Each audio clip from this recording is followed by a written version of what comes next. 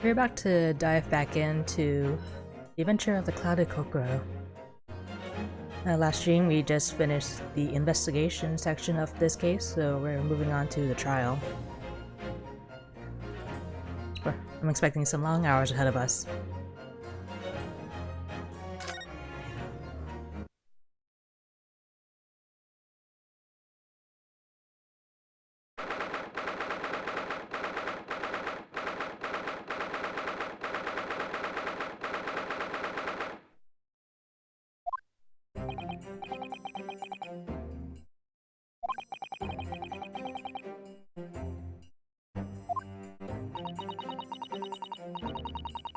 We are on a study tour of Great Britain, with the intention of learning the country's legal practices.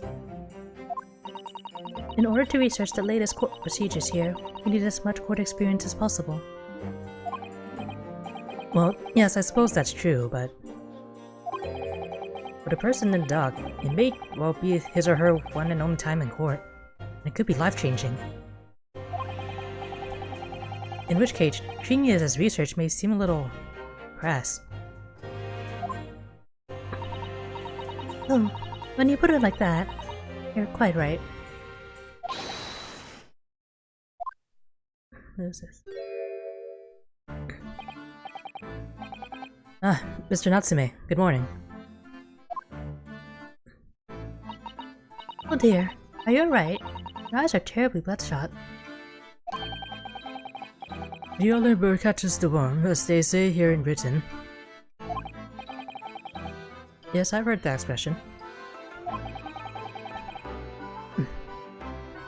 But I really don't want to catch a worm. So I tried desperately not to wake up early, but I was so worried I couldn't catch a wink. And now I'm absolutely exhausted as a result.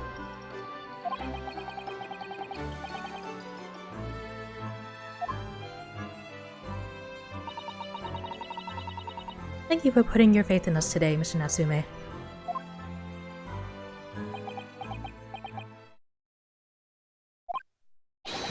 I wish I had 9 lives.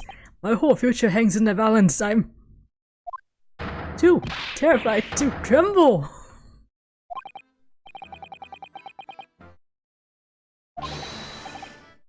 I can't do this. I can't take it.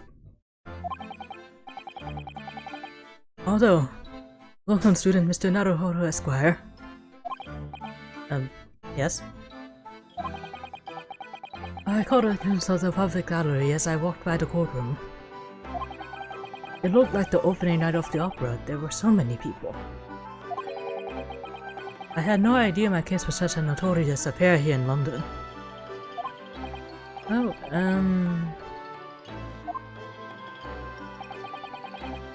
you know why that might be, Mr. Sato? I'm sorry, Mr. Naruhodo, but I have no idea.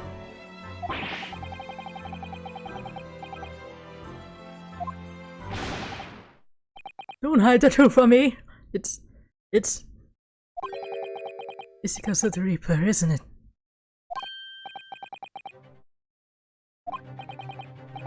Is that right, Mr. Sato?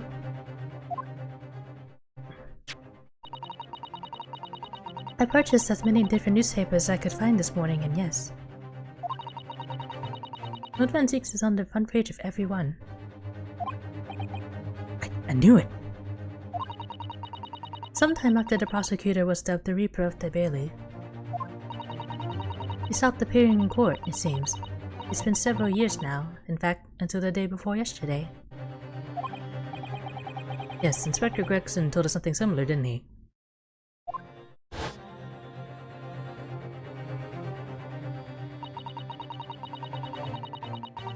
The trial 2 days ago marked Lord Van Zeek's return to the courtroom after a very long hiatus.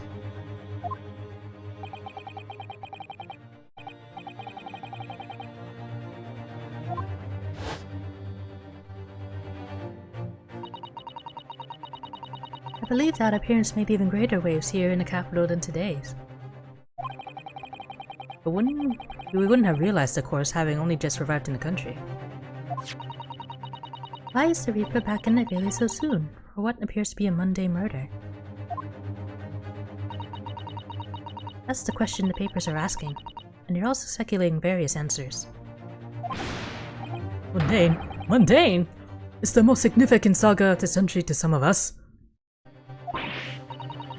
Oh dear, I meant no offense, Mr. Natsume, but that is how the papers are describing it.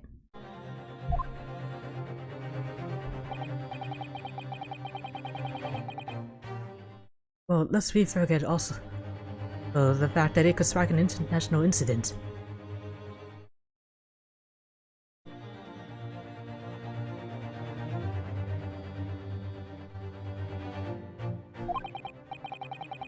Obviously, the reappearance of this infamous prosecutor has caught people's attention. There's another blatant similarity with the trial of 2 days ago. Yes, I agree. Welcome to Mr. Naruhodo Esquire. It's you! Me?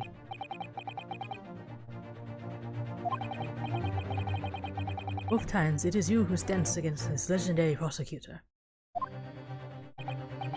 It can only mean that you're friends with the Reaper! Please, I don't rub shoulders with Deathbringers. I'm afraid that there's really only one other explanation. It can only be another example, Mr. Naruhodo, of your uncommon bad luck. Well, this is just my luck.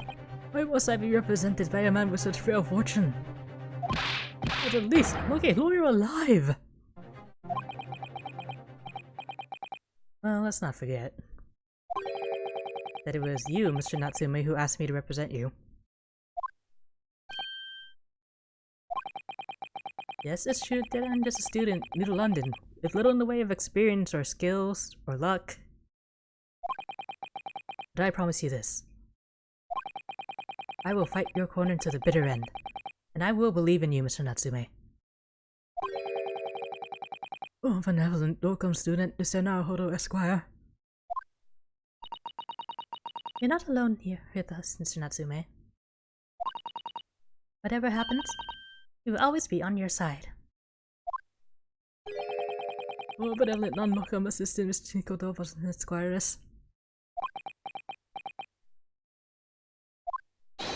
I am in your debt forever! I shall never forget this great kindness as long as I live. Mr. Natsume, counsel for the defense. The court session is about to begin. Kindly make your way into the courtroom at once.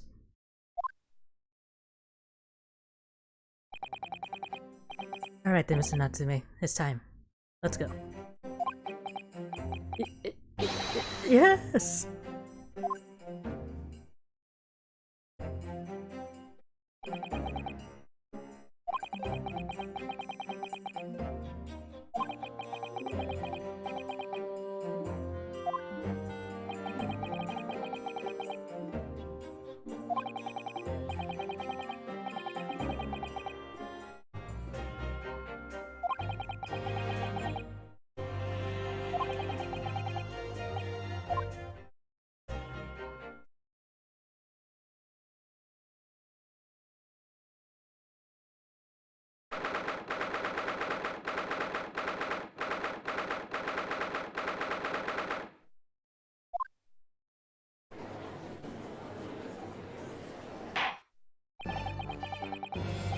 In the name of Her Majesty the Queen, I hereby declare this court to be in session.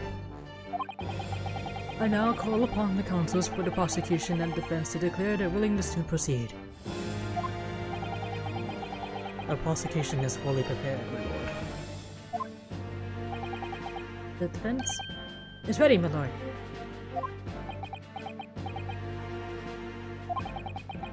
The Nipponese are a truly fascinating breed. Sorry, what? Lord Strongheart has told me all about you. That you are a student who arrived in London but 2 years ago, on your amateur. Do you have a point?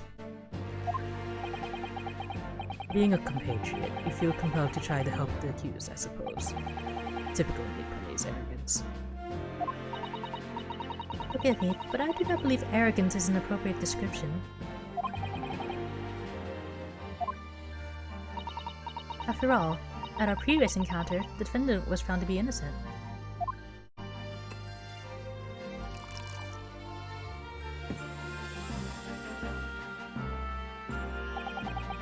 Very true.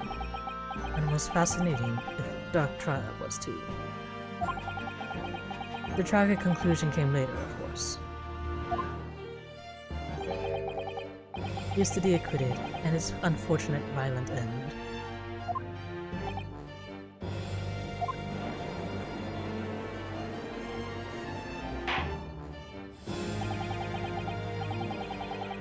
Thank you, counsels. I see both sides are in fine fizzle. Now, ladies and gentlemen of the jury, are you ready to carry out your duties here in court as impartial members of the public? You never know when you might be down your luck. Might be fair play for everyone. Well, I must warn you, I'm rather more ruthless than I appear. Oh, well, not me. What you see is what you get. I'm a peace-loving fellow. I'm afraid to say, I think it's quite possible that Mustache Foreigner did the deed. Come on, what are we waiting for? No doubt he did it anyway. Eh? Sorry? Didn't quite catch that. Very well, let us proceed. Your opening statement, if you please, Lord Van Zeeks. Very recently, Great Britain signed an alliance with the rising power in the Far East. The accused in the dock today is a student from that same land, a certain Mr. Soseki Natsume. And while our country has extended this foreign student the warmest of welcomes, regrettably, the kindness has not been returned. In fact, this student is accused of a most sinister act. Of plunging a knife into the back of an innocent woman who was doing nothing but walking down the street. A knife crime? I tell you from bitter experience, those are the worst. Bloody oath they are. Just look at that sallow complexion and short stature. They were those dreadful Japanese. Come on, let's get this over with. With me now, everyone. 1, 2, 3. Eh? Sorry? Didn't quite catch that. Pray, forgive the discourtesy of smashing my hallowed chalice here in this great chamber.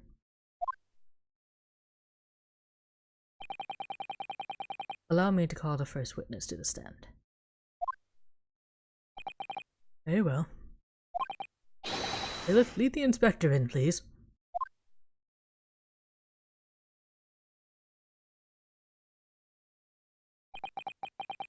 Your name and occupation, please. Yes, sir. Tobias Gregson, Detective Inspector at Scotland Yard. Would you please summarize the events of the case for the court, Inspector? The victim was thought to be a young woman in her 20s by the name of Olive Green. I beg your pardon, Inspector. Thought to be? Yes, having been stabbed in the back by a jacker's knife, the victim fell unconscious. That was 3 days ago now, and she's been comatose ever since. What? Comatose, I see. But her life is not in danger? Fortunately for the Eastern student, the charge will not be murder. Pray, elaborate on the details, Inspector. So, if I could ask everyone to look at this street map.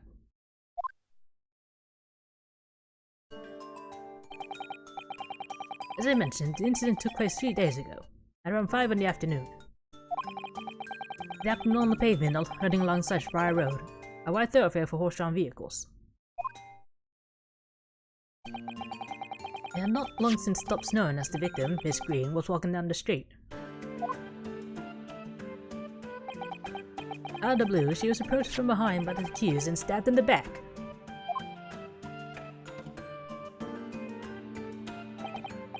Luckily, the young lady's life was spared, and she's currently being treated in one of the city's hospitals. But being unconscious as she is, we've been unable to take a statement from her, of course. This is a case file with everything we know about the victim so far. Thank you, Inspector. The court will accept the documents as evidence, if you please.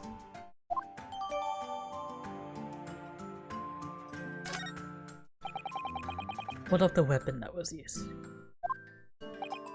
Sir, I have that here. It was removed from the victim's back.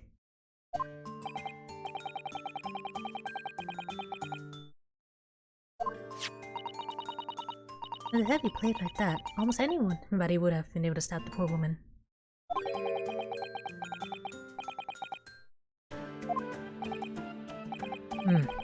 A common old Gordon Jackson knife, I would say.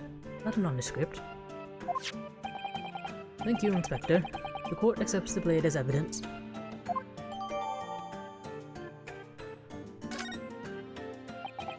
Now then, what do we know of the motive? Money or valuables, I presume?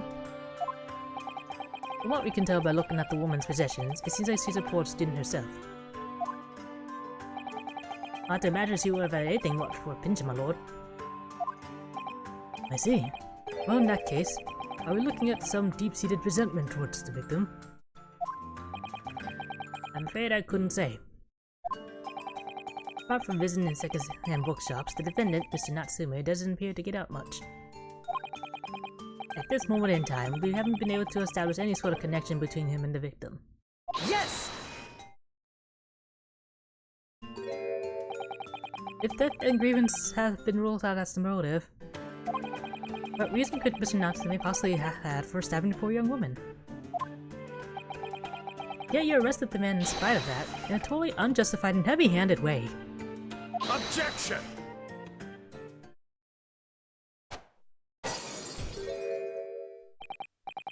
Pray, forgive the discourtesy of flinging a freshly uncooked bottle into the public gathering. But your words have soured its hallowed bouquet. What is you, my learned friend, who is being heavy-handed here?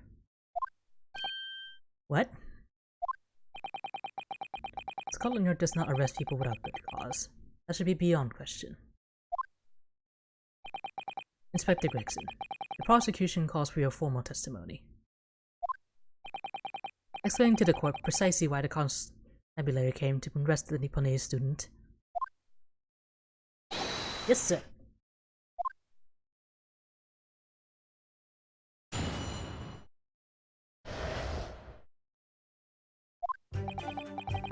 As I said, it was 5 o'clock in the afternoon when the incident occurred, and there was an unusually light floor. Visibility was reasonably good, and there was no one else but the victim and the accused. Out of the blue, the victim was stabbed from behind and subsequently collapsed on the pavement. The accused ran off, scattering his belongings all over the floor. There's been a number of old books he just bought. He was on his way home from a bookshop, it seems. It was just a matter of working out who the books belonged to, and we found the book to arrest him.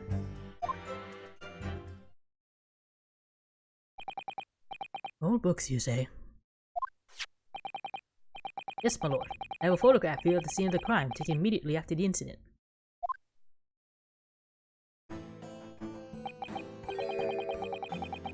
Ah yes, I can clearly see the books to which you are referring.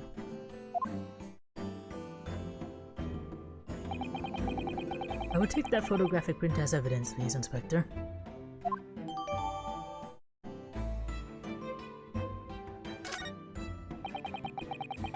The Nipponese are a spineless breed, too cowardly to admit defeat. Denying everything despite overwhelming evidence to the contrary. Well, Forgive me, Lord Van Zix, but the defendant is not denying everything, as he put it. What are you doing, Mr. Sato? You go on. Mr. Natsume has admitted to playing some part in the incident. Isn't that right, Mr. Naruhodo?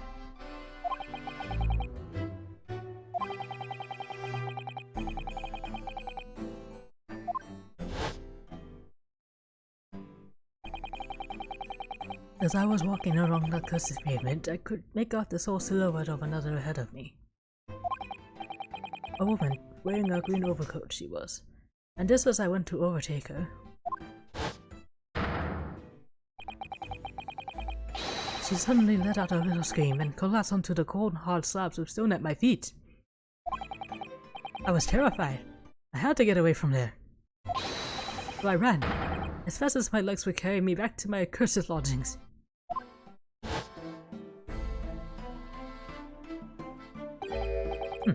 A green overcoat. Well, that's exactly what that print was wearing. Oh my, a photographic print in full color. What would the world come up with next? The defendant has done nothing more than admit he fled the scene of a terrifying incident. That does not mean that he's guilty of the heinous crime of stabbing the woman in the back.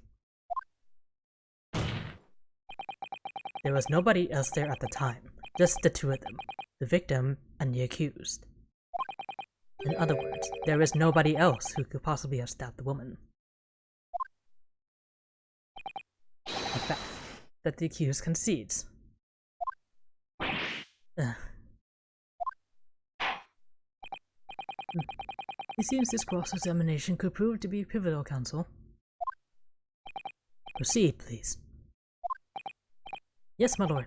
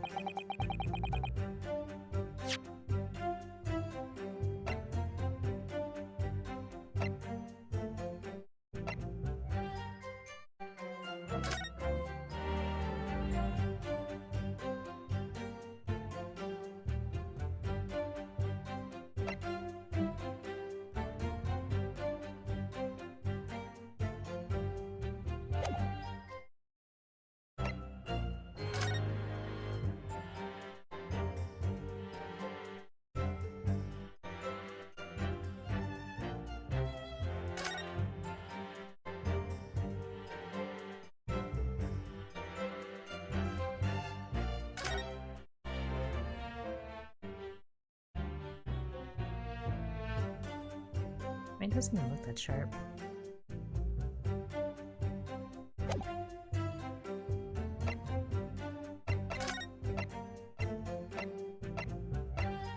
Joyce contradicting.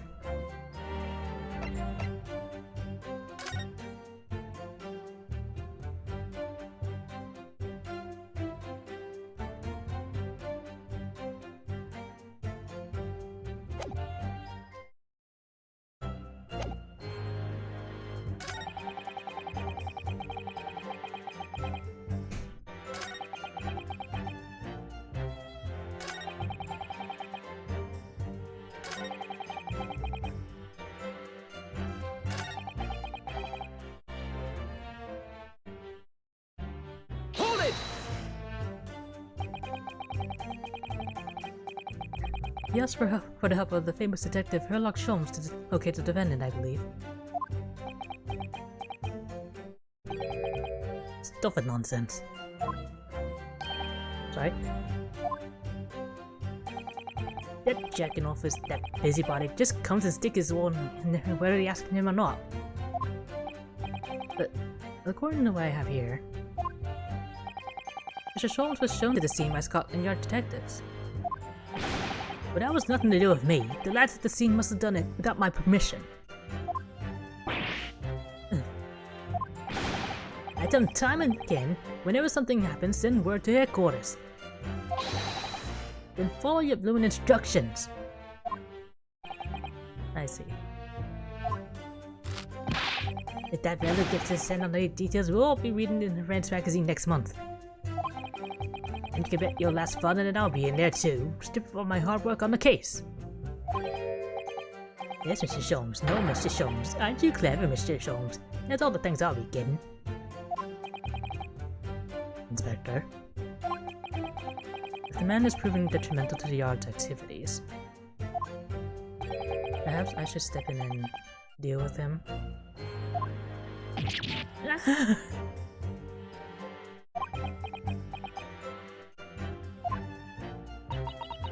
It appears Inspector Grayson is lost for words.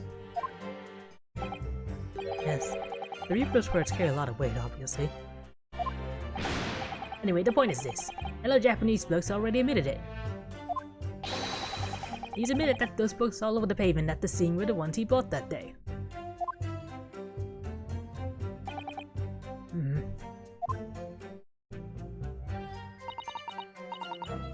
What do you think, Mr. Naruto? If you're only able to sway the jury during this cross-examination, I'm afraid. Mr. Natsume's fate will be sealed? Yes, they're sure to find him guilty. So one way or another, I have to expose an undeniable inconsistency in the inspector's testimony. I'll press him to do. Hold it! Only fog, you say? Well, like for London, you can see the opposite side of the street for once. Not much farther though. That's light, is it? Around these parts, yes. That's something I expect a Japanese fellow like yourself to know, of course. I've heard that London is famous for its fog. But in my country, people usually imagine that it gives the city a rather beautiful appearance.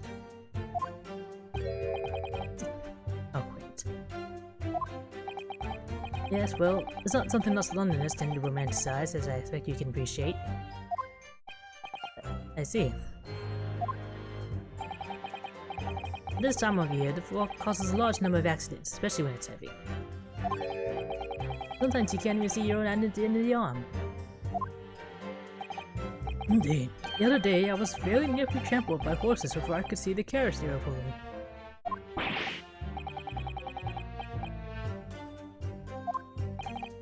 However, on the day that concerns us, the fog was somewhat lighter than usual. A fact no doubt lamented by the accused.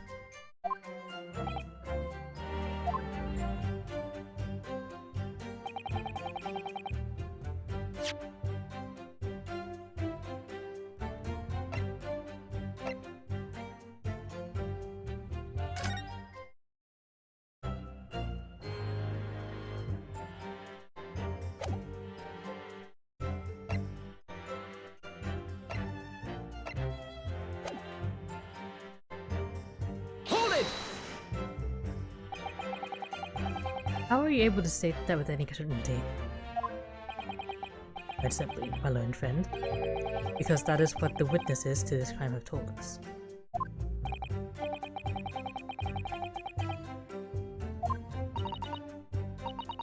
That's right.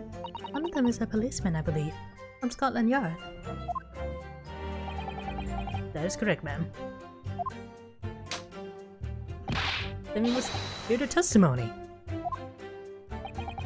The prosecution will, of course, tell them to the stand, should it be necessary. But wait a minute. At 5 o'clock in the afternoon in the middle of winter, it would have been dark already. No matter how light the fog might have been, no one could have seen. I'm unaware of the situation on your tiny island in the east. But here in the capital city of Great Britain, all main roads are illuminated in the night by gas streetlights. The prosecution believes there is an ample light by which to witness a crime. Right. Here in London, for the first time in history, mankind has completely conquered the darkness.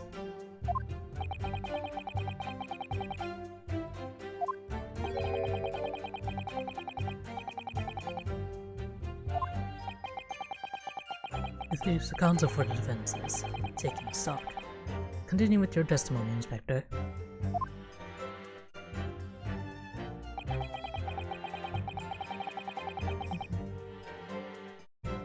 Hold it! From behind, you say? That's right. As you can see from this print.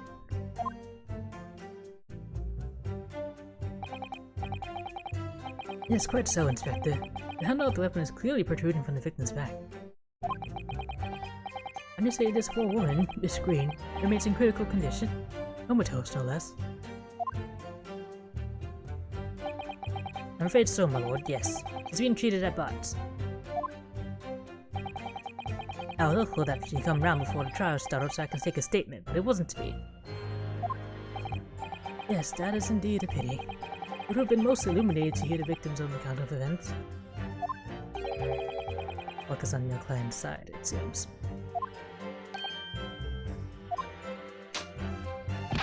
On the contrary, my client has been exceedingly unlucky. Your force of tone is seriously undermined by those discerningly wide eyes, I'm afraid.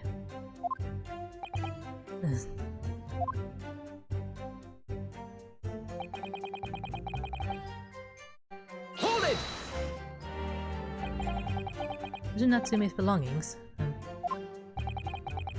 think you'll find us all there in the photographic print of the crime scene.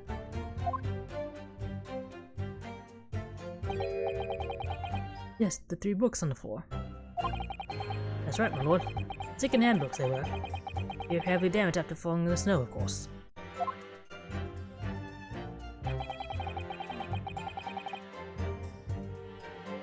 The accused could have easily carried all 3 books in one hand. Which means his other hand would have been free to wield a knife, for example. It's very clever, isn't it? What do you mean? It's been extremely hard for you to assert that Mr. Natsume had his hands full with his books. He's managed to close the one avenue of escape he might have had before he even knew it was there. You mean to say that the defendant was holding his belongings as he thrust the knife into the woman's back? That must be what happened, my lord, yes.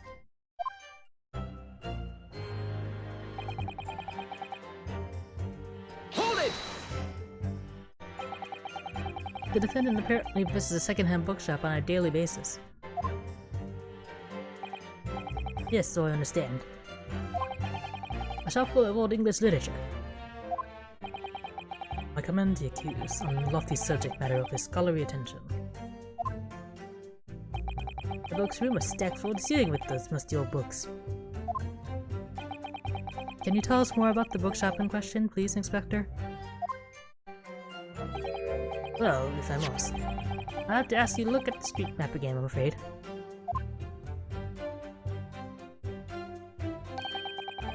The closest second-hand bookshop to the accused's lodgings is this place here, Bourbon Books. It locates on the corner of Briar Road and Beersham Street. As it happened, the accused is currently living in lodgings on the other side of Briar Road at the opposite end. Which means it doesn't take a genius to work out the route he would have taken home.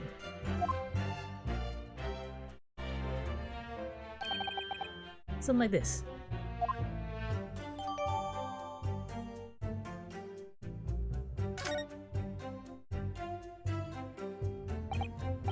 Yes, I concur with your conclusion, Inspector. The defendant certainly passed the scene of the crime on his way home from that particular shop. Mr. Naruhodo, I think that what the inspector just told us could turn out to be of vital importance. Yes, I agree.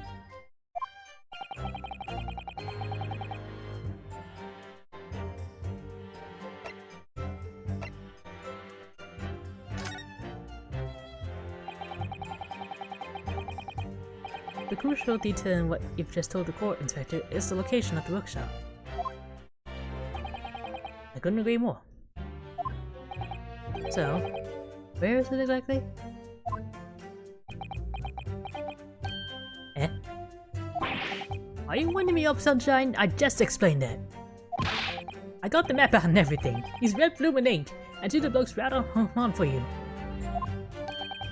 And I distinctly remember seeing it all along, Counsel. Oh, yes, of course. The blunder of the day goes to you, my learned friend. No, not yet. The trial's only just begun after all. Mr. Naruhodo, I'm sorry to advise you to look carefully through the court record at this stage.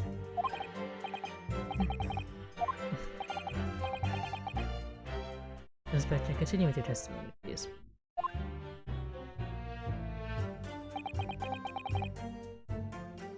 Hold it! Wrong button.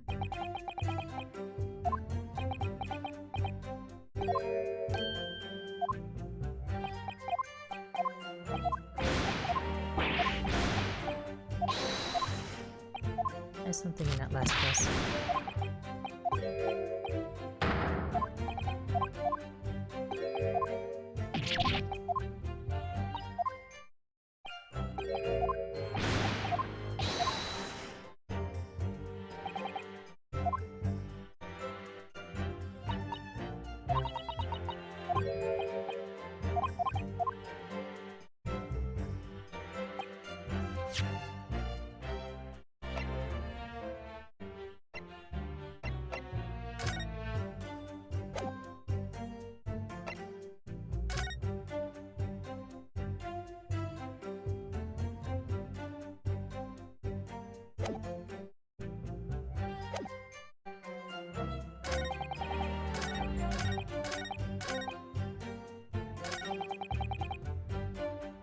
Hold it!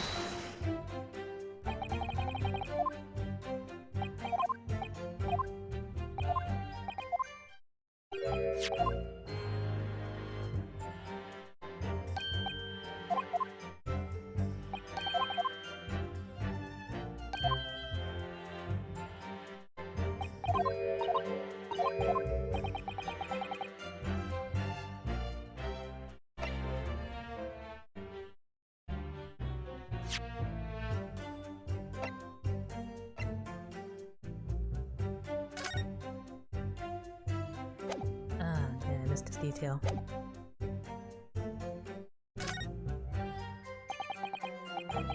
Inspector Gregson, may I ask you a favor? What? Would you kindly add the name of the bookshop to your formal testimony, please? I believe it may be of vital importance. Maybe. Oh, well, you know, I mean, yes! It could be a very important clue.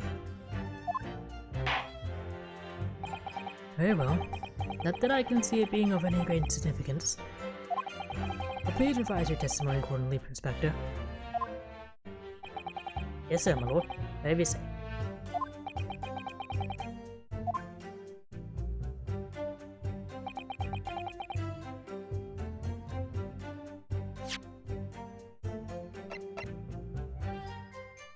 Objection!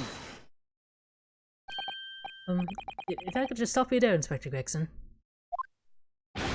What is it, Sunshine? I'm a busy man, you know. This is a receipt that we found in Mr. Natsume's room. It was issued on the day of the incident and details the purchase of 3 second-hand books. And you found that in the accuser's room, did you? Yes, but the point is not where the receipt was found, but the name of the shop printed on it.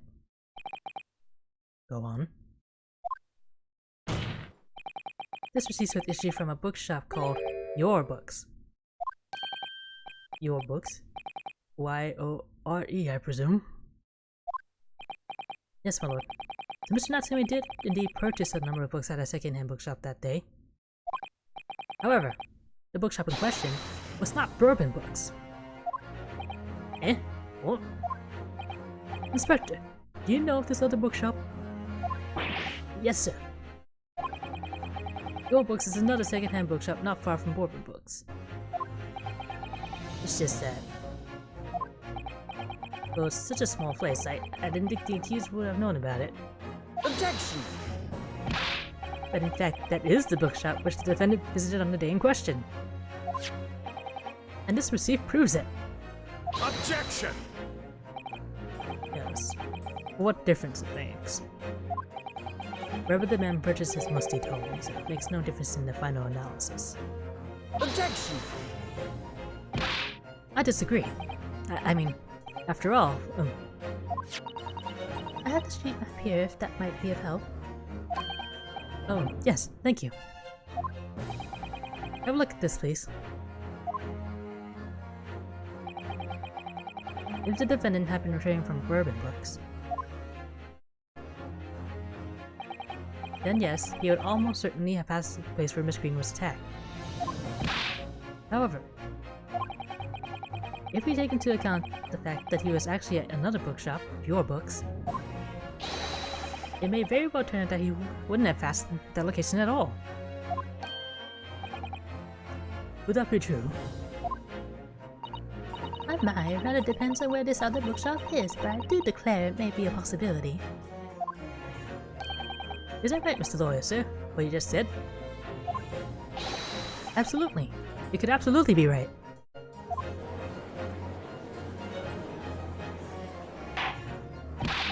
Inspector Gregson, where's this Your Books establishment? Well, obviously we looked into that. It turns out that Your Books is just here in the next corner of Yearstrom Street, going east.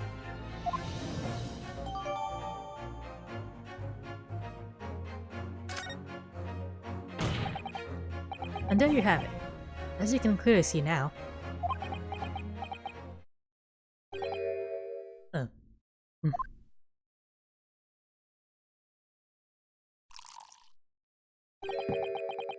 My learned Nipponiese friend is obviously in training to be a clown, the way he regards us with such witticisms. To your future career in the circus. You put that glass down now or I'll put it down for you. I didn't think I needed to spell it out, but here we go. If the accused was coming home from Your Books instead of Bourbon Books,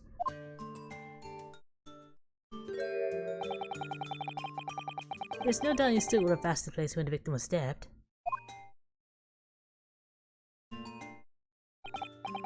Yes, thank you, Inspector.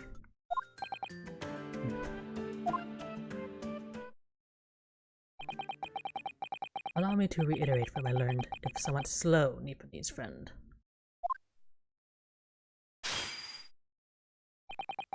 Wherever the man purchases musty tomes, it makes no difference in the final analysis.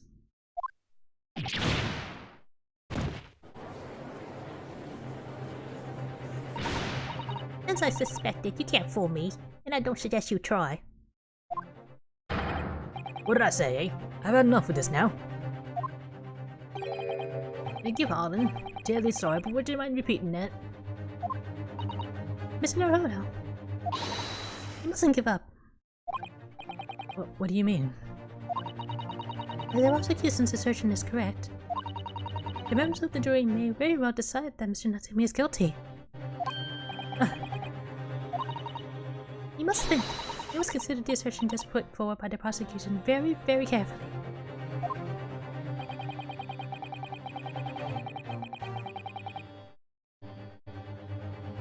I gotta raise objected, right?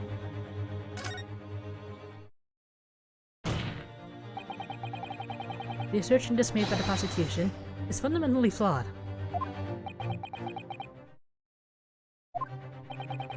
Explain yourself, counsel.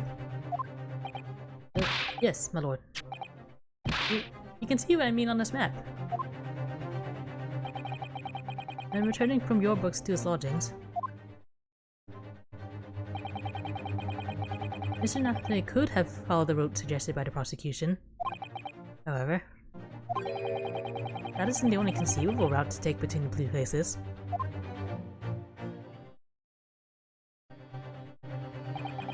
If the defendant used these streets, look what happens. He arrives back at his lodging without passing the location where the victim was attacked. Objection! Talking back to a clown is a fool's errand, of course. However, I feel compelled to point out that route is what is commonly referred to as the long way around.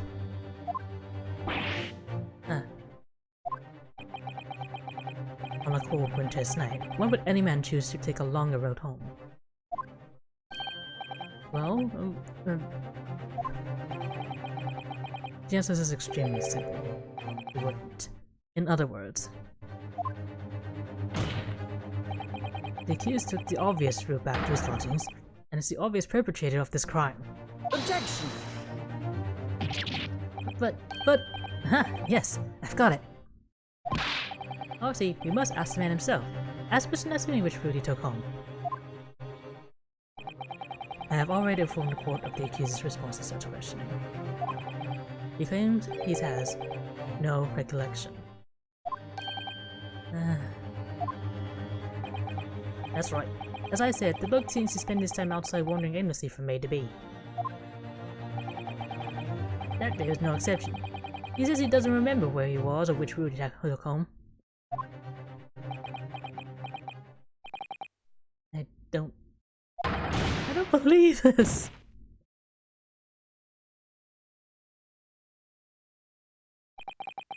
I thank you, my learned friend. I suggest that we do not waste any more of the court's time by wandering aimlessly around this subject.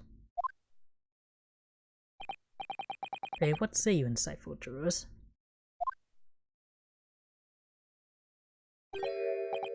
But even if that is the case, the defense still...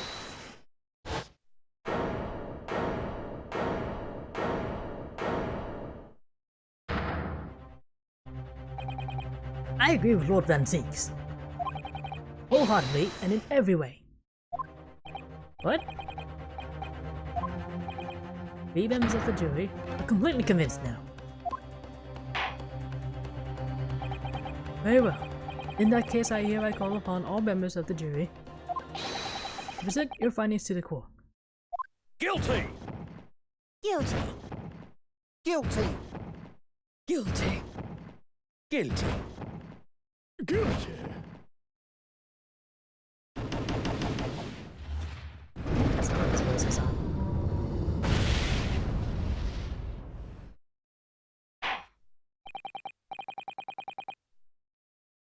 It would appear the jury's leaning is unanimous.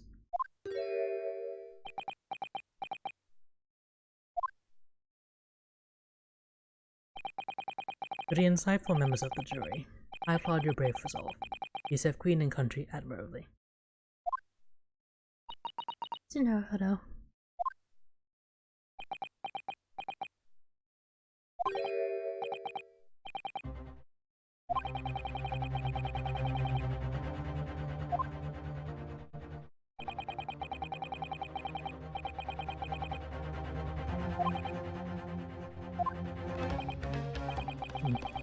Those are the eyes of war, not yet willing to give up and die.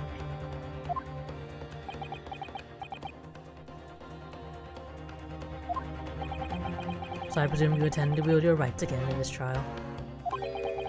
Or is it the defendant written into antiquated British law that should have been buried long ago?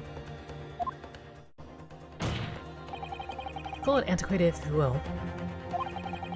But it's the defense's prerogative to carry out a summation examination if it so chooses.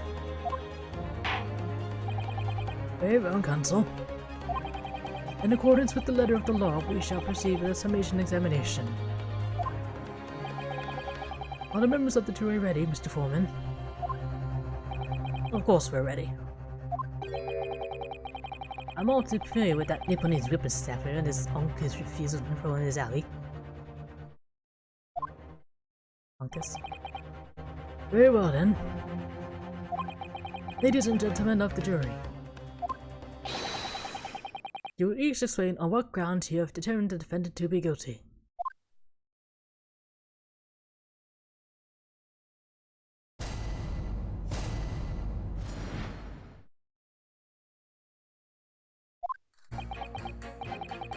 For pity's sake, that little Nipponese already admitted it himself, didn't he?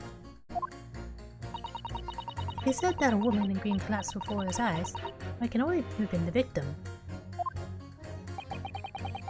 The man wouldn't have gone around the houses on his way back from the bookshop, not in winter. So the poor woman was attacked from behind, was she? How dreadful.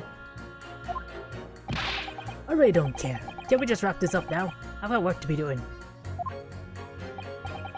Your books, yes. I shoved that. Bourbon books? No, not one, is it?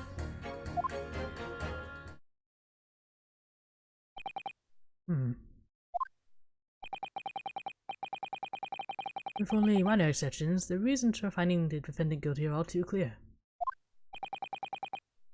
When the stabbing occurred, the only two people at the scene were the victim and the accused. and the accused himself, has admitted to seeing the victim in her green overcoat sink to the ground before his eyes. Furthermore, he have heard from the inspector that the defendant then fled the scene. I must say, I would have ample grounds to convict this man already. Oh dear. Even the judge appears convinced of Mr. Natsume's guilt now.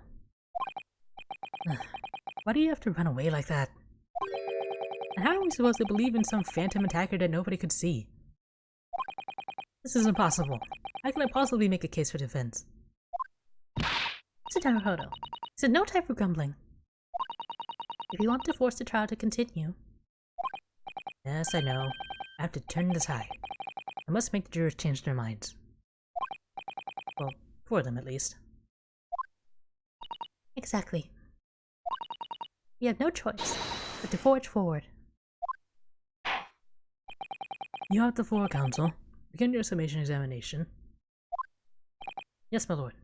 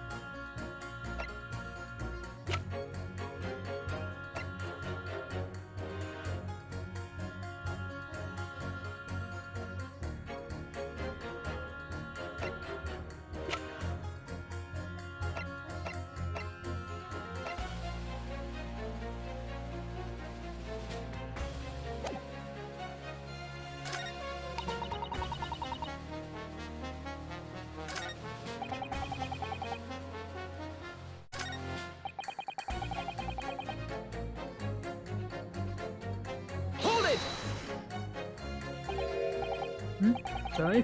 Hold it, you say? Hold what? No, what I said was hold it. What I wanted to ask was, do you visit your books often?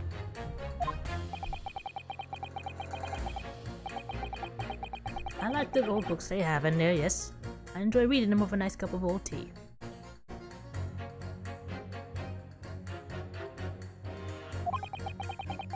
That's my daily routine, you see. Same thing every day, including the day you're all talking about. And at what time did you visit your books on the day in question? Well, I was picking out books in there all afternoon, and it would have been just before 5 that I left.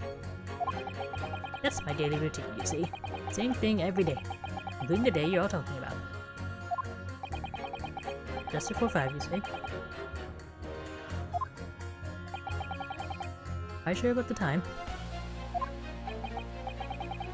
Oh yes, no mistake there. I remember it well. I'm not about to forget that day in a hurry. Not after the dreadful time I had. What do you mean?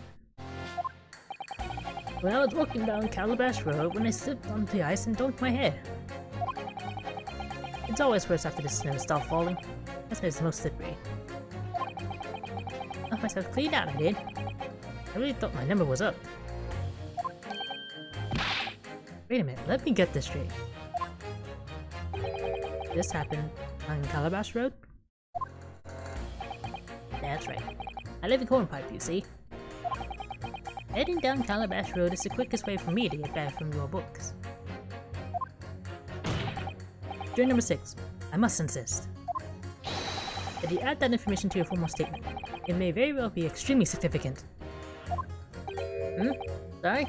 Extremely sick? No, I'm fine right now.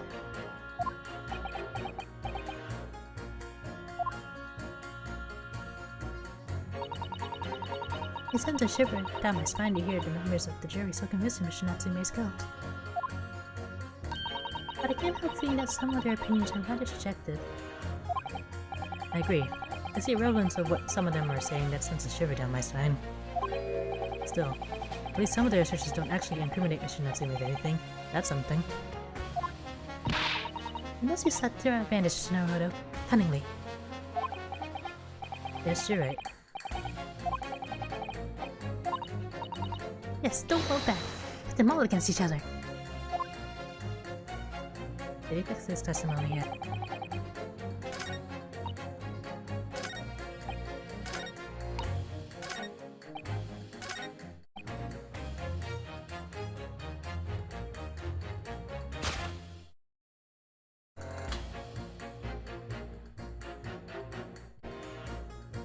Objection! Those two statements clearly show a flaw in the juror's reasoning. A flaw? What are you talking about, counsel? Well, juror number 2? Juror number 6? Why, whatever do you mean, sir?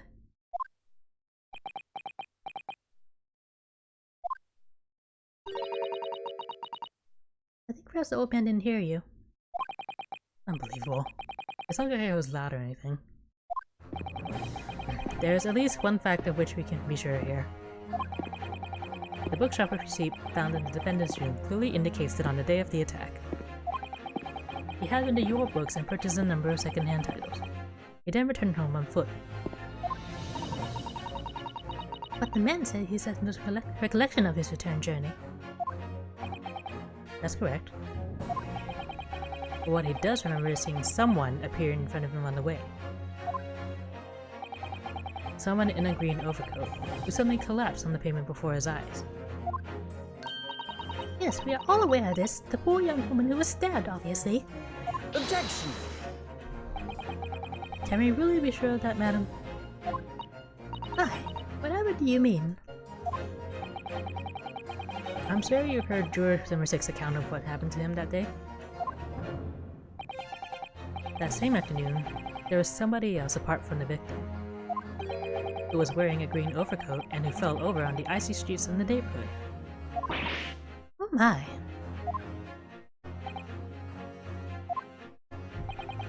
My goodness, you mean? That's right. I'm referring, of course, to hard of hearing juror number 6. Are you really suggesting that the person in the green overcoat whom the defendant saw collapse in front of his eyes is the jolly old gentleman on the other of the bench here with me today? That's entirely possible, yes. After all, the old man has a somewhat similar build to the victim. Well, look at that. My goodness me. Sorry, you need a pee? And crucially, you know precisely where the old man in the green overcoat fell. On Calabash Road. Therefore, if the person who Mr. Natsumi saw collapsing in front of him was in fact juror number 6, it means the defendant must have taken the long route back to his lodgings. And if that's true, then clearly, the crime scene on Briar Road where the woman was stabbed was not on his way home. Oh my. You idiot, old man! You haven't been so daft as to be roaming around there. You boxed this off hours ago. And really, what were you thinking wearing such a befuddling coat? What did you say to me? Is it a crime for the elderly to walk the streets these days, Is it a crime to slip over on the ice? Is it a crime to keep up with the latest styles and wear a beautiful green overcoat, is it?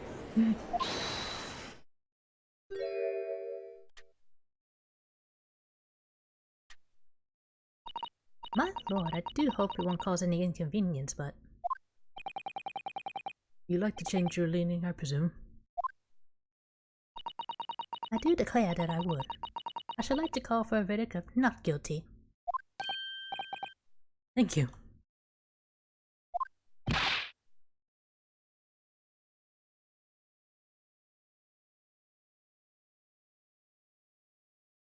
And I would too. What?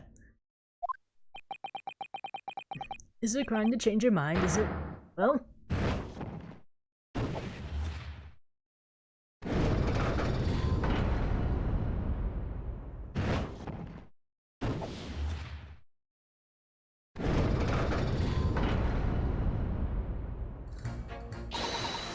Well done, Mr. Naruhodo. That was wonderful. Well, we managed to change a couple of minds at least. It strengthened our position somewhat. Yes, it will prompt a number of members of the jury to reconsider their stance as well. They'll be asking themselves if their current leanings are really right or not. Now, if only. If we could just identify one more clue or discrepancy that would make them stop doubting Mr. Natsume, you might be able to tip the balance completely. Yes, that's exactly what we've got to do.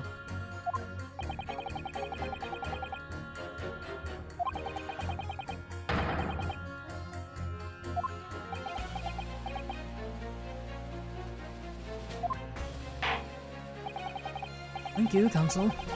On with the summation examination, please. Yes, my lord.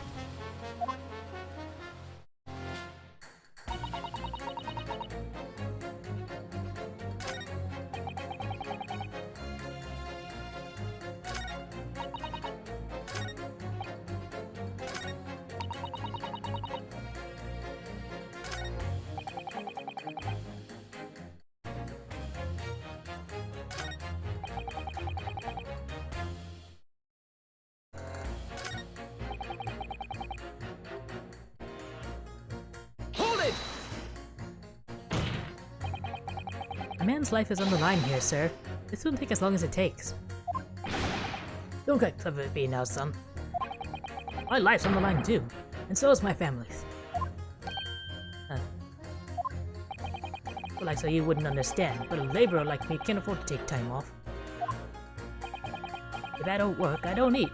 Neither do the wife and kids. Are they not paying you to be here? Oh, I see. That must be very hard. I go to union every morning to find out what needs doing. If you're late and the work's taken, it's tough. This time of year, there's water and gas supply pipes bursting left, right, and center. You have to cheap labor to get the roads dug up to fix it. It's a hard slog from dawn till dusk it is. So, you're out digging up the roads on the day of the incident as well, were you? That's right. In fact, if I remember rightly, it was just round the corner from where it all happened. By that old bookshop it was. Huh? That's right. Meerschaum Street it was. Meerschaum Street? The map, Mr. Naruhodo. There are only 3 named streets.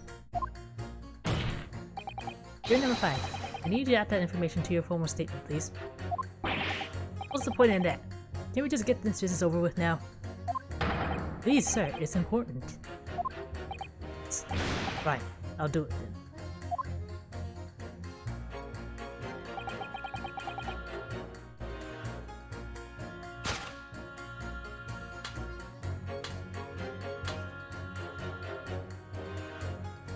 Objection!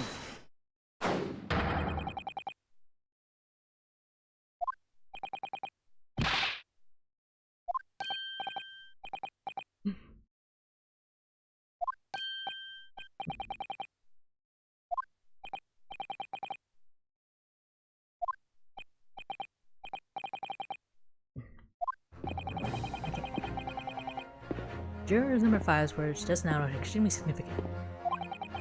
Let's take a moment to consider the implication of what's been said on our map of the local area. On the day in question, Mr. Natsume visited this bookshop to purchase a number of second-hand books. And on the same day, we now know that there were works being carried out on Meerschaum Street, making it impassable. Which means that the defendants wrote home, but now they're taking them along Meerschaum Street and down Briar Road. Oh, yes, of course. What do you think, sir? Well, yes, you can't argue with that, really, can you? You must have a good 2 yards or more to raving up. Every gentleman and gentlewoman that came along had to turn back and go the other way. So, the only conclusion is this. The defendant must have taken the longer route back to his lodgings. Yes, I suppose he must have.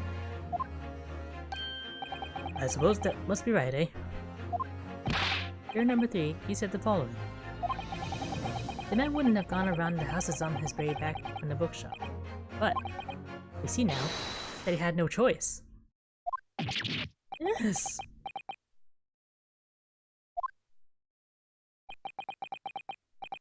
My lord Bishop Judge, sir, if I may. Yes? I don't think in all good conscience that I can say the man's guilty now.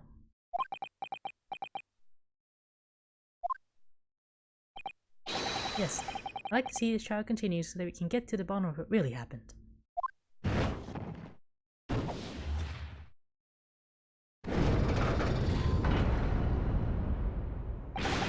What about you, sir?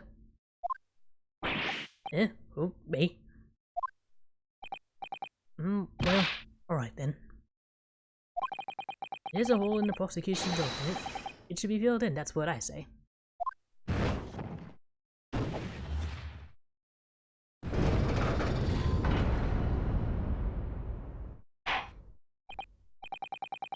Well, that submission examination has concluded with a rather large shift in opinion. The ayes 2, the noes 4. So the noes have it. Not guilty, they say. Which means you no longer have a consensus among the members of the jury. The trial will continue. Objection!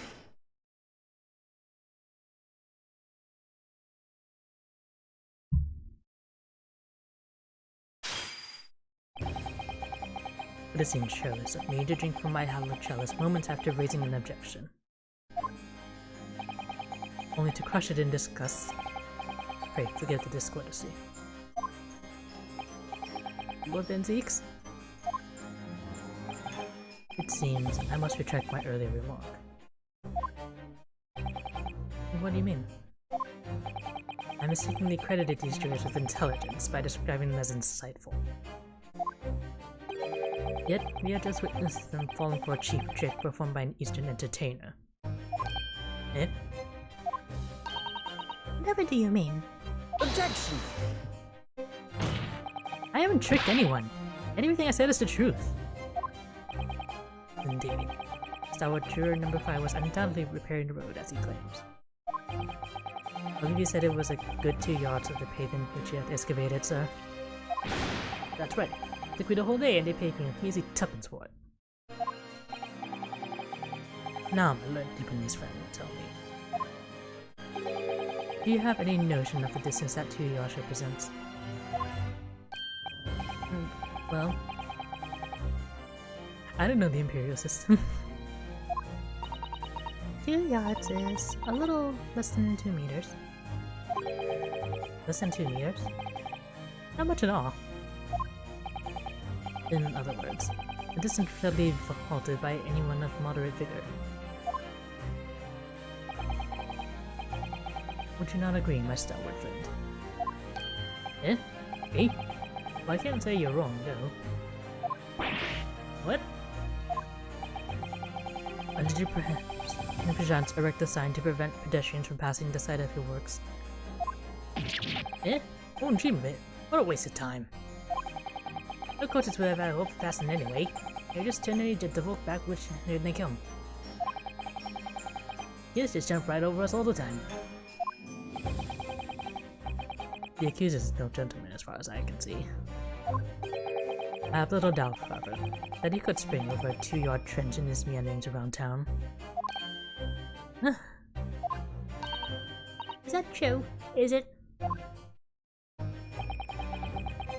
The incontrovertible truth is that the books just purchased by the accused were found at the scene. There can be no doubt that on his way back to his lodgings, Mr. Nazumi walked down Briar Road.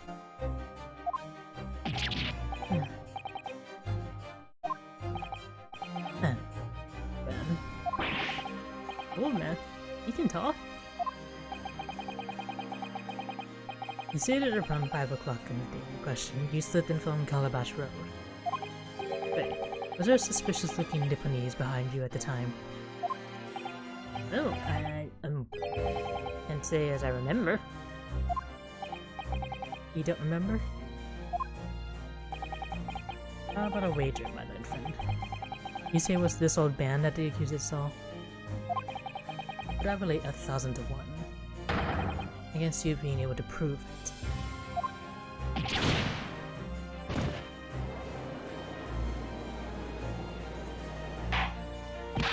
Order! Order!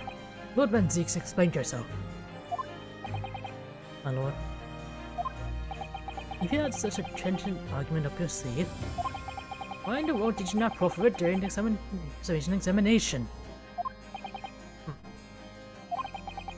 I wanted to give this young form the sightseeing experience he no doubt came for.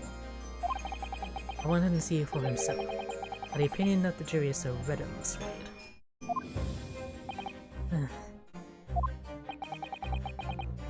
But my hospitality has its limits, and they have been reached, I feel.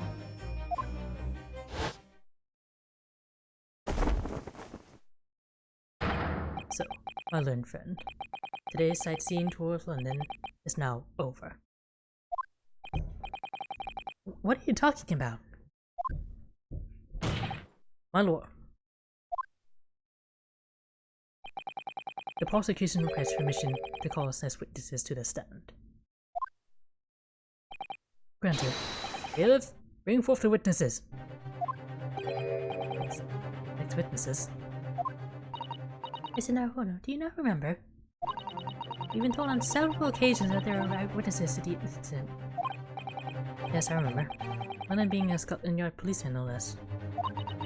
I'm afraid that's likely to be the prosecution's next witness.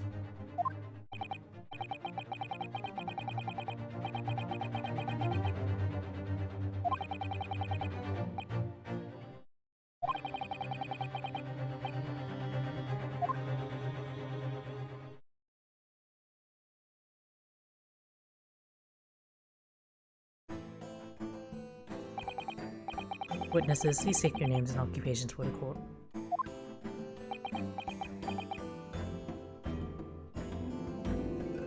Who's this Raggedy Andy looking guy?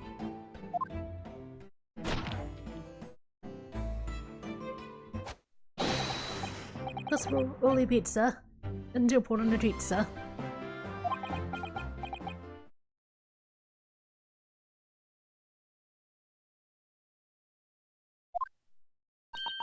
And I'm Mrs. Pete.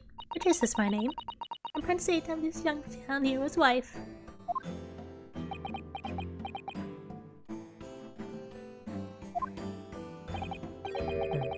What's the story here? Well, in truth, we've not been married long. In fact, we celebrated our first anniversary only the other day.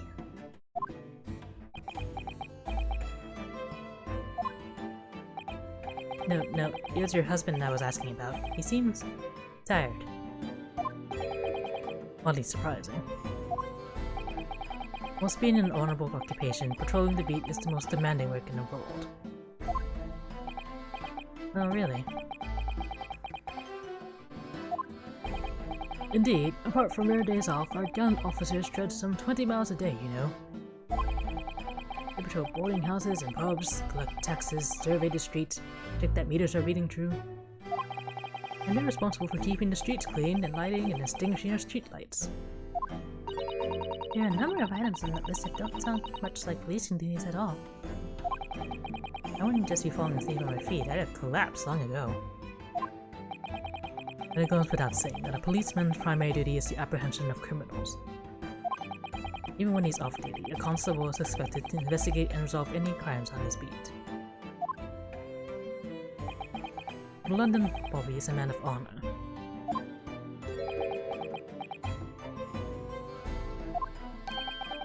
And a man of slumber. On the day in question, this man and his wife were walking down Briar Road in the opposite direction, and they witnessed the incident as it occurred. Is that not correct, Mr. and Mrs. Beach? That's right, sir. Isn't it, Rolly?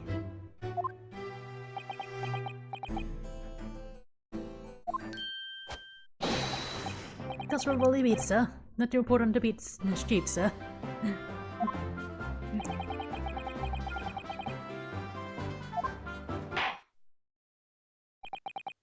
Very good. I'd like to hear your formal testimonies now, please. You will tell the court exactly what you saw on the afternoon of the incident. Yes, sir.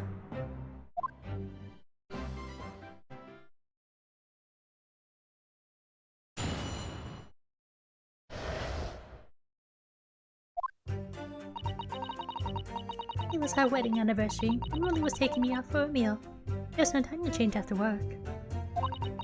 Anyway, two silhouettes appeared out of the fog on the pavement in front of us. All of a sudden, one of them just collapsed on the floor, and the other scattered something before running off. He went straight over her course and then went for help at the nearby police box. It was definitely that Japanese man in the dock. Rolly and I both saw him as clear as day.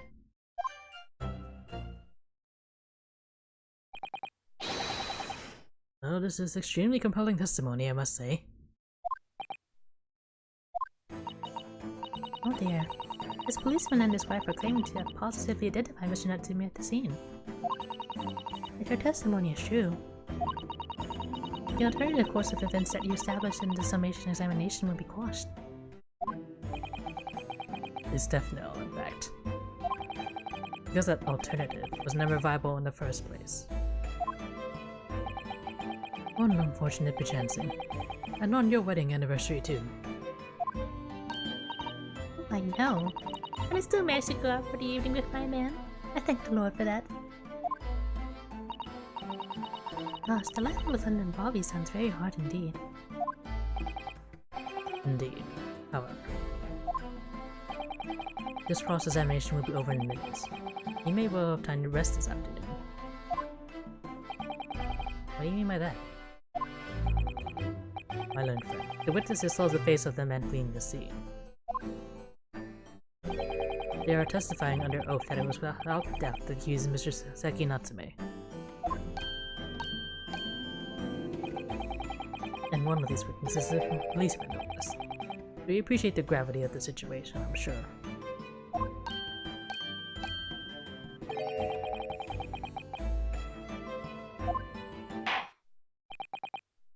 Enough preamble. Counsel for the defense, commence the cross-examination, please. Yes, my lord.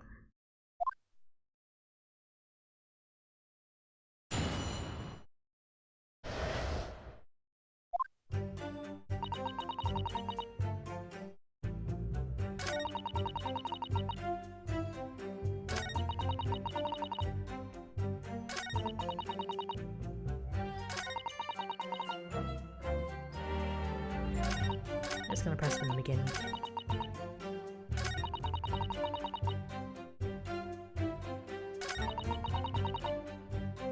Hold it! No time to change out the work, you say? Are you also a member of the police, Mrs. Beat? Oh no, sadly not. It's a job for strapping young men only. Women, children, and the elderly can't even apply. Well, I think you can probably see why children and the elderly can't do the job, can't you? I think Molly looks ever so handsome in his uniform. It suits you down to the ground, doesn't it, darling?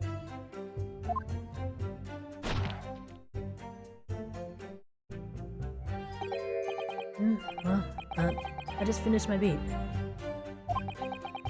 Now we're heading back to the station. I was actually planning on getting changed there.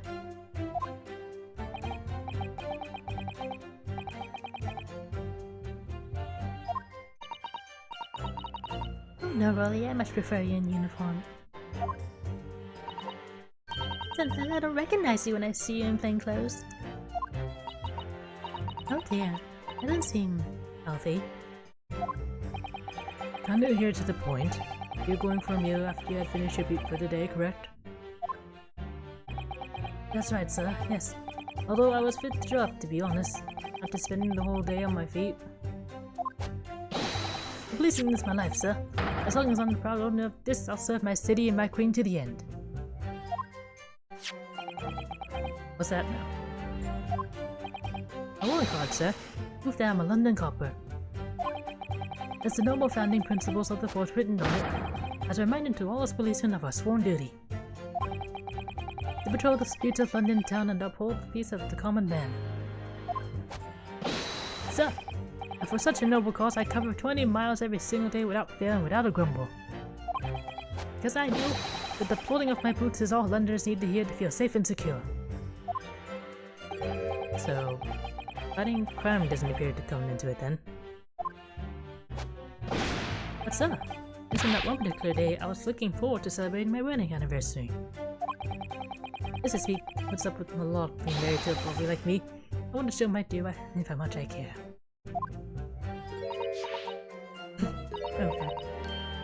Oh, really? Oh, what a charming couple. Your young love is such a joy to behold. If a little over the top, perhaps. And then, kind of describe what happened next.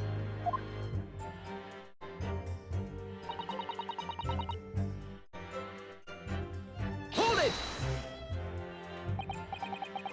To silhouette. That's right, they were coming towards us, walking up Briar Road in the opposite direction.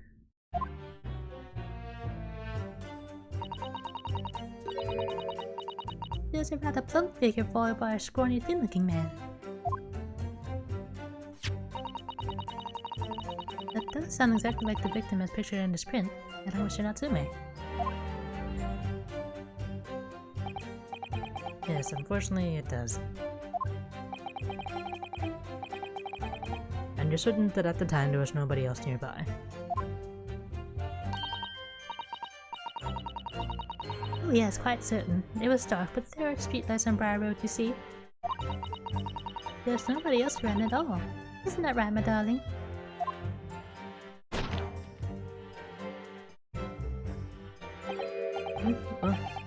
Yes, that's right. Of course, there was a light fog on the ground. Well, Briar Road is dead straight and you can see a fairly long way down the pavement. And then there's the street lighting as well. I didn't see any other pedestrians. Before Sleep takes the phone, hold your answer please, Mr. B. Are you quite sure of what you just said? Yes, sir.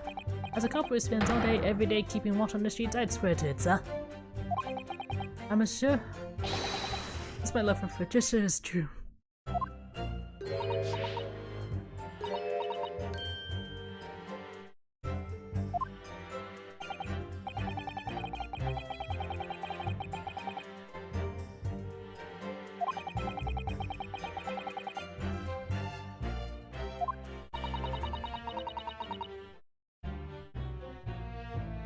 It's beginning to seem like there's nowhere to run. Well, it didn't stop Mr. Natsume, did it? He fled the sea all too convincingly.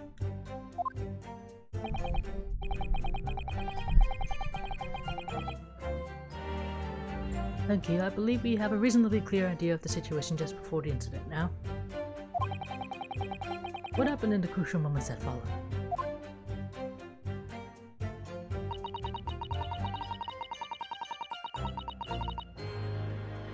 Hold it! Scattered something? What do you mean by that? Oh, well, I couldn't quite make out what it was at the time. But then when we got closer, we realized what it was. Didn't we, darling?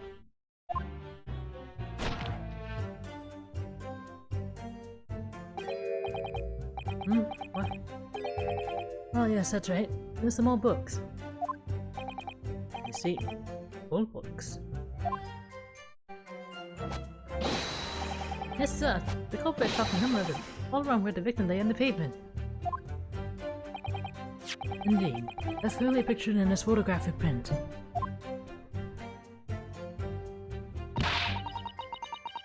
That one Japanese man did that when he did the deed.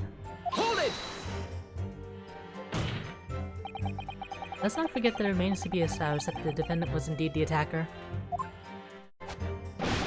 We saw him, and it was a man in the dark without question, sir.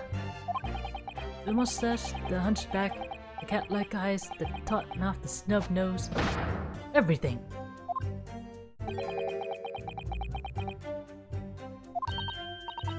That's right. We found that the four defenseless woman with those terrifying, intense eyes. And then somebody threw his book onto the pavement and ran away. I see.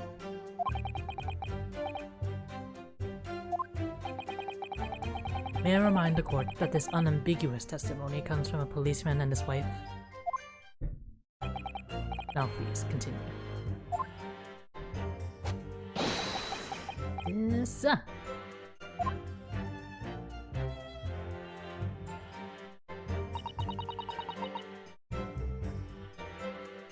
Hold it!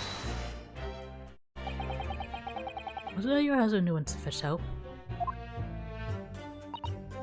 No, I went. I may not be a police officer myself, but I am the proud wife of one after all. Isn't that right, my darling?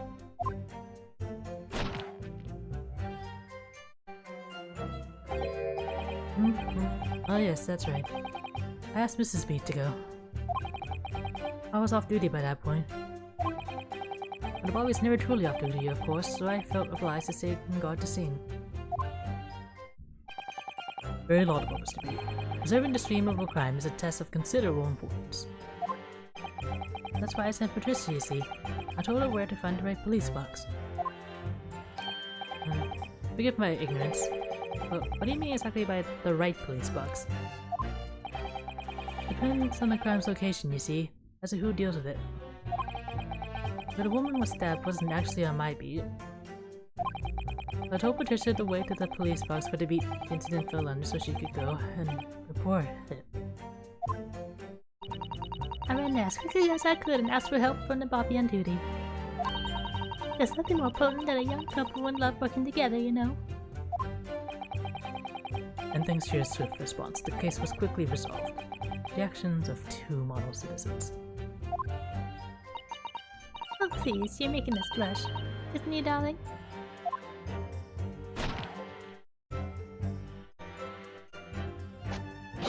Yes, sir. Oh, Patricia said so.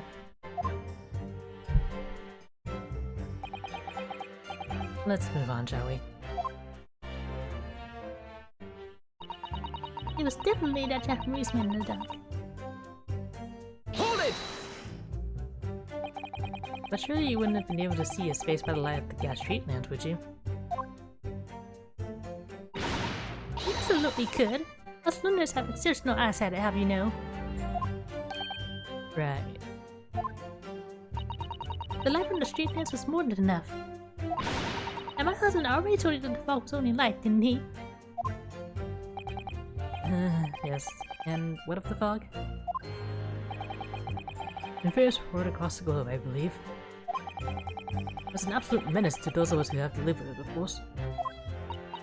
Oh, it is. Miss, you can't even see the hand at the end of your own arm. Yes, alright, I take your point.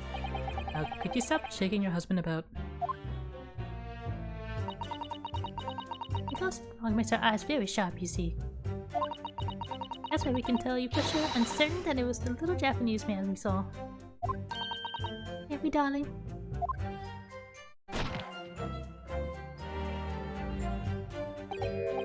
What? Yes, it was the accused and no mistake. Mustache, the back, the cat-like eyes. Unmistakable, sir.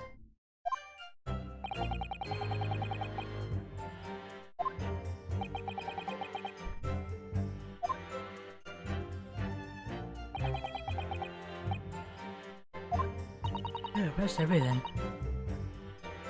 What do you think, Mr. Naruto? Well, I hate to admit it, but on hearing the testimony, it really does seem as though Mr. and Mrs. Speak saw what they say they saw. They should not see me running away from the scene on Briar Road that day. Yes, I feel the same.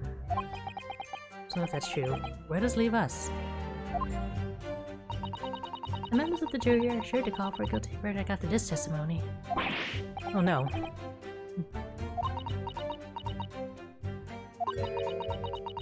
If Kazuma-sama were here, What are you trying to say? I think he would try to find a contradiction somewhere else within your testimony. What do you mean somewhere else? Your statement about Mr. Natsumi is unequivocal. Putting that in question would help. But if you could identify some other part of your testimony which appears to contradict the facts. You might be able to discredit them. You make the jury doubt if the pair's memory of the day is accurate. Oh, right. Put simply, you must focus on finding a discrepancy in these statements somewhere. If we don't, I'm afraid the trial may reach an early and unfavorable conclusion.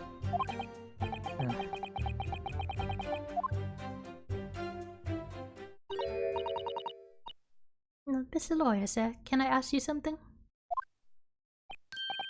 Yes, of course. What is it? You keep asking us all these questions about everything we told you, so... Seems like you don't believe our testimony. Is that right? Is it? Well, out with it. What? No. Oh, no, it's really not that at all. My husband's a policeman, remember? And I know what I saw. I remember every last detail. Everything. Like... Oh, I know. What about the books that been dropped? I could tell you the significance of every single one I could. Every single one. And you'd be able to question how reliable my testimony is. That will do, Mrs. B. No, it won't do at all. That Japanese lawyer has no idea what I'm capable of. Even if I decide to forgive him for insulting us, don't think for him in that role he will. I really didn't mean to cause offense. Please put your husband's fist down. Perhaps you would like the opportunity to supplement your testimony, Mrs. B. Might that appease you? Oh, thank you, my lord. That would settle things nicely. Wouldn't it, darling?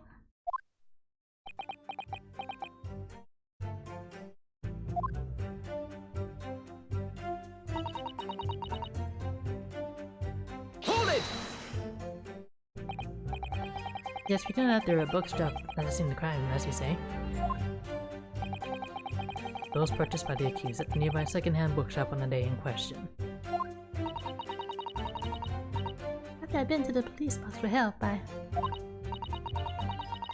decided to have a good look over the area for good measure.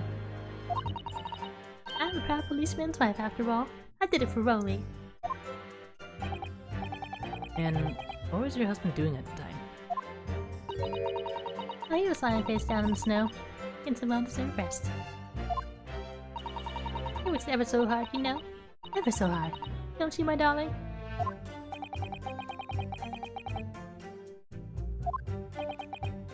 Well, Mrs. Beat, seeing as you regaled the court with tales of your powers of recollection, would you be so kind as to recount the titles of the books you observed at the scene? I'd be happy to. Now, are you all listening? There was the picture of Monsieur somebody or other, and what's it, Uranus. And there was a meal for someone, and the last one was definitely the thingamy something. You see?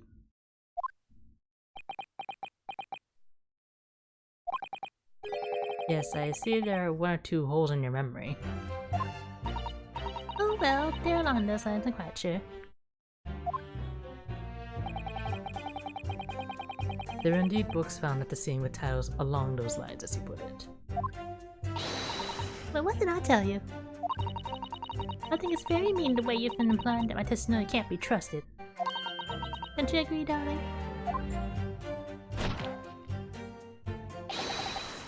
Anyone who says my Patricia will have to me the answer to. I'll put the gun down, sir.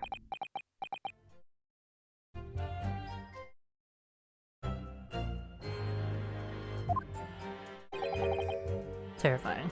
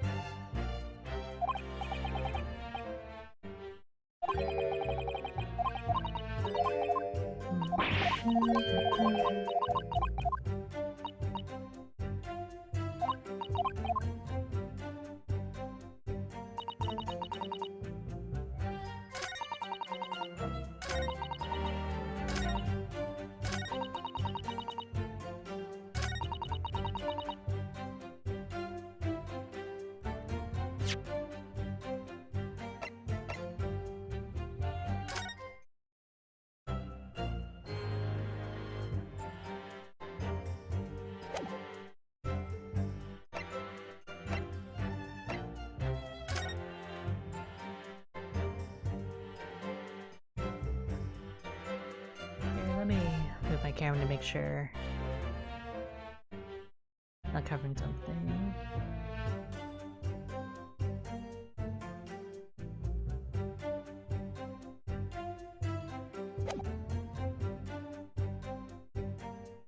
Can I present this now?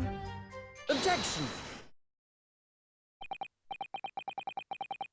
So you were saying that there are 4 books? That's right, I remember all of them.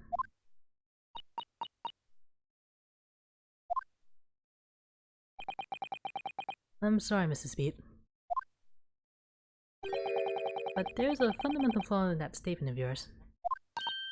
Oh no. What flaw? Simply that, at the scene of the crime, there are only 3 books, not 4. What? Have a good look at this photographic print of the scene of the crime. As you can clearly see, there are only 3 books. But no, that can't be. I saw them. Oh, I know what it is. Yes, you can't fool me. Sorry? It's a big old lump of a dead body. It's so large, of course it's blocking the view of the 4th book, that's all.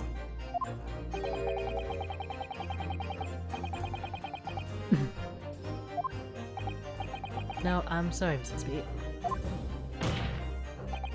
But Mr. Natsume could not possibly drop the 4 books you described. Why not? Fascinating. And from your assured tone, something you can readily substantiate with evidence, I presume.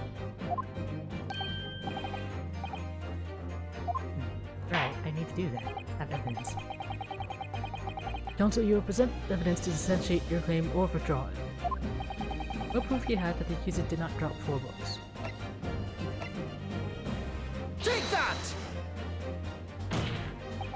The evidence is right here, in the form of this bookshop receipt. From your books.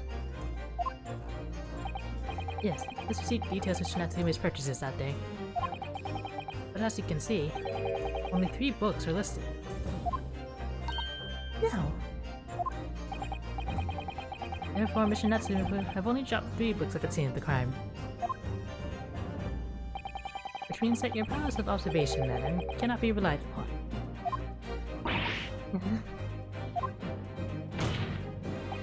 So it cannot be denied that though you say it was the defendant you saw, you could very well be mistaken. Oh no. Oh no, oh no, oh no. No! Objection!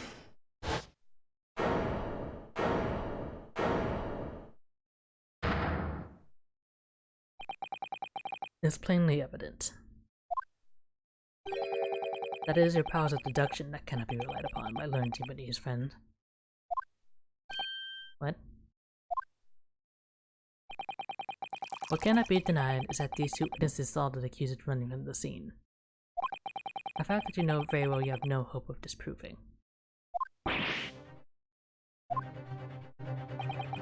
So you're striven to avert attention from that by dint of some inconsequential discrepancies. Would that be fair?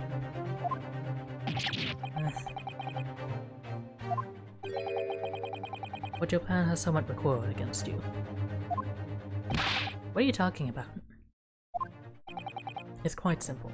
It makes things with a toast. Did a policeman's wife and her entirely accurate testimony in every respect. Oh.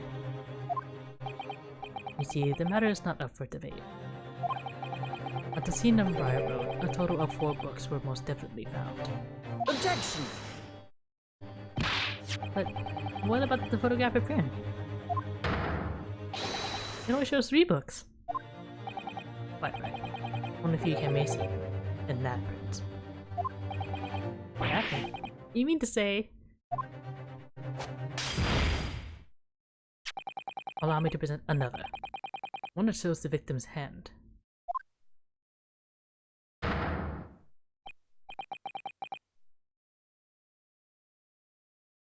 I don't believe it. It's the 4th book. As you will observe, Fourth was hidden from view in the original print by the victim's torso. No.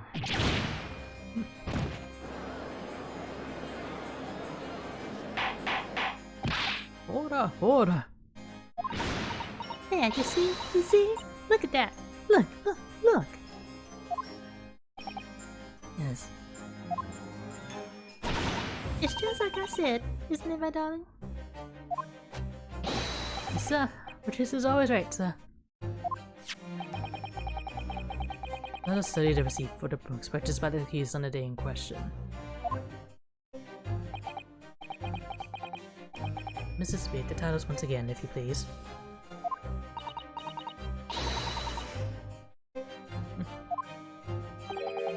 Each of them wants to look cool. Was it yearnings? Canterbury yearnings. A meal for someone? Meal for Gabriel. As the court had just heard, the witness remembers the book's style of flawlessly, save for a few minor details. Mrs. Seed's powers of recollection can only be described as exceptional. Did you hear that, Rolly? The gentleman paid me a compliment. Yes, sir. Flawless, sir. Patrice is flawless. But there are only 3 books on the receipt, and Mrs. Speed mentioned 4. There's nothing surprising about that. Clearly the 4th book is that which is shown in this photographic print. I'm sorry, Counsel, but does that not seem odd? Why should the 4th book be omitted from the receipt? It's not at all. As the photograph clearly shows, the 4th book was found in the victim's clutches. In other words, it belongs to the victim.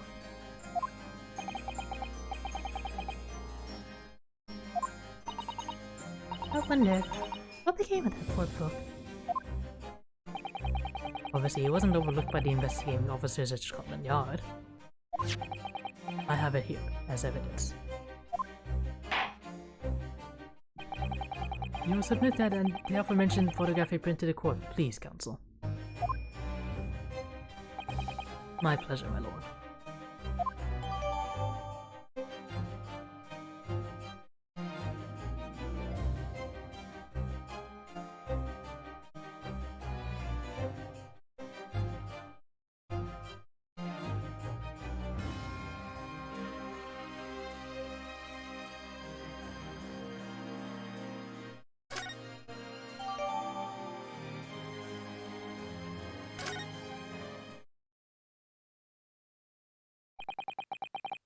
Prosecution rests.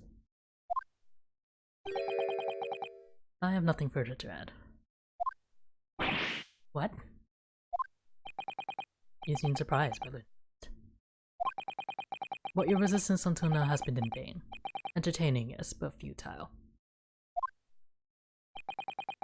The spurious longer route to the curse's thoughts that you tried to establish in your summation examination, and the attempted discrediting of the witness's powers of recollection in your cross-examination. Futile. You see? Everything we said is true.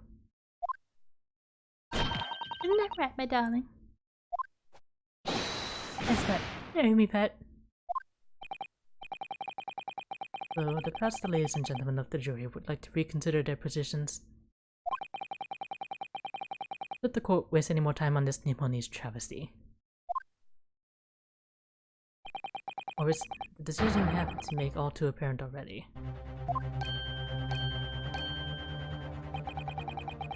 You have heard all the witnesses and seen all the evidence. This trial has run its course. Mr. Arvado, I'm afraid we're in a terribly precarious position. I know, but if I fight back in the wrong way now, I could very well just make matters worse. Think. What do you do now?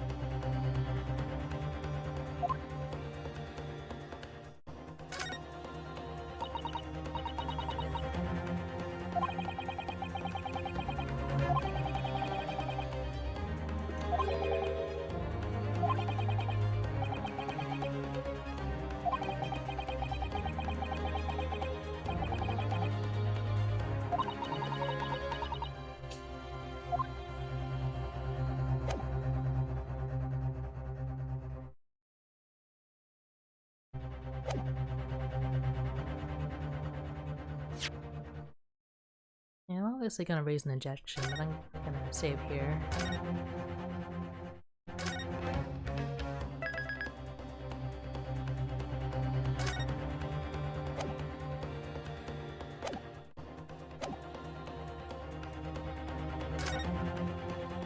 Objection! I'm not done yet. No, Berlin, friend. It's over. That last cross-examination was your final chance to establish a credible defense, and you failed. The die has been cast. There's no more room for debate. Well, it might be over as far as you're concerned, but...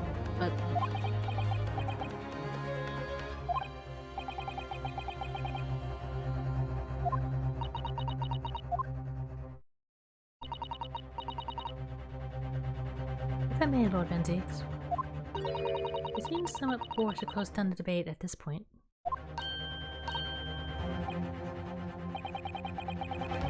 Your insignificant little Eastern Isle must be a lawless hole indeed. For only judicial assistant to have the audacity to intervene in a moment like this. Oh.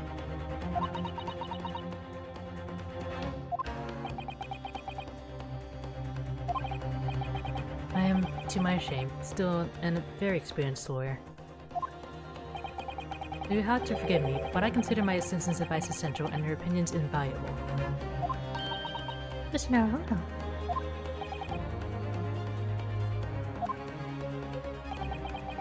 One of this land's great guiding principles is tolerance. So, we'll hear you, madam. Go ahead, Mrs. Sato. Please. Very well. Ray, what insight can you give us? What have you all overlooked in this matter that you see fit to pursue further?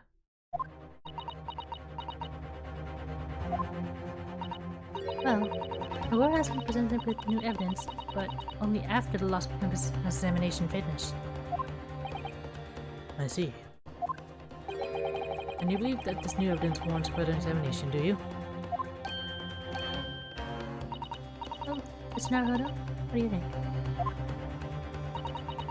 It's just possible that this new evidence might be the decisive proof we've been waiting for. Let's be sure to ask the members of the jury to announce their leanings in a moment. And of course, he's sure to ask you to explain what the crucial piece of evidence is and why.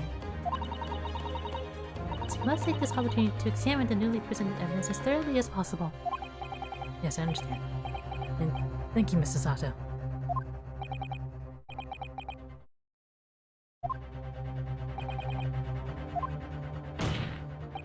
The defense wishes to present evidence, my lord.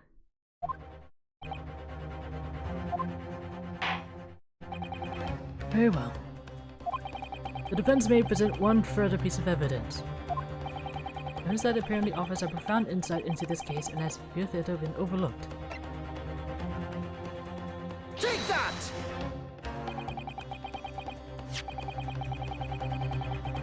The evidence in question is what we can see from the newly presented photographic print of the crime scene. The fourth book, found in the victim's hand. Objection!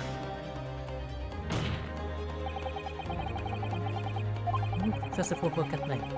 Other than it being in the victim's grasp at the time of the incident, no significance has been attached to it. Pursuing the matter further would be a flagrant waste of the court's time, as you well know. Yes, I'm afraid, counsel, I must concur with the prosecution on this matter.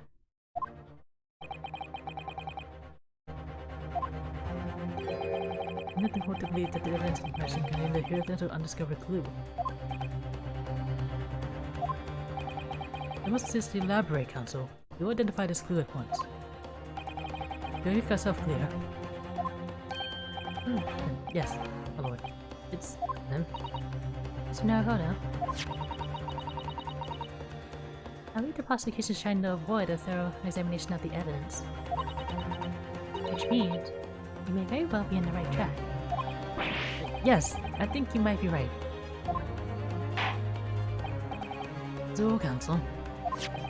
Precisely where is the vital clue to this case, which this fourth book conceals?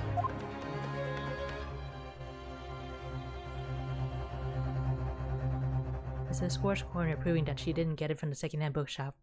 It possibly means she wasn't going in the direction we thought she was. Got it!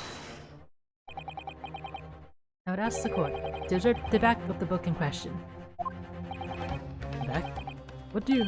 Good gracious! It's been burnt to a crisp! We have to ask ourselves, why was the victim clutching what is clearly an unreadable book? It's undeniably an extremely unnatural thing for her to have been doing. Objection! Unnatural, you say? And what of it, my Japanese friend?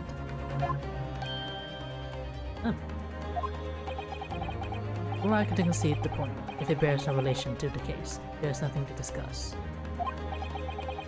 So, should you wish to assert that this fire damage is some veiled clue as to what happened that day? Pray, do enlighten us all. What truth does his short book hide?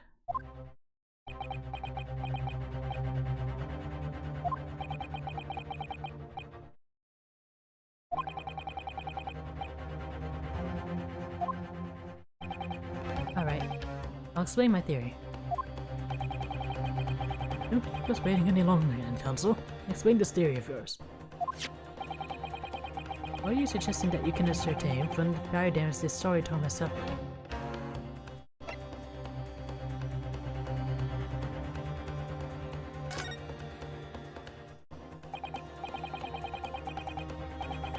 My lord, the burn on the back of the book reveals a startling truth about the book's owner. I beg your pardon? But we already know who the books belongs to. The bill which was given in her hand as she fell to the floor after all was obviously hers. The question of how this book came to be in the victim's hand is yet to be answered. However, as to the questions of who the book really belongs to, and where it originated, the defense has very credible answers.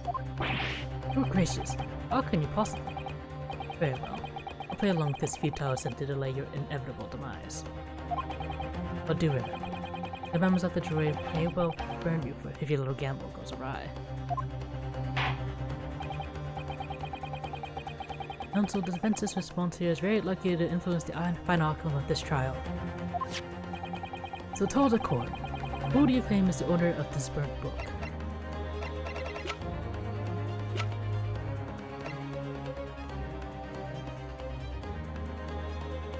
Take that! The answer is that the book belongs to the couple who own the house where the defendant has his lodgings. So, Mr. and Mrs. Garrett.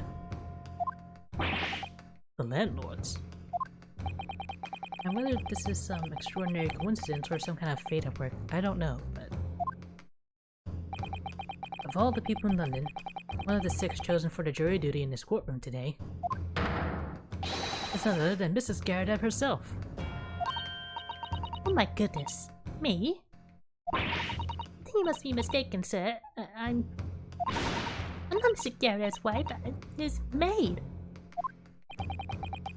It would be so much easier if you just dropped the pretense. Alright then. How about a simple question for you? Have you ever seen this book in Mr. Garrett's house? I would never presume to know all of the books he keeps, sir. Objection! This is outlandish behavior. This woman is the accused's landlady, you say? You implicate this hardworking member of the public. You besmirch her without a shred of evidence. Your actions are unforgivable. Objection! It's a bottle's full of respect, women juice. This is not mere conjecture. The defense happens to know that on the day in question, at almost exactly the same time as the victim was stabbed on the pavement below, another incident was taking place in the room on the top floor of Mr. and Mrs. Garrett's house. Good lord. What sort of incident, counsel? A fire, my lord.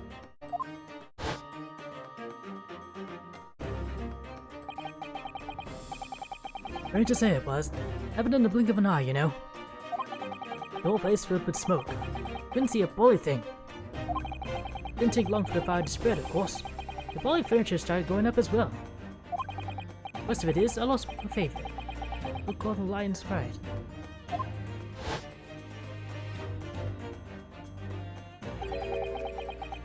Lion's Pride.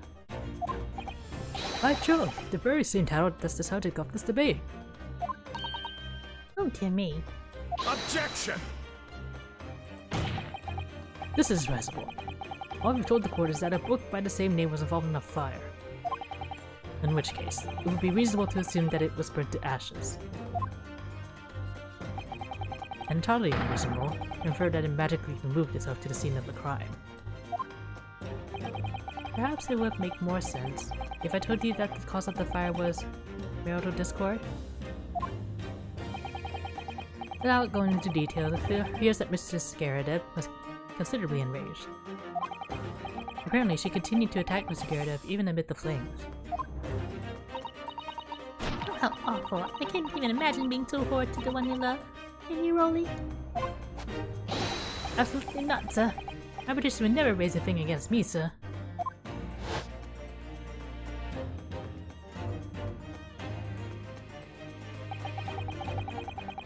One of my favorite old novels in that case. But as soon as the fire got hold of them, that was it. Whoosh! Up in smoke. Then the wife started hurling things at me. There was I, back up against the window, under heavy enemy fire. Incendiary books kept coming 10 to the dozen.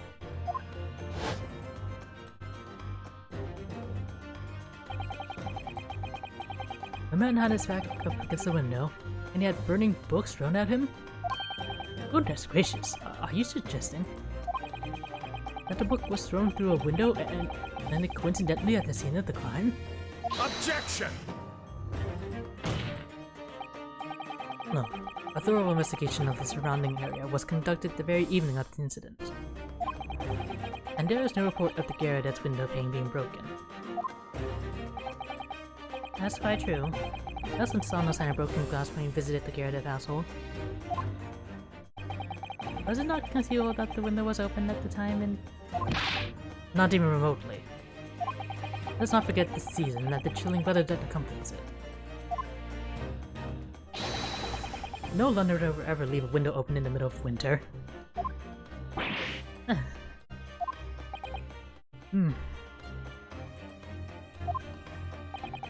Does the defense postulate this scenario in all seriousness, counsel?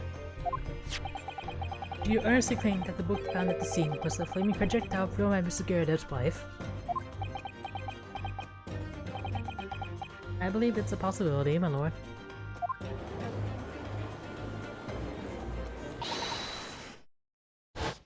Is this?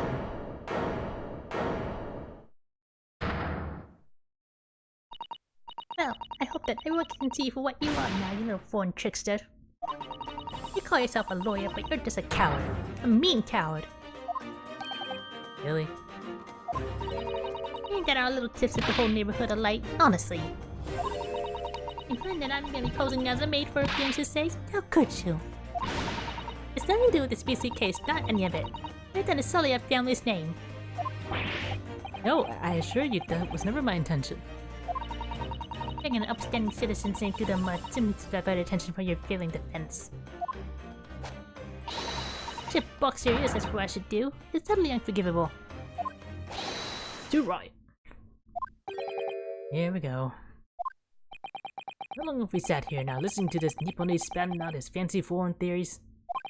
But think about it. At the end of the day, the only person who could have possibly stabbed the victim is that little hunchback with the mustache. And he ran away from the scene, too. I do declare you're right. It's true. Yes, what did I tell you? Makes sense to me. Sorry? What's that? Oh. It would appear that the ladies and gentlemen of the jury are once again in full agreement. What is your position, Lord Van Zeeks? Can I do another summation examination? In truth, my lord, I feel these have been unnecessarily protracted proceedings. But then one must always exercise patience in order to save it the best vintage. No, wait. The mystery at the fourth book still hasn't been...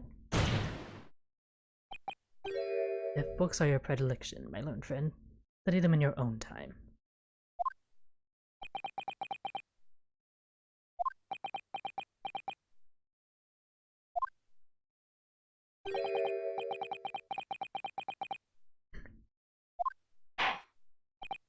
In that case, ladies and gentlemen of the jury, you now state your individual decisions regarding the defendant's culpability for the court to hear. Guilty! Guilty. Guilty! Guilty. Guilty! Guilty!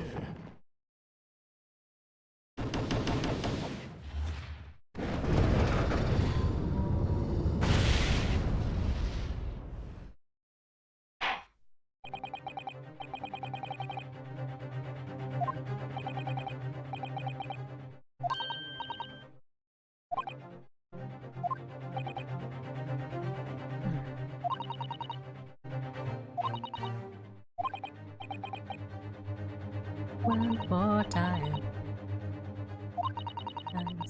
7, 8. One more time.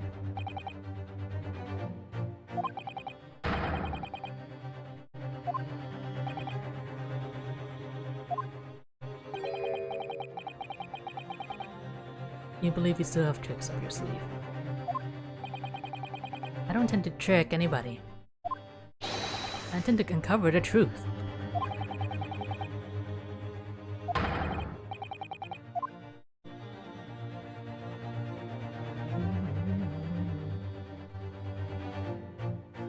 Oh my god, this trial is taking forever.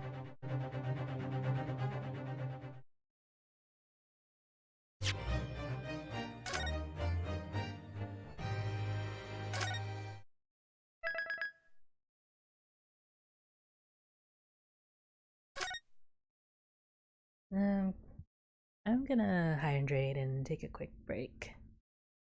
And then we can finish this trial, hopefully. I'll be right back.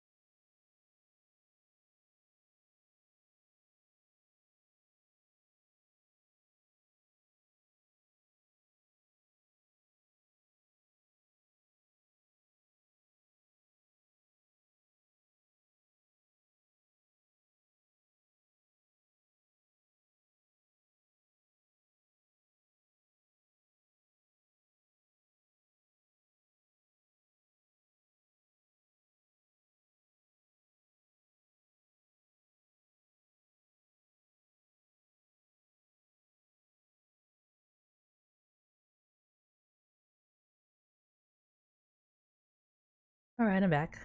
Hope I didn't keep you waiting too long.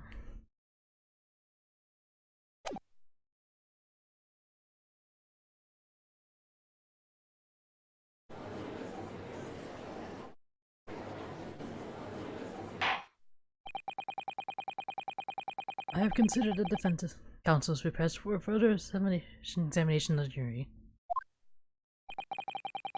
I have determined that the court must uphold the defense's judicial right to this procedure. So, counsel, you will now proceed with your second summation examination. I presume the jury is ready, Mr. Foreman. We are, my lord. Very good. In that case, I must ask each of you now to state clearly and concisely for the court the grounds on which you find the defendant guilty of this crime.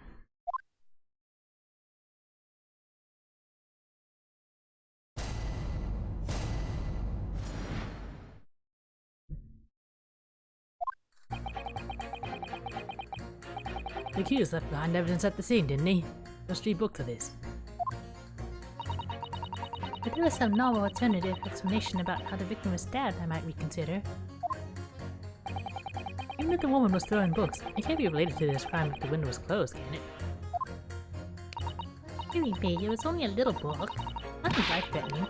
You were the direct hit. Look, I just want to get this over with. If I don't bring home some pay tonight, I'll be in a tidy bit of trouble. Come to think of it, we've had a fire home a while ago. Maybe the sneezes.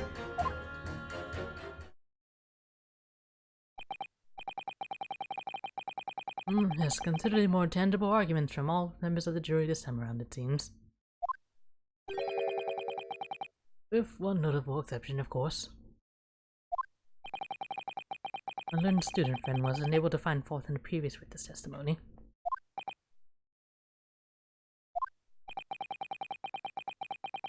So the court must accept the fact that it was indeed the accused singing clean from the scene. And moreover,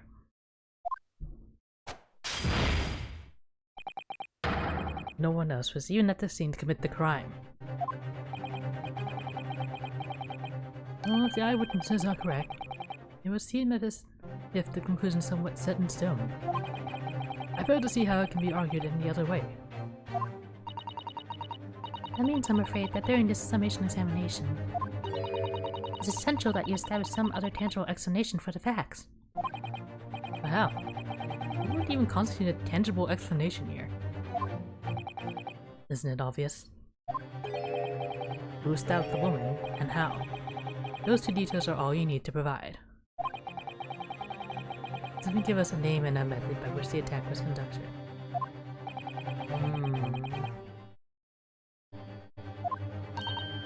Miss Marijuana, you have to do it. Otherwise, this really will be where the trial ends. No pressure then.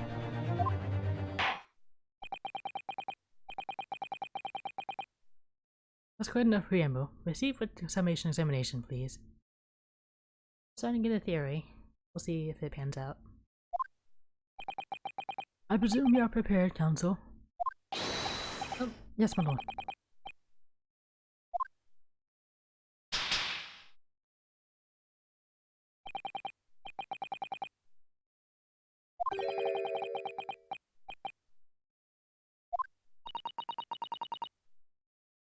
We have a book that disappeared from the Garrett's house on the evening of the incident, and a fourth book found in the victim's hand. There must be a way to link the two. Yes, that's what we have to find.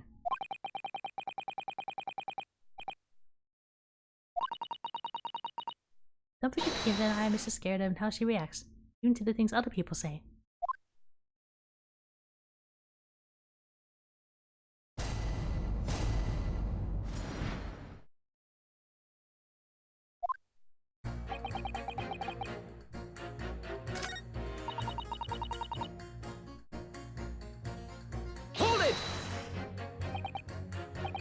So, you might be willing to change your decision, do you think?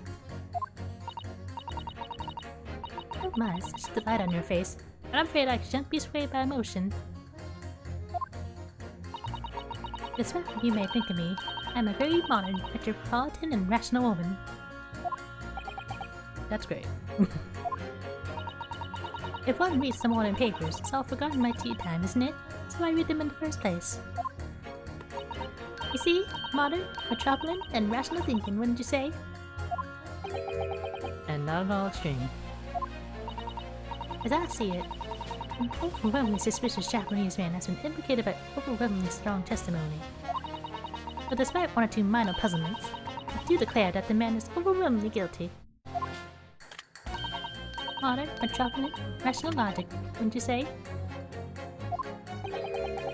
Overwhelmingly. Us modern gals are always delighted to embrace new fads, you know. I'd be only too happy to consider an exciting new theory if you could come up with one.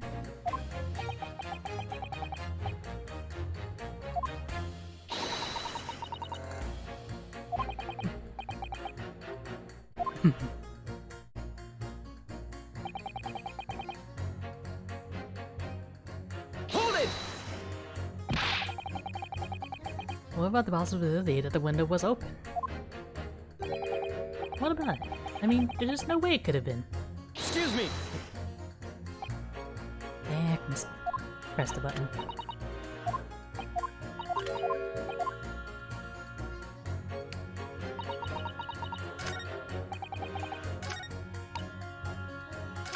I'll try that again.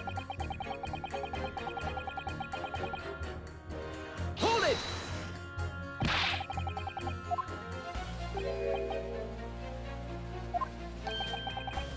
How can you be so sure? The prosecutor fellow over there said it earlier, didn't he? Windows in London are no joke. You don't want to invite that sort of cold indoors. But no, that window wasn't open. Us Londoners like sitting by the fire and staying warm, see? But you couldn't categorically state that the window wasn't open, could you? It just wasn't. They wouldn't have opened it. There was a point of even having windows, huh? Counsel, we kindly refrain from childish bickering. Oh, I'm sorry.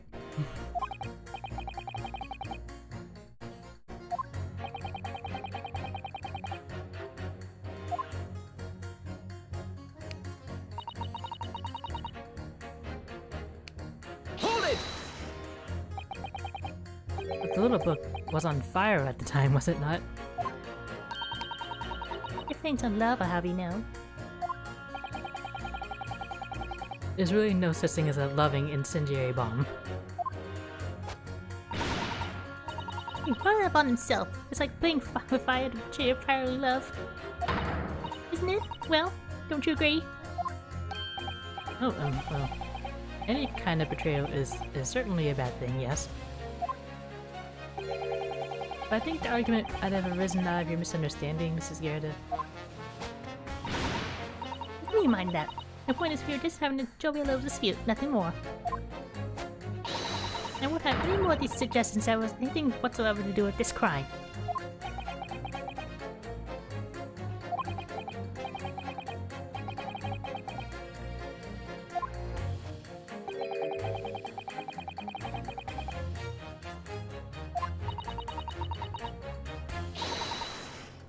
This girl is so used to it. What a gentle soul he is.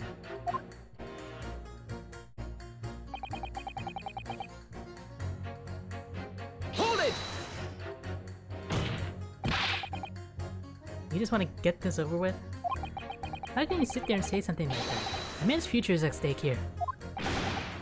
Well, him and me both, and like I said before. What?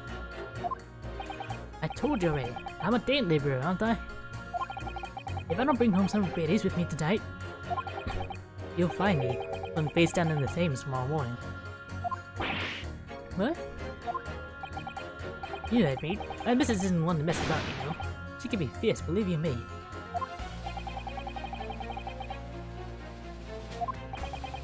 A situation like this brought out the other day. It was, well, you know, it's funny, but I can't quite remember. Sorry. It was too frightening, that's the thing. I must have blocked it out. Mr. Beat will ever be dragged into the contained by a scar. I can go there, Mrs. Sato.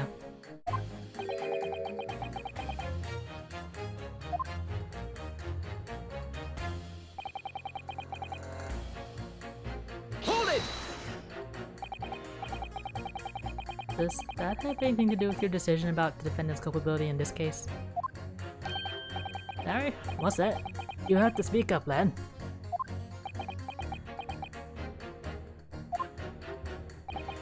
Could you tell us more about that fire? It was last winter. My grandchildren baked me a lovely cake on my birthday. It had 75 candles on the top, it did. What a sight to behold it was. You put candles on a cake? Was it kind of a devil worship? Of course not, it was an angel cake. To celebrate my birthday, obviously. It seems that's a common custom here in Great Britain, Mr. Naruto. Anyway, I mustered all my puff to blow them out. Only I must have blown wrong somehow. The things didn't go up, but candles went flying all over the room. Furniture caught. Everything went up. The whole place filled with smoke.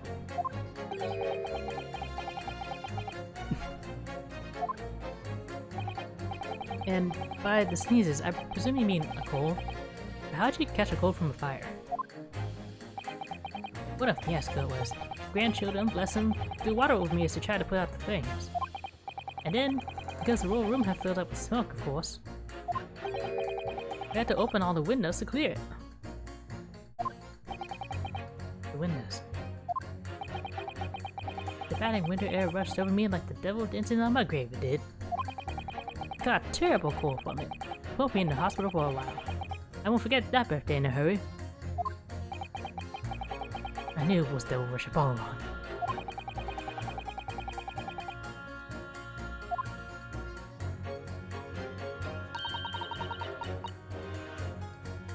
We need to demonstrate who, apart from Mr. Natsume, could have attacked the young woman on the street. Tell us how he, or she, could have done it. Yes, once again, the jurors state yourself full of personal prejudice. I didn't seem convinced they're right, even if the face of logical arm convinced to the contrary. I think we're going to need to pit them against each other to force them to have an alternative explanation. Yeah.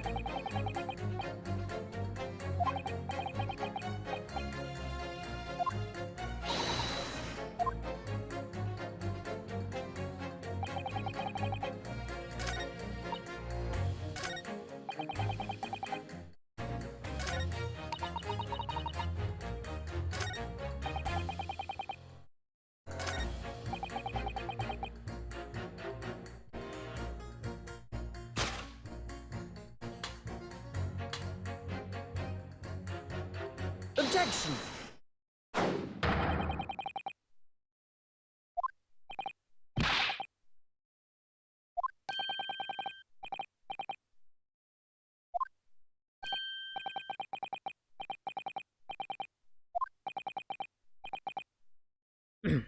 Juror number 3, do you see? Oh, see what, sir? Did you hear juror number 6's account of his birthday celebrations last year? It seems, despite being a Londoner, he once opened his windows in the middle of winter. Well, yes, of course, because it was an emergency. I mean, obviously, if the room was filled with smoke from a fire, then you'd be mad not to open the... Oh! Exactly. On the day in question, at the time of the incident, there was a fire in the Garrett household. And Mr. Garrett had the following to say about it. The whole place filled with smoke. Oh, Mug. Excuse me! Juror number 4, do you have something to say about that? Bloody. Mrs. Garrett. Oh, dearie me.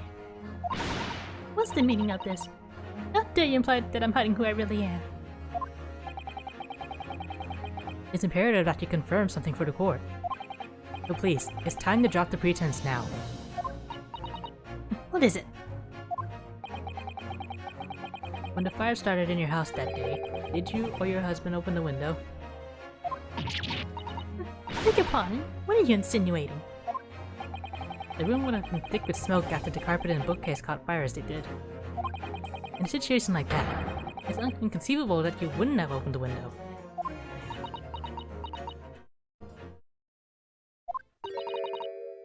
And what if we did?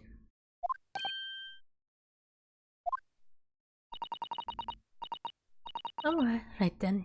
Yes, you're right. My husband was practically trying to open the window. Which can't have been easy since I continued giving him a justly deserved book battering. Even though your house was on fire. It's fine. Oh, you never stop growing until the anchor ship dies. It'd be terribly bad for the nerves to do otherwise. Of course. I should have realized. That's a significant step forward, Mr. Naruhodo. You managed to establish that the window was open. You simply must have that added to Mrs. Garrett's formal statement.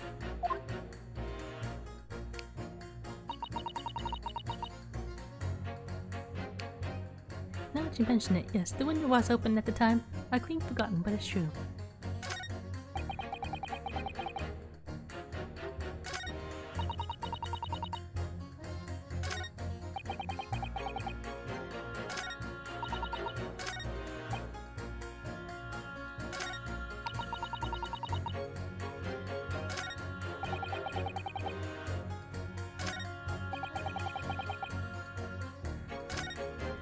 I guess I'll press this.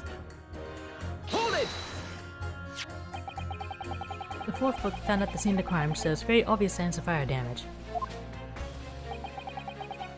And the title of the book is The Lion's Pride. The same title, in fact, as the book that Mr. Garrett had told us he had been reading. I really couldn't say. On the day in question, did you or did you not throw out your husband a copy of The Lion's Pride that he had been reading?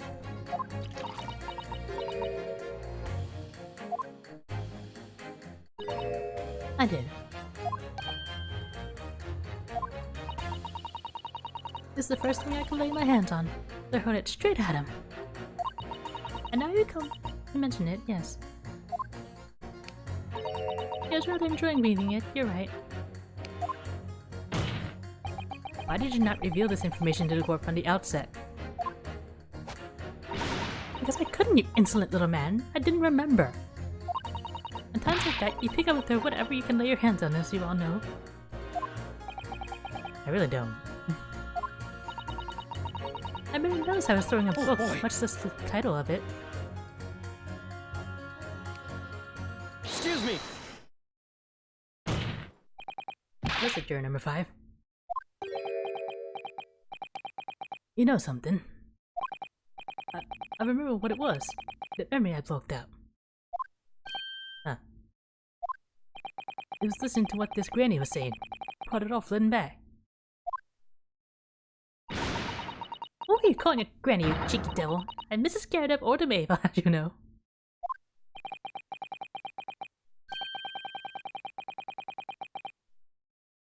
That's bad. It was about 2 weeks ago now. I just got back home after work, like. I put my hand in my pocket for the wages I just spent that day, and I nearly died. There's a hole. Every last penny had dropped out. Oh dear, what a disaster. You haven't met the half of it, boy. Oh? The wife was cutting up some chicken at the time. I could hardly get the words out, but I told her straight. I've lost the day's wages, love. Next thing I knew, the blade was whistling past my ear. Stuck in the wall next to me, it did. About an inch deep.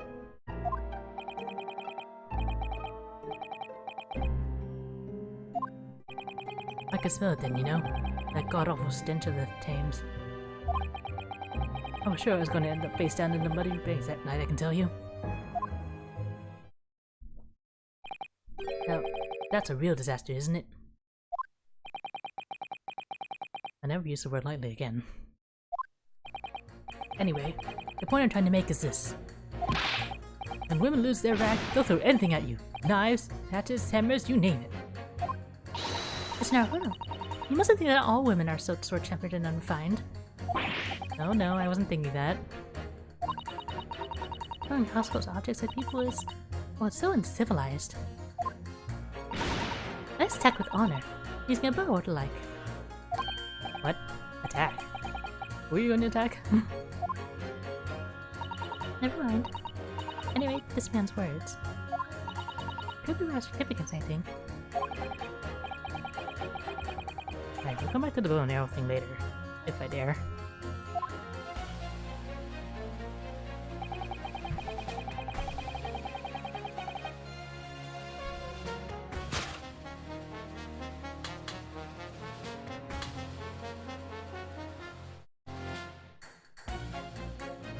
Objection!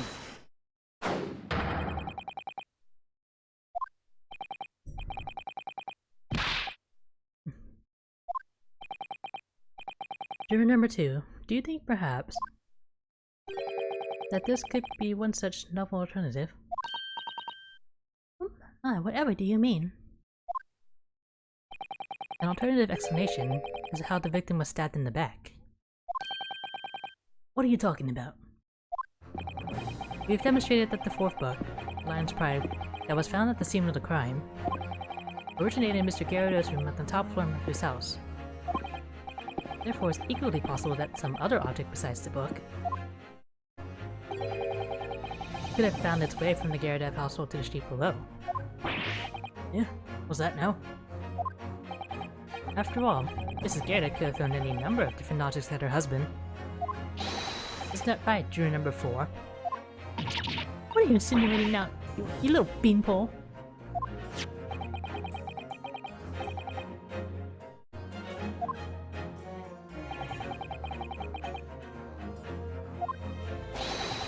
Now you listen here, you Eastern Gala. As the foreman of this jury, I demand a straight answer. You give us this yarn about some other object making its way out of the house, but what? What was it?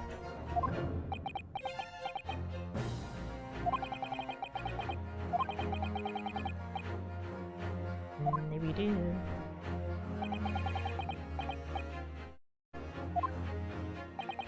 Alright, Mr. Foreman. I'll try to explain the defense's theory.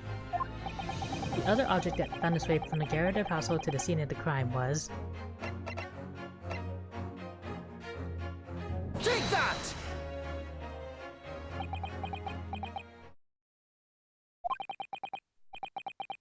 Juror number 4, Mrs. Garrett. What now? I must apologize in advance for this.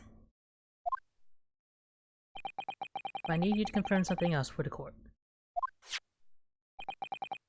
This knife. Have you ever seen this knife before?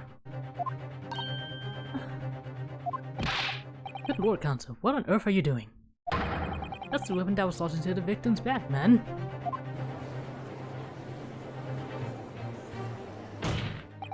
My lord, remember that when the victim was attacked, Mr. and Mrs. Garrett were in the throes of an argument. Mrs. Garrett was hurling anything she could at her husband, who had been backed up against the window. A window that had been opened appeared to smoke, and through which a book sailed to land at the crime scene. You can't seriously believe that. The book was found in the victim's grasp. Are you saying that it flew out the window and across the street to land neatly in her hand? Even my missus hasn't got a name like that. Yes, I admit, there are many details we don't yet understand.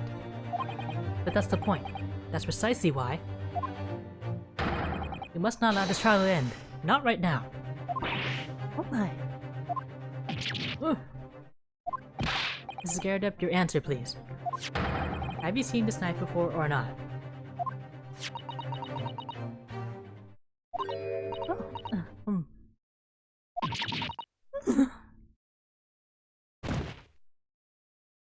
He's got the vapors.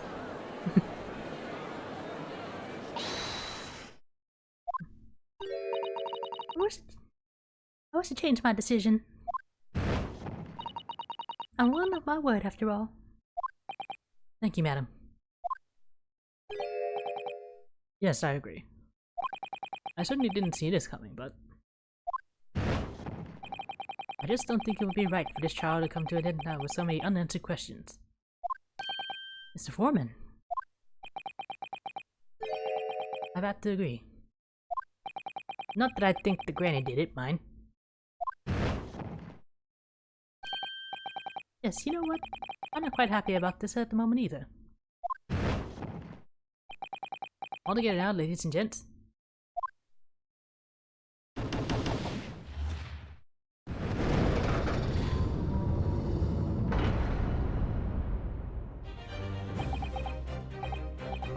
We did? Well, congratulations, Mr. Naruto. So as a result of the defense's summation examination, a number of jurors' leanings have changed. 2 jurors called guilty, against 4 now calling innocent. Accordingly, the opinion of the court is divided. And this trial will continue.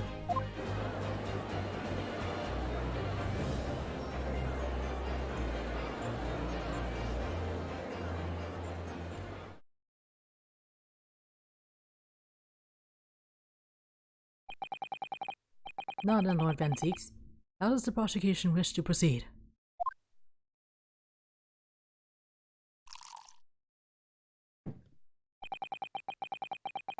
This trial is rapidly descending into a farce.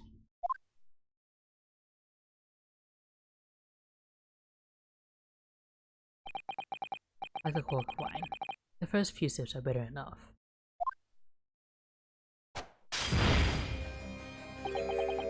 But what follows is so repugnant, it's good for nothing save the gutter. If I may, Lord Van Zieks. The defense has just put forward a credible alternative explanation for what happened. Credible? Is that your considered opinion, Mr. Foreman? The defense's argument is a joke to which I barely know how to respond. Let me stop my insisting.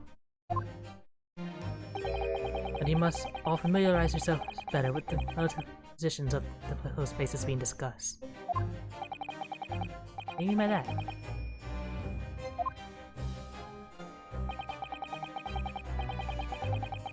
It should already be more than apparent that between the crime scene and the Garrett household, there's a rather wide street, Briar Road, which means that the distance from the Garrett house to the scene is 15 yards. 15 yards? Around 14 meters. 14 meters?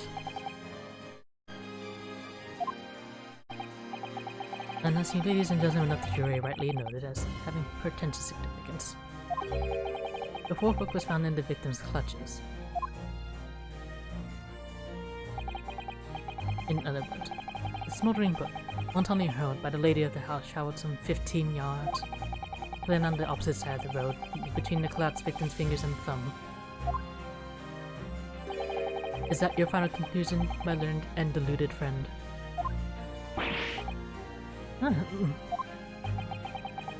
And did the jackknife follow in your identical trajectory to plunge into the middle of the victim's back?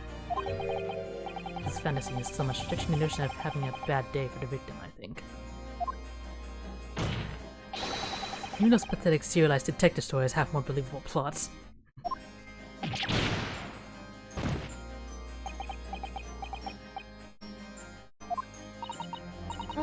That prosecutor knows the sound of his own voice. Mrs. Atta. Serialized detective stories are pathetic, are they? How dare he? Maybe let's pick our battles here. My lord, might I be allowed to speak? As judicial assistant, you may speak for the defense, yes? Go ahead. The prosecution may consider the idea of a fantasy, but what the defense has postulated was believable enough to persuade the jury to change its leaning. And as such, the court has a duty to explore this alternative explanation as thoroughly as possible.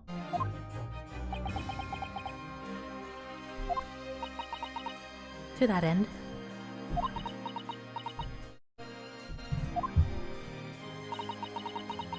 juror number 4, Mrs. Joan Garrett, must be called to testify and submit to cross-examination.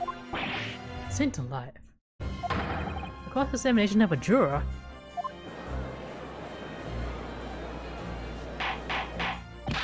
Order! Order! Order! Oh, this is highly irregular. It is unprecedented for a member of the jury to be summoned to the witness stand. Objection!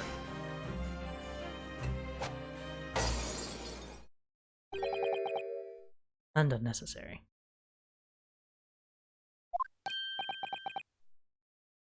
Lord Venziques? There are already witnesses in the stand whose testimony the defense may cross-examine.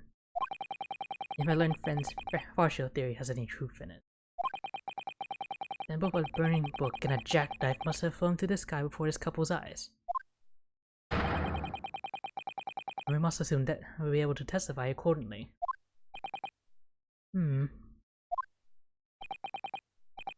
What say you, witnesses?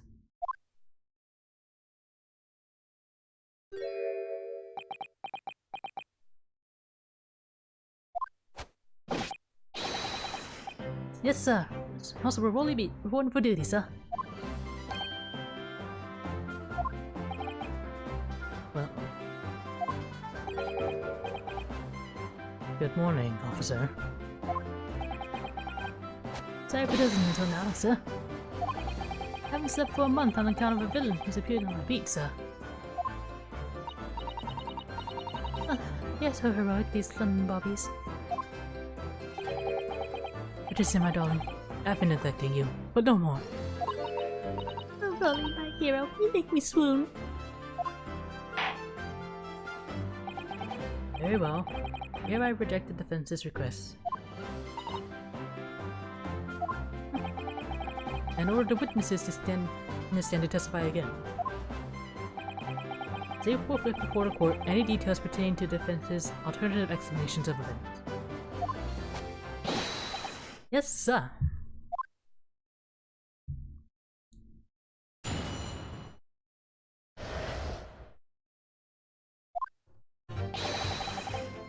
This case has nothing to do with Mr. and Mrs. Garrett. Believe me, a London Bobby is good for his word. You see, sir, the windows on the top floor of the Garrett house are top hinge casements. Obviously, if anything had been thrown out the window, we would have seen it. I did leave the scene to go and fetch help, but my trusty Rolly was there to make sure nothing was disturbed. I didn't take my eye off the crime scene for one moment, sir. Nothing strange to report on that front, sir. Nothing to report. Also, weren't you sleeping?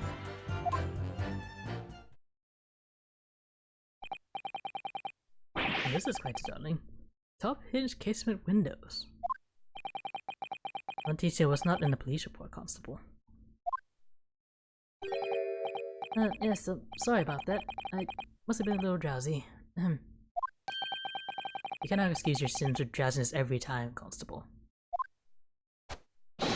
No, sir. Sorry, but what exactly is a top hinge casement window? And you. You cannot excuse your ignorance with such trite remarks, my good friend. Of course. Sorry. I thought it, Mr. Naruhodo. Pass your mind back to the windows in Mr. and Mrs. Gyarados' room. I'll try.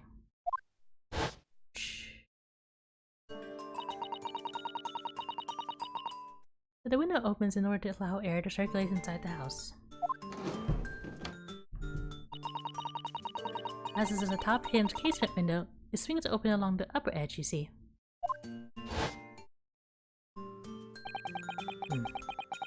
I'm glad you rectified your ignorance. The casement window's most prominent feature is its stay, a metal bar which prevents the window from being opened beyond a certain amount.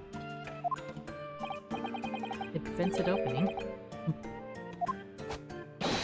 Absolutely correct, sir. In other words, if a book or a knife were to have been thrown through the open window, it would have clattered against the pane and fallen straight down to the pavement below. Oh. You see the problem then? Good. The education in Windows is complete. Also, go and buy an iMac. There was never any possibility of either the book or the knife traveling 15 yards over the road.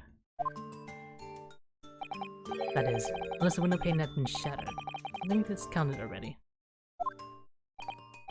That can't be! Did you see that, Rolly? The young Japanese man just collapsed into agony. Oh yes, my darling, I saw it. I saw you crumbled before me. Oh, Rolly, you're so strong.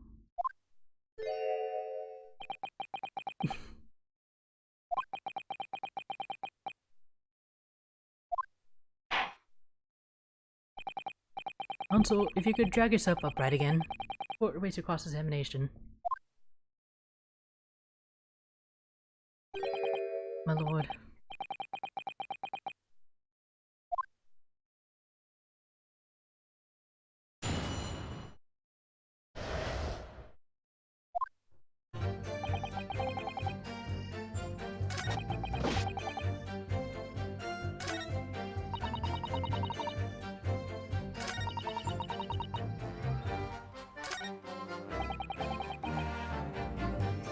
Hold it!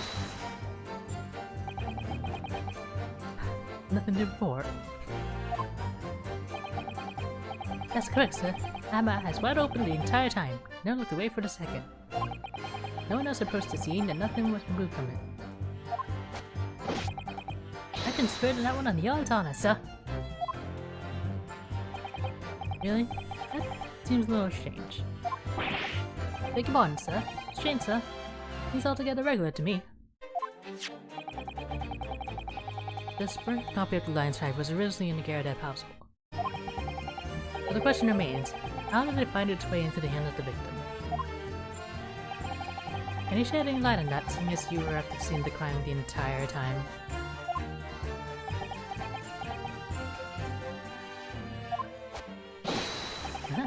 Could it be a different coffee, sir?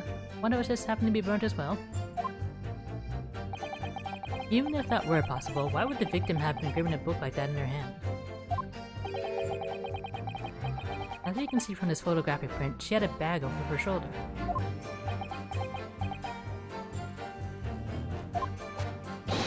Well, sir, that book was in the lady's hand from the moment we arrived at the scene. Is that so?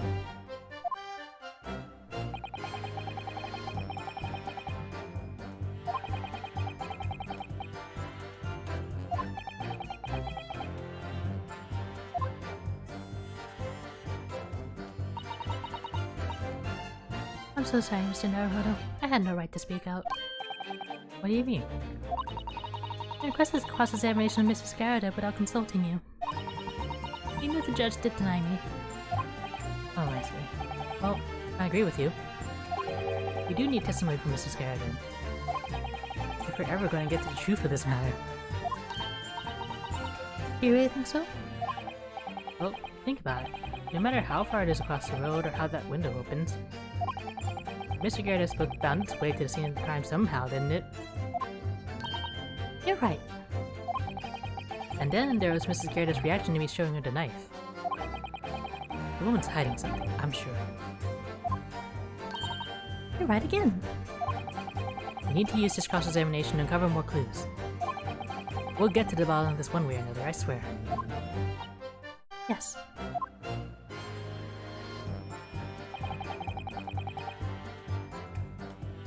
Hold it!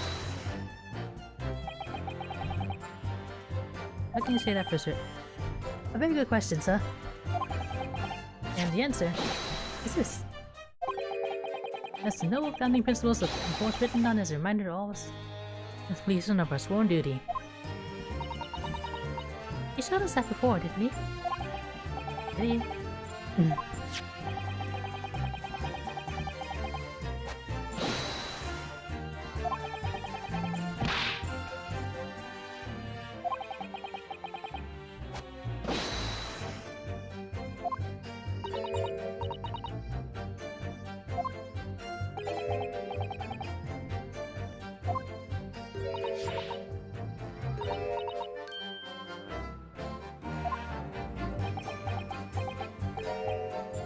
No, none of this is what I meant. I meant, how can you say for certain that this case has nothing to do with Mr. and Mrs. Garrett? I see, sir. You just said so earlier, sir. Yes, well. So could you answer the question? Absolutely, sir. I will answer to the fullest of my abilities, sir. The surprising reason why Mr. and Mrs. Garrett's domestic dispute can't be related to this case. But before I get into that, sir, just one thing. Yes? I very much like you and all your men to understand the great British institution of Scotland Yard. I hope you'll take facts on Tales of London, as London Bobbies, and how we uphold our guiding principles. I wasn't planning on going back just yet. I've only just arrived here. For that then, sir, I'd be happy to lend you my warrant card for your perusal. I must warn you, you won't be able to get through it without shedding a few tears. Thank you. I'll try.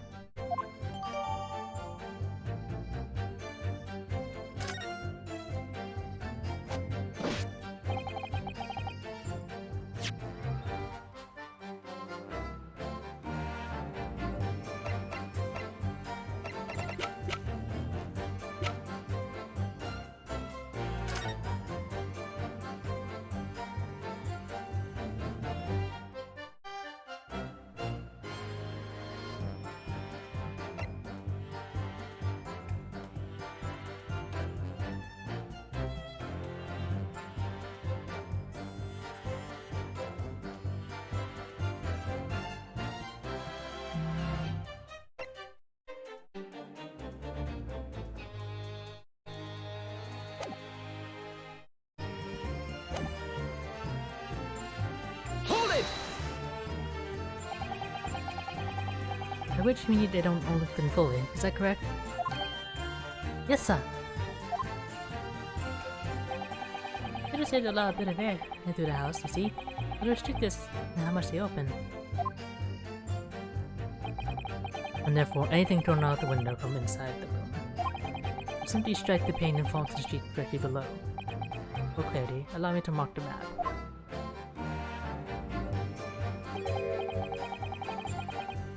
Here is the location where the objects would have fallen.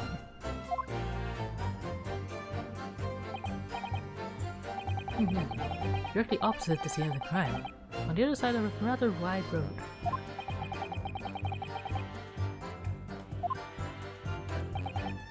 Well, I have another question for you, Constable.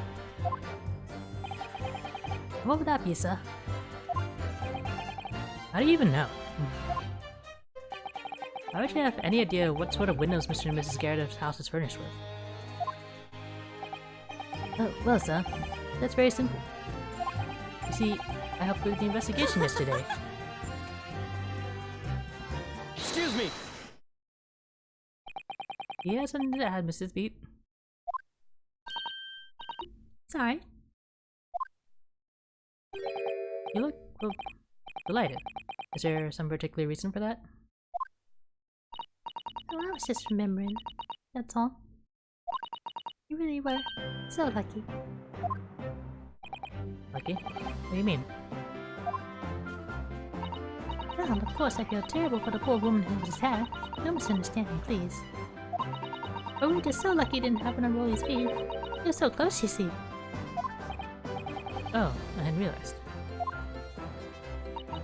Oh yes, that street, Briar Road, was the boundary between Rolly's Beat and the next one. Isn't that right, my love?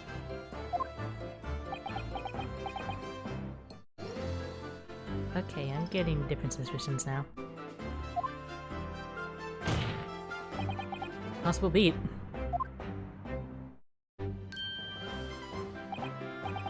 Oh, yes, that's right. That's the reason I was helping out with interviewing the occupants of the Garrett household yesterday. The house is on my beat, you see, so...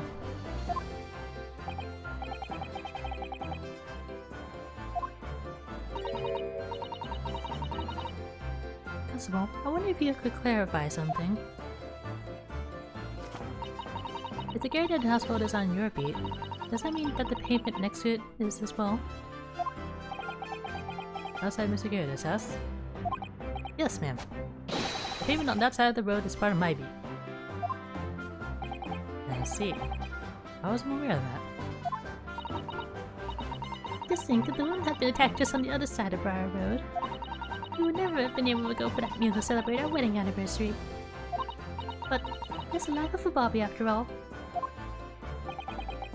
Extraordinary people, Rob, always. Honestly working for the benefit of all Londoners. You know what I think? I think he was a good motivator with more than Rolly for all his hard work. Don't you think so, my darling? That must be it, Anna. That must be it.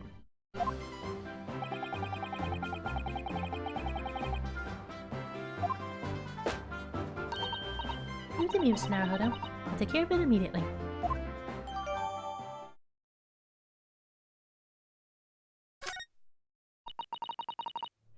And now it's my turn, I think.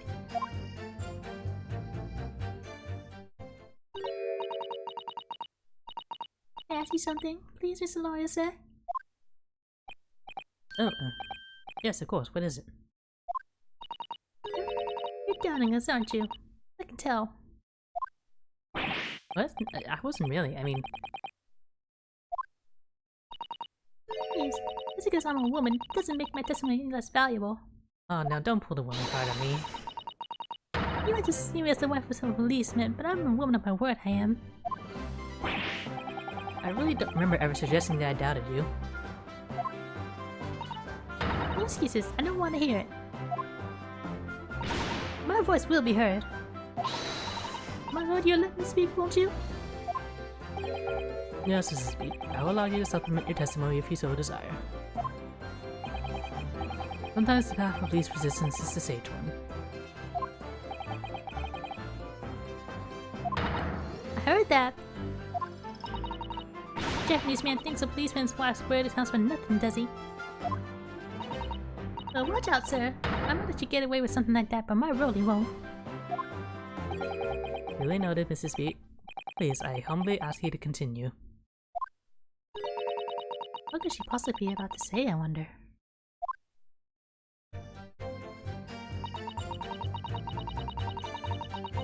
I know what I saw. My eyes never let me down. My sense of direction is a little off sometimes, though. Hold it! Mrs. Beat, nobody is questioning what you told us. I saw it! I did! That evening I saw it clearly. And the Eastern man with the whiskers and the funny curved back slinking away from the scene.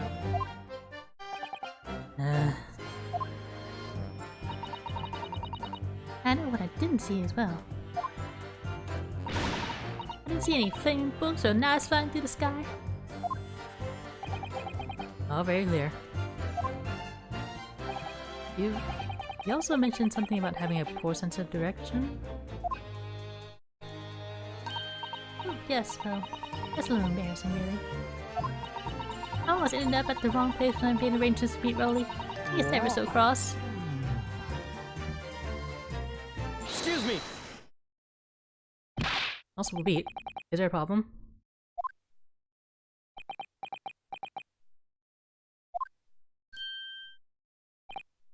Yeah, no, sir. No problem, sir. Did your wife's remark just now bring something to mind, perhaps?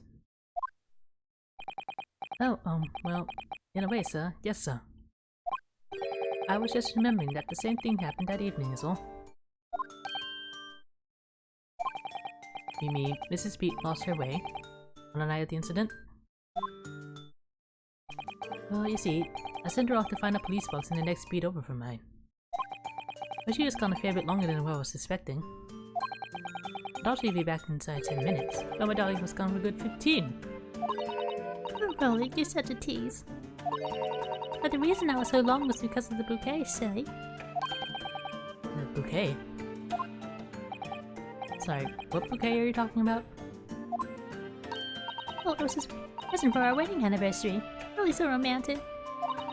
He saved up for it with farthings and halfpennies he found in the gutter while doing his rounds. Yes, how romantic. I've forgotten all about it until just now. That you, my darling? Oh, yes. But that was just between us. No talking about it to anyone else, darling. You have to promise. Really? Oh.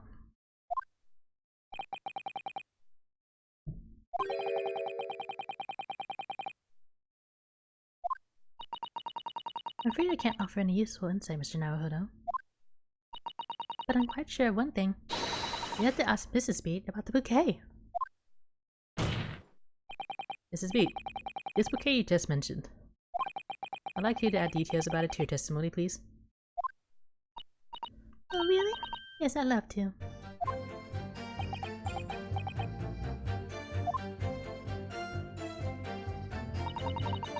What happened was, I dropped my bouquet and ended up losing my way for a while. Hold it!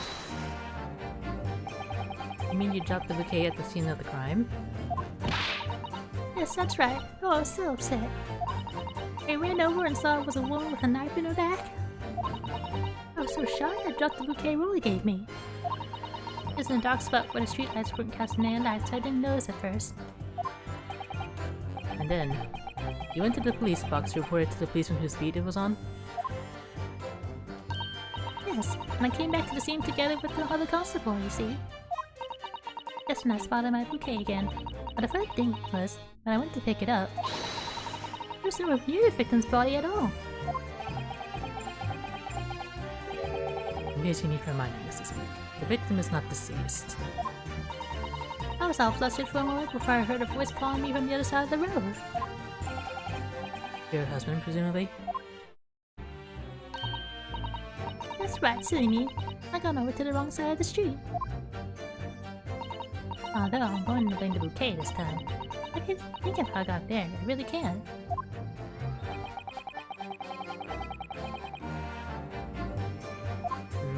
Suspicious. Curious indeed. Isn't it? But the worst of it is I've got to pick the bouquet up again when we left the scene. A beautiful rose bought me. Did that change something gutty you spent so long collecting? By bouquet, do you perhaps mean this sorry solitary rose? Antiques, don't be rude. Oh. Oh, yes, that's it. That's the bouquet Rolly bought me for our anniversary. And old bits of change found in the gutter. Maybe just call it a rose.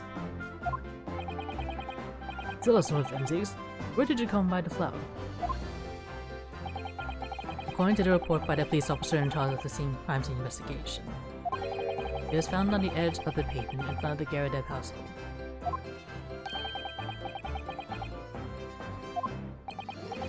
Although it wasn't noticed until the morning, as it lay where the street lamps cast no light. It was believed to be of no relevance to the case, since it was found on the opposite of the thoroughfare. Oh, thank you, sir, thank you. Can I have it back now, please? No, I think for good measure this rose should be added to the court record as evidence. Oh.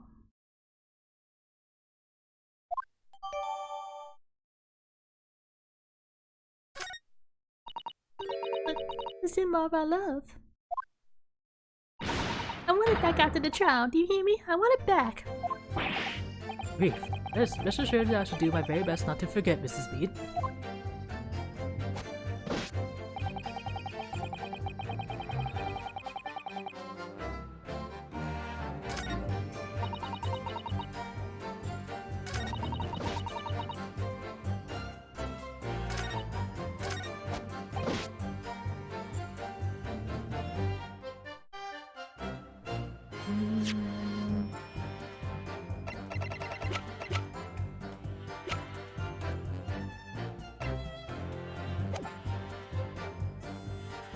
Hold it!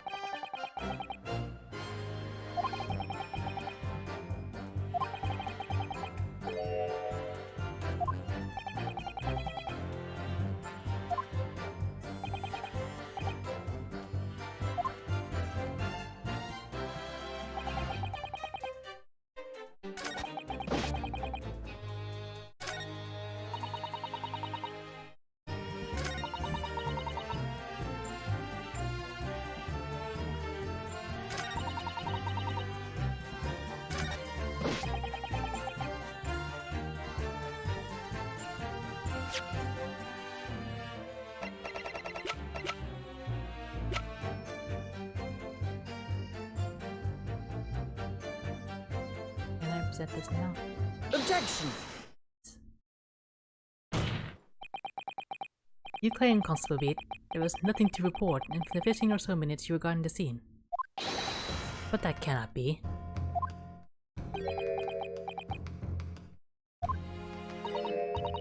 What do you mean to say? In your testimony just now, Mrs. Beat, you explained to the court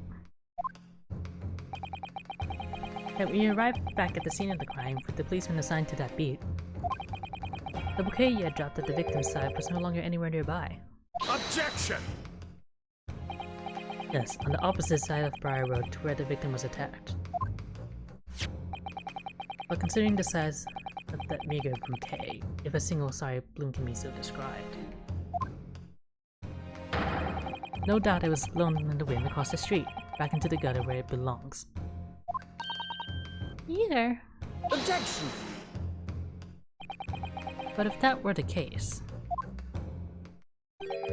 why did Constable Beat not testify to the fact?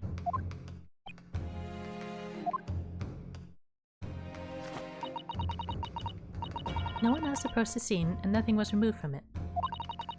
Constable Beat swore to that on Scotland Yard's honor. But the bouquet belonged to me. It has nothing to do with the case. That's why I really didn't mention it, I'm sure. No, because sadly it's not only a bouquet we're talking about here. More than one thing in this case is mysteriously the wrong way around. What are you talking about? Think about it. Besides Mrs. Sweet's bouquet, there's Mrs. Garrett's book.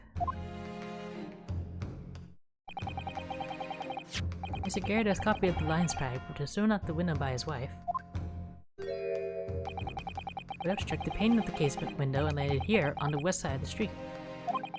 And yet, it was actually found here on the opposite side of the road in the victim's hand. Meanwhile, according to the testimony we've heard, Mrs. Beat's bouquet should have been dropped here at the scene of the crime on the east side of the street. But in fact, it was actually found here on the opposite side of the road in front of Mr. and Mrs. Garrett's house. There's no logical explanation for those things, unless somebody deliberately moved them.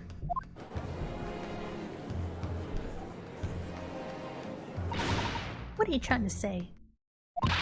The way you're talking, it sounds like you think my Rolly's done something wrong. Don't you listen to a word that scrawny lawyer says. Reading on about books and bouquets. Why should we care? It's nitpicking, that's what it is.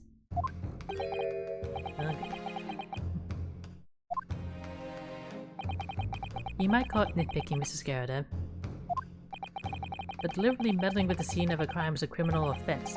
It's called, tampering, Mr. Naruhodo. But the person responsible for this tampering cannot admit to it. For a very subtle but compelling reason. Objection! Tampering. You've barely heard the term before. Tell us, my learned friend. Who will possibly have had cause to carry out such an elaborate deception?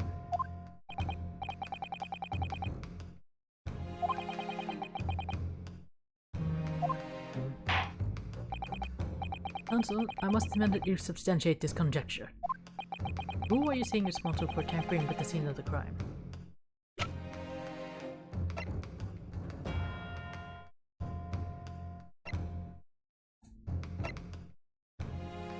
Take that!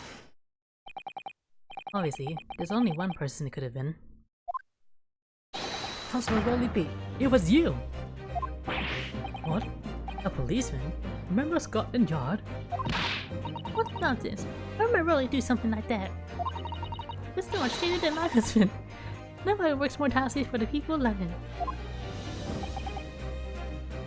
Mrs. Speed, you said in your testimony that your husband asked you to go to a nearby police box to fetch the officer on duty. The 15 minutes that you were absent from the scene is the only opportunity anyone had to tamper with it. You're making it up. It's all nonsense. It's all lies. What about that Japanese man with the whiskers? I bet it was him. He did it. Objection! If that was true, Constable Beat would have seen him do it. And forgive me for pointing it out, but when you dropped your bouquet, Mrs. Beat, it was after the defendant had fled the scene. Well, Objection! First you make accusations about the landlord and his wife, and now you incriminate a policeman as well. But your accusations lack one very important thing. Evidence. You claim the crime scene was tampered with. But there is only one reason anyone commits such a murderous crime. To hide something. No motive. that's right. He's right. My husband and I just happened to be there, that's all. And why would I think me in the hide? It doesn't make sense. You've offered no motive for this alleged tampering.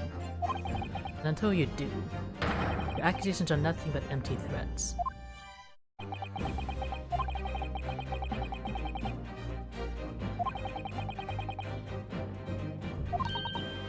Here, hold on, have you? We managed to solve this mystery. Counsel, you have made a very serious accusation against a London police officer. If you are mistaken, I'm sure I need not point out that your reputation as a lawyer will be irrevocably damaged. With that stark warning in mind, you will now explain to the court the motive for this alleged tampering. Yes, my lord.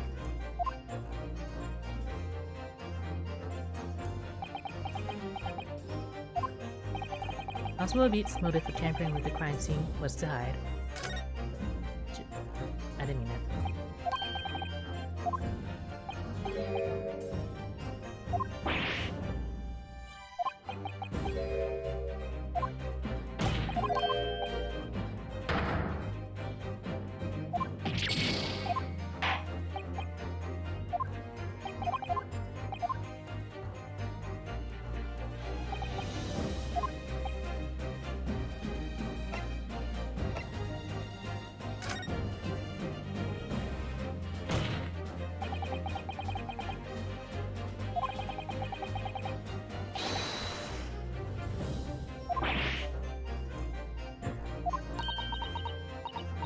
Wait a minute, though. You mean where she was attacked? What are you talking about? I told you at the very start, didn't we? On the pavement of Briar Road. We saw it happen, remember? He was right here, as if anyone didn't already know. That's certainly what everyone has been led to believe. But in fact, that isn't where the victim was stabbed at all. What? What?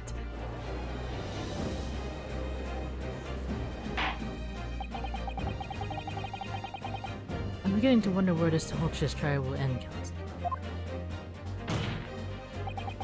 But that's your assertion, and the court is dying to know, my Nepalese friend. Where are you proposing that the crime actually took place that evening?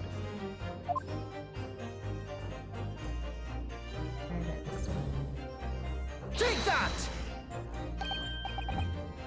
But that's on the opposite side of the road. I don't understand. On the evening in question, Mr. Garrett's book fell directly down from the open window above.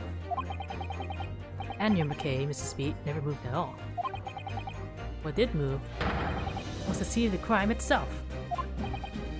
Good gracious! Objection! Perhaps he hadn't been listening to the ample testimony the court has heard. But these witnesses both saw the moment the attack took place. That's right. I saw it in my own eyes. It was 5 o'clock in the evening and already dark. There was the typical London fog on the ground. When he saw the incident unfold and ran to the victim's aid, that was actually on the west side of Briar Road. No, that's not true. It can't have been. Constable Beat then arranged for you to be absent for a while by sending you for help. And during the 15 minutes you were away, he transplanted the crime scene. He moved all the things shown in this room. The victim herself, the 4 books. He moved everything, in fact, the pavement on the east side of Briar Road. Extraordinary. But the constable overlooked one thing. What did he overlook? The bouquet, I presume. Exactly. The prosecution told the court just a few minutes ago about the discovery of the rose bouquet. Lord Van Zee said it wasn't noticed until the morning, as the lay where the street lamps cast no light. Yes, it couldn't be seen in the dark, obviously. Which is why it was the only thing of the bouquet that was found in its original position on the pavement on the west side of the Briar Road.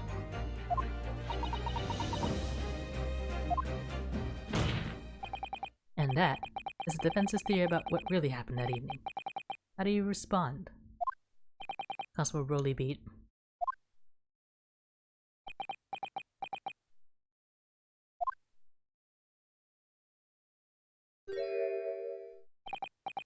Well, I'm very sorry.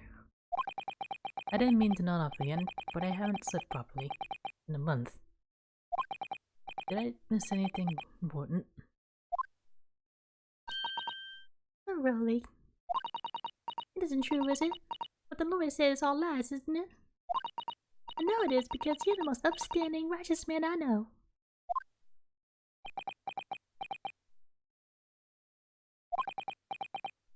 I had a dream. A terrible dream. All the things I did that night. Everything come out. Everything exposed.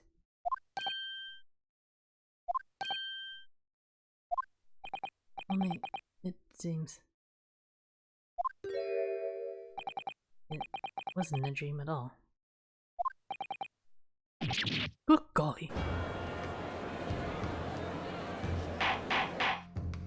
Order! Order! Order! What on earth is the meaning of all this? Oh, Rolly, why? Why would you do something like this? Moving a corpse is it's a criminal offense, isn't it?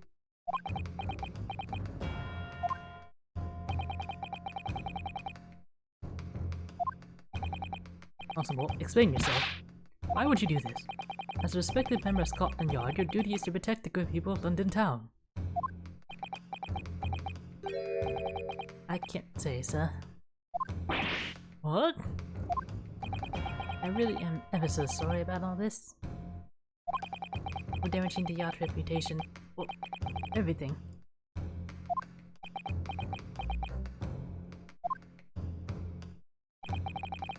I have a possible explanation for why, on that particular evening, Constable Beat felt compelled to move the scene of the crime. I can think of one reason. But how could you possibly know? A foreigner, presuming to understand the mind of a Scotland Yard policeman. And yet, Lord Van Zee is this foreigner who has uncovered the startling truth of the matter thus far. Got you there. I believe it would be beneficial to the court to hear this extraordinary young lawyer's theory. Counsel for the defense, if you please. Yes, my lord. Now then, I think you had better show us some evidence. At once, my lord.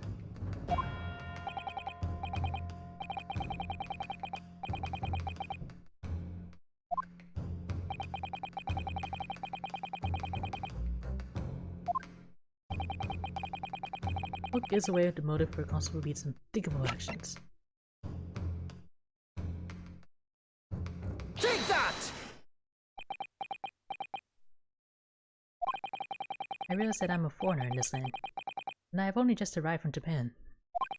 Which is why all this information about London's so-called bobbies is completely new to me. I've learned that, though honorable, patrolling the beat is the most demanding work in the world, for example. Keeping the peace, looking after the citizens on his beat in all kinds of ways. There's no doubt that the young bobby is charged with a great deal to do each day, certainly. But for Constable Beat, the day in question was special. Special? Oh. On account of this bouquet, my lord. Oh, yes. It was our very first wedding anniversary. Constable Beat had worked so hard to be able to afford this simple gift for his wife. I was so looking forward to taking her out for a celebratory meal. When he and Mrs. Beat stumbled upon a crime along Friar Road.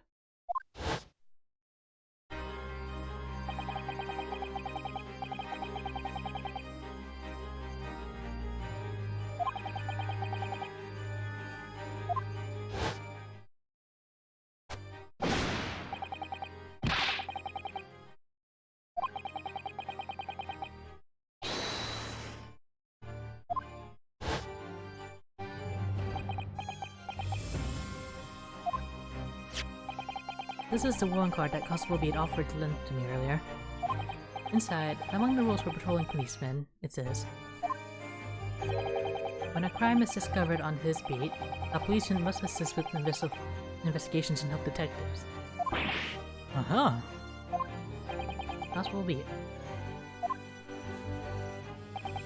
Is that, or is that not the reason why you moved the whole scene of the crime that day? Yes. Everything you said is alright. So that's it. It was all to do with the boundary of your beat. Oh, Exactly. To summarize, this incident actually occurred on Constable Beat's beat. Good gracious. Constable, do you realize the gravity of what you have done?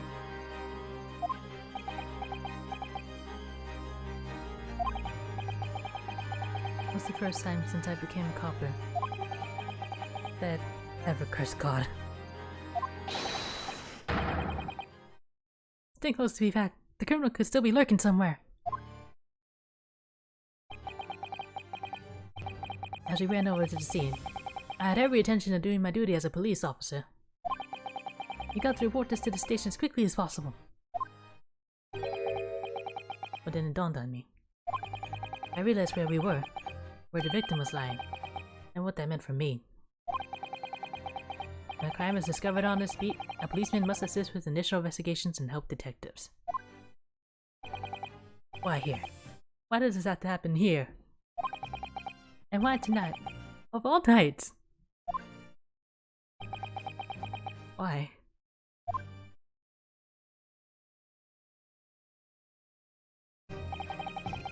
It's a copper's job to guard the scene of the crime, so I told Pat she'd have to go to the nearest police box and fetch whoever's on duty there. It was in when I opened my mouth to speak. It just came out. I couldn't believe the words that were coming out of my own mouth. This is the beat next beat to mine, Pat. So you have to go to the police box that covers it. To ride along Mearsham Street and then...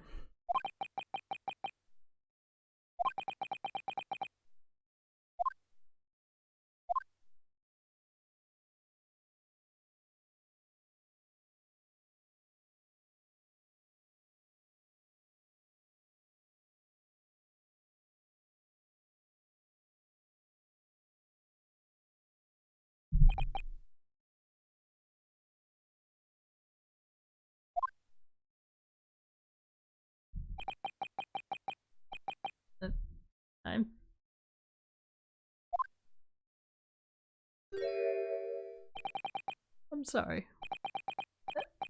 I'm so sorry. Oh, Constable. I just wanted, just that one night, to take my Patricia out for dinner.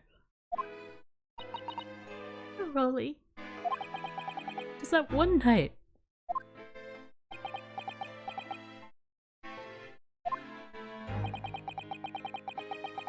You know that if the incident was on your feet, your evening of celebration would be ruined. And so you decided to move the entire crime scene outside your jurisdiction. Just across the street, the east pavement of Briar Road, which falls under the neighboring beat's care. You see, I thought... Well, I was sure the victim was dead, you see. I beg your pardon. Well, of course you did. Otherwise, I really would never have left the poor woman in the freezing cold pavement. I see your meaning now.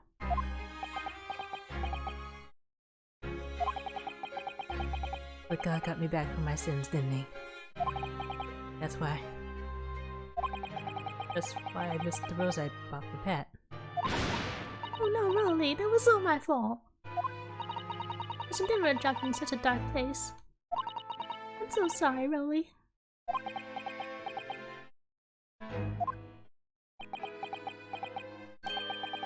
And can you tell us, Constable? How many books did you move from one side of the road to the other in total? Hmm?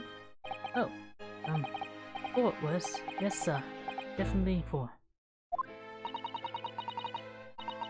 Beatum dropped by Mr. Natsume, and the 4th being the one that fell from the window upstairs in the Garrett household, of course.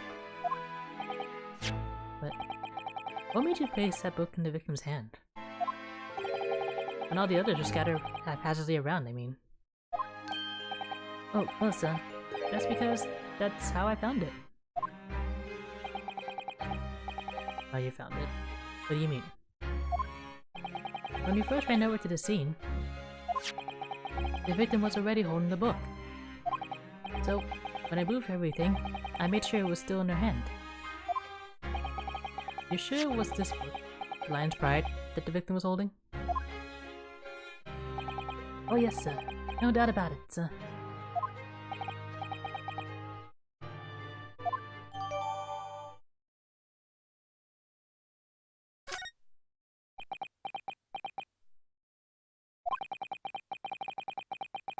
I thought it was an open and shut case at the time, you see. There were only the 2 people at the scene, and Pat and me both saw it happen. However which way you looked at it, it had to be the fellow who ran off who done it, I thought. I couldn't see the harm, really. I didn't think moving it all over the road would make a jot of difference. I suppose this is it for me now. I've had it.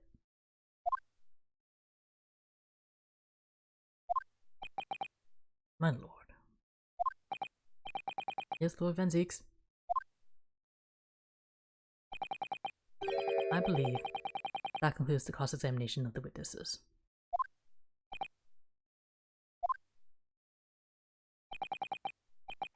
Constable, you may withdraw. Yes, sir. Mr. Prosecutor, sir. What have become of my Rolly? What happened to him? For now, you're free to go home. The police will contact you in due course. Please, don't punish my husband. This is all my fault. It's because I'm always moaning at him for coming home late.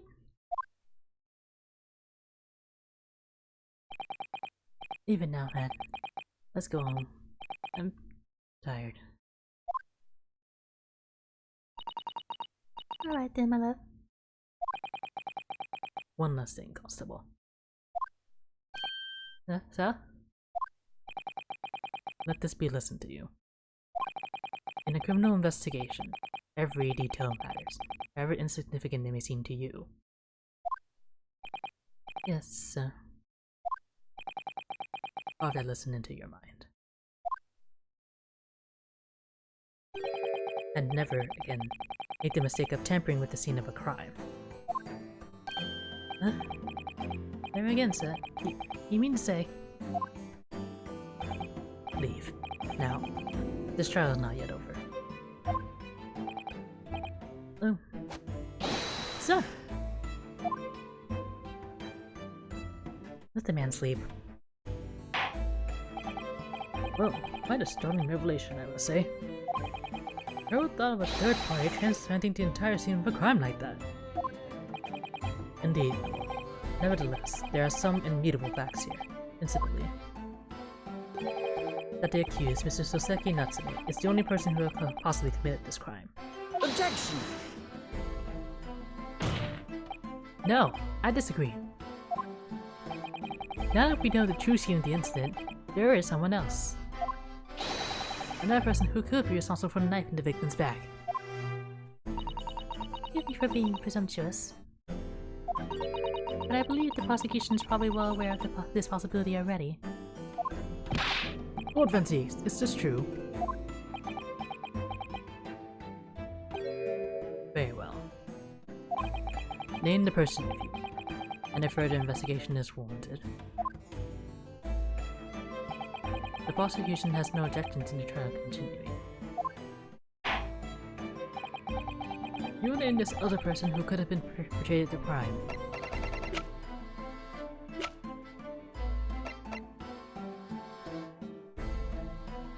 Take that! The defense would once again like to request the cross-examination of a new witness, my lord. Once again? My assistant made the same request earlier, in order to finally reveal the truth of this case. It's imperative that we cross-examine juror number 4, Mrs. Joan Garrett. Me? How dare me? Objection!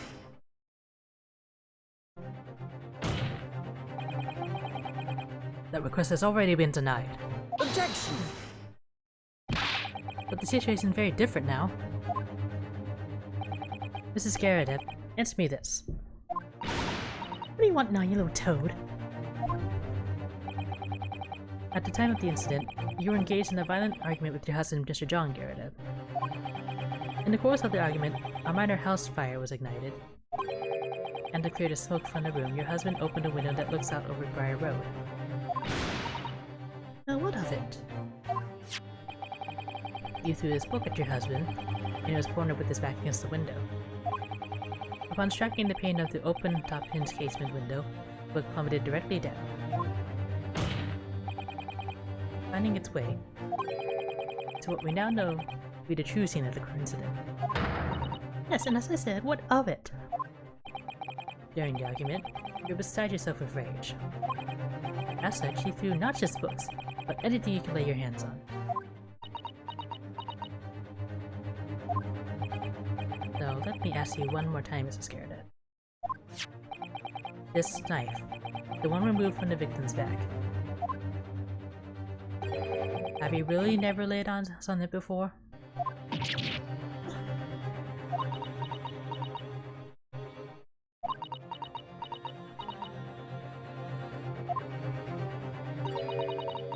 I don't recall it. Seriously? Am I supposed to remember everything I picked up and threw at my husband?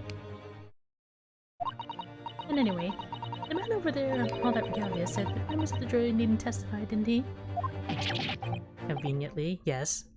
Objection! No, I have no recollection of saying that at all. Juror number 4.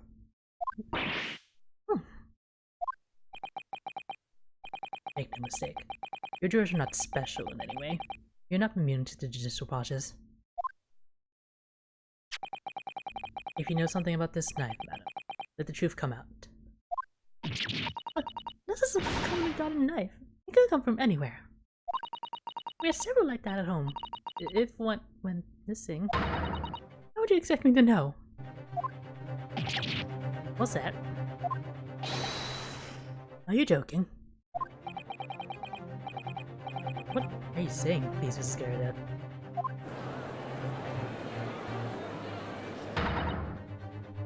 Don't you listen to me. I refuse to believe all this nonsense. I couldn't bear the thought that I injured someone. You hear? I couldn't bear it. Oh, the poor woman. So, yes, I want evidence. I want to see hard evidence if you're going to insist on this being my fault. You're going to have to prove to me that I threw that knife, if that's what you think. Come along now, Chow Chow. Do your worst. Well... Mr. Naruhodo? If I had evidence like that, believe me, I would have done that already. Then take the stand, or...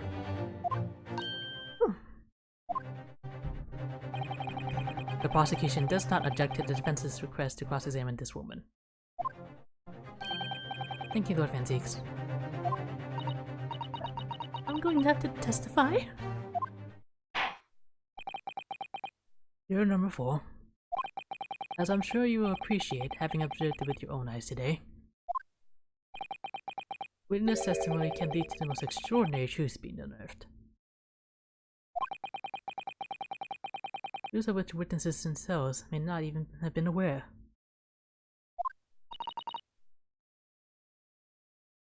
Oh, dearie me.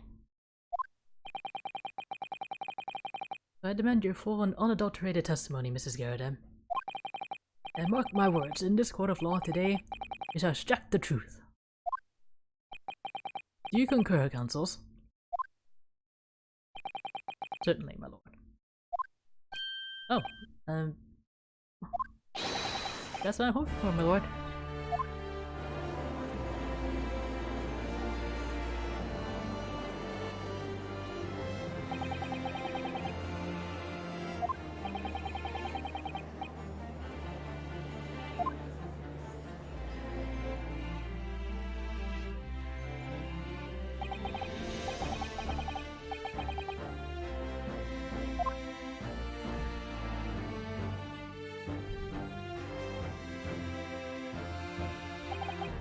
Witness, state your name and occupation.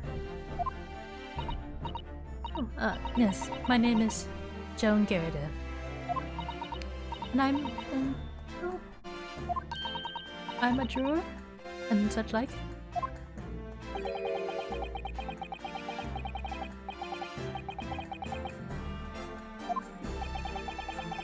The court has decided your testimony is required in order to clarify matters in this case. Do you understand, madam? Yes, my lord. You will tell the court everything that took place in your household in the evening in question. And I warn you, do not attempt to hide the truth. Oh, dearie me. Chin up, Joni, nothing to worry about now. I know you were here, John. Wasn't only you in the room that day, old thing, was it?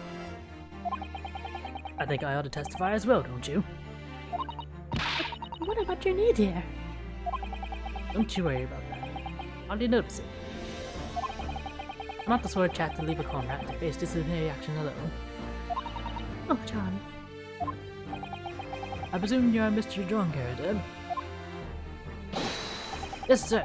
Former second lieutenant of the 3rd Regiment of the 4th Northumberland Fusiliers, sir.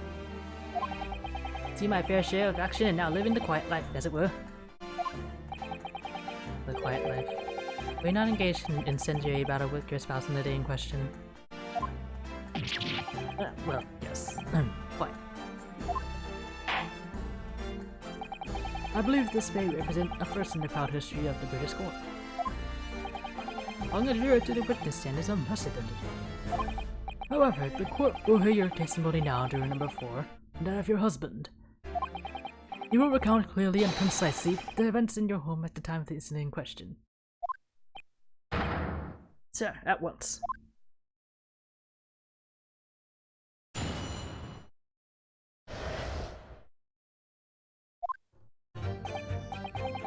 Yes, on the day you're referring to, the wife and I did have a bit of a skirmish.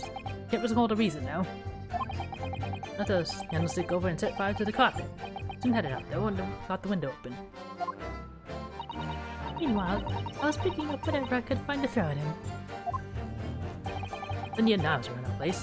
Can't say I noticed if one or two went missing, I'm afraid. If that boy thing in the victim's back really was one of ours, you'll have a job proving it, I think.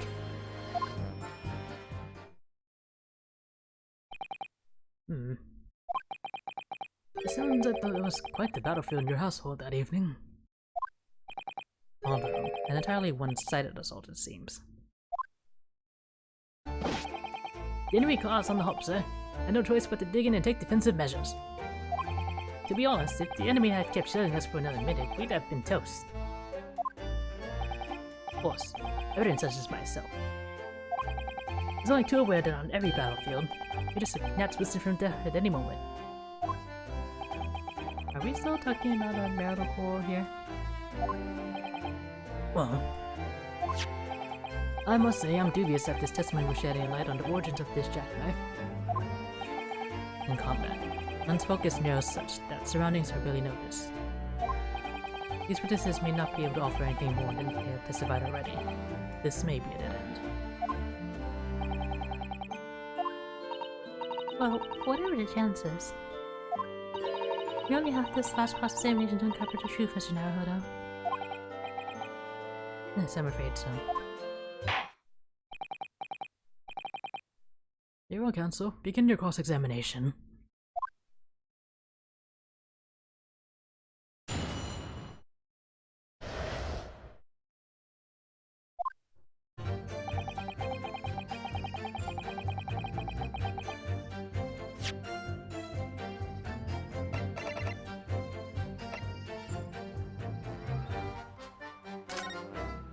Nothing else on this night.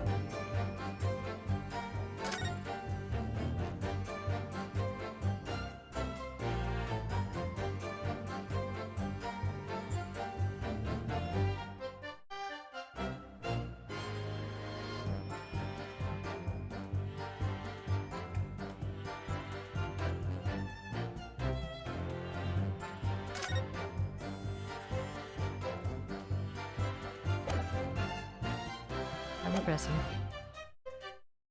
Hold it! The reason is what you told us yesterday, I believe. Yes, that's right. If I remember correctly. It all started because of a note that was tucked into the pages of a book belonging to Mr. Garrett. Rather passionate note, in fact. Mrs. Garrett found the note, discovering her husband's little secret. She gave him a mighty number of slaps across the face for it, too. What a sordid state of affairs. Hell on earth. I say, when a chap says he can't recall such things, it's come decent not to drag it all up. And besides, half of it was wide of the mark anyway.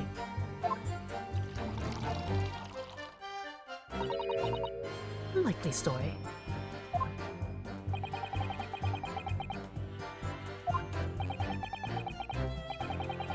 What transpired next after these multiple blows to the face?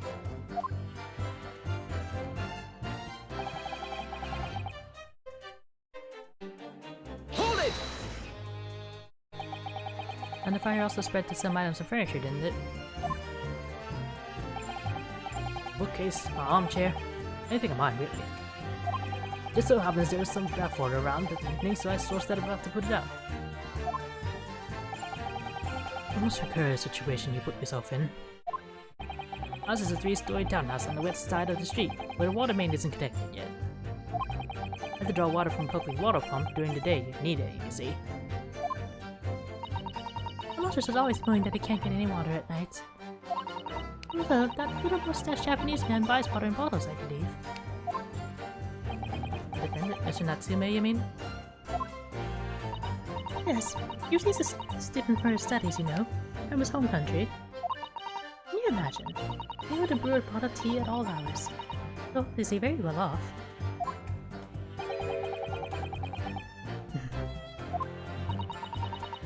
I believe he uses all of his income to buy books. Well, anyway, the point is, I was able to douse the fire with water, fortunately enough. know, I was picking up whatever I could find to throw at him. Hold it! Even though the room was on fire. As far as I was concerned at the time, it was more important to extinguish my anger than the flames. When a woman wants to throw, she must throw. That is most certainly not true for the Sata takedown, Mr. Naruhodo.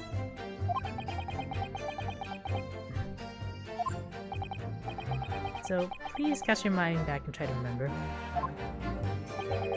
Was a knife among the items that you threw at your husband that day? In all honesty, I don't recall. But I feel I must point out that I'm no monster. Let's see. Some bread, a cabbage, garlic, a towel, and a sponge, a napkin. Excuse me!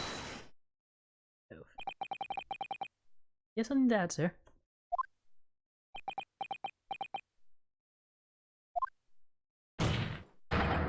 Mr. Garrett. Don't shoot! Sorry, I beg your pardon. Did your wife's remark just now bring something to mind? Nothing of any significance, no. Just that the barrage of projectiles the old thing launched in my direction was somehow more solid than she implies. Books, bricks, and a fire poker I seem to recall. Ouch. And the woman's aim was uncanny. Clearly directed with every bullet. Yeah! Good grief, woman, we're not at home now. This is a court of law. Oh dear me, I was so sorry, dear.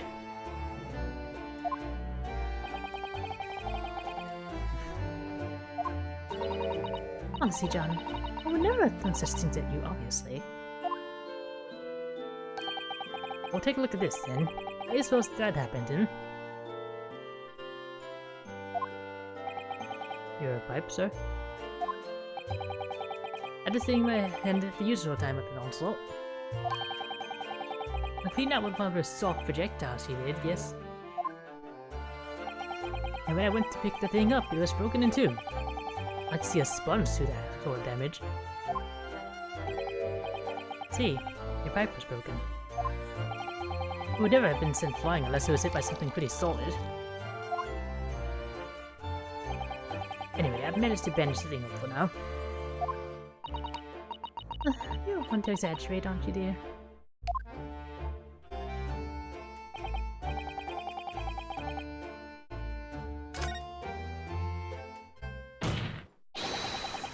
The defense believe Mr. Garrett's remarks just now to be of great significance. Objection!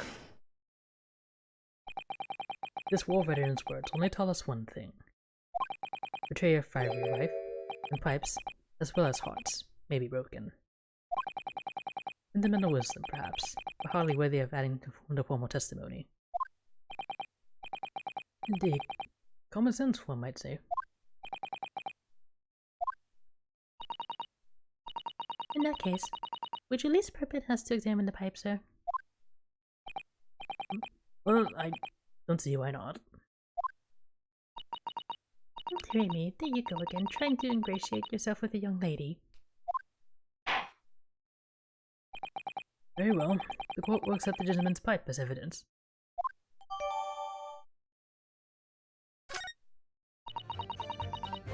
I hope I didn't speak out of turn, Mr. Naruhodo.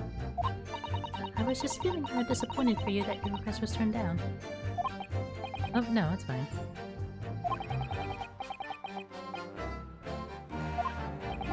Oh, thank you for that. Rebuttal, Mr. Garrett. Now we can return to the crux of the matter. What can you tell the court about the knife used to attack the victim?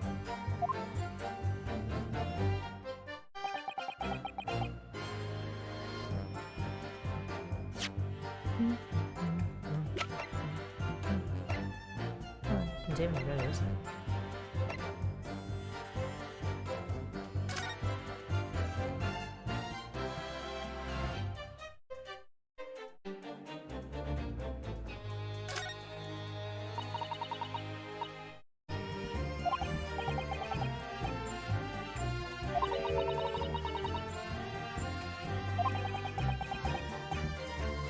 It also runs in the family.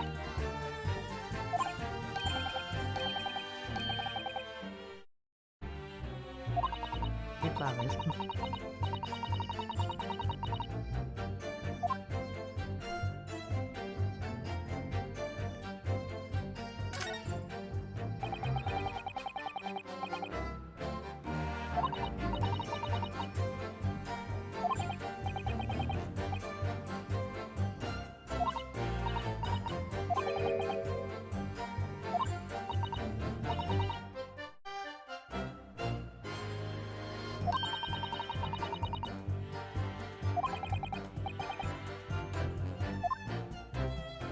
Accept that.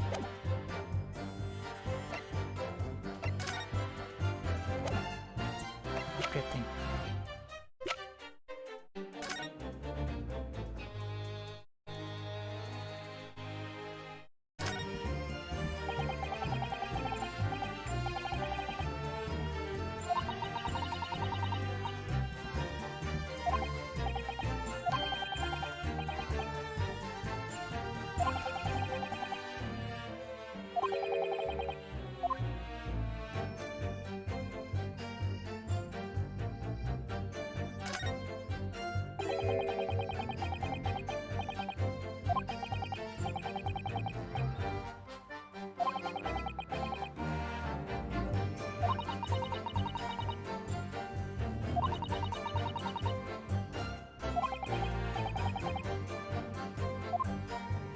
Perhaps expensive.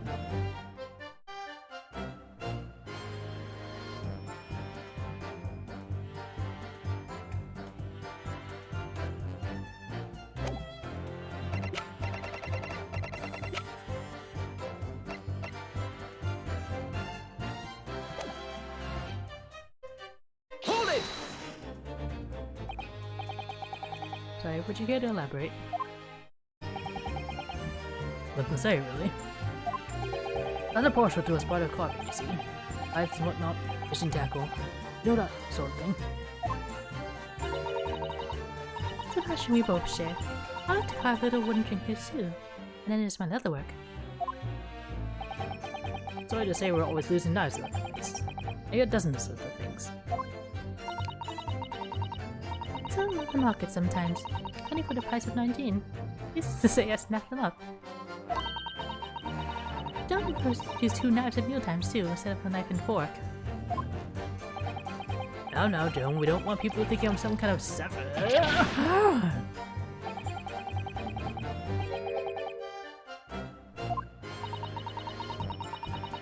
I imagine it's because they don't want to believe it. I can bear the thought that it might have been one of their knives that injured the victim.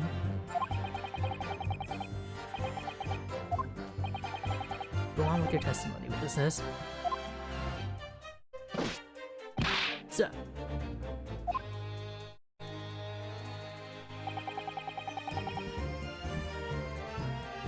Hold it! there's no intention of admitting it was your knife, unless you can produce proof.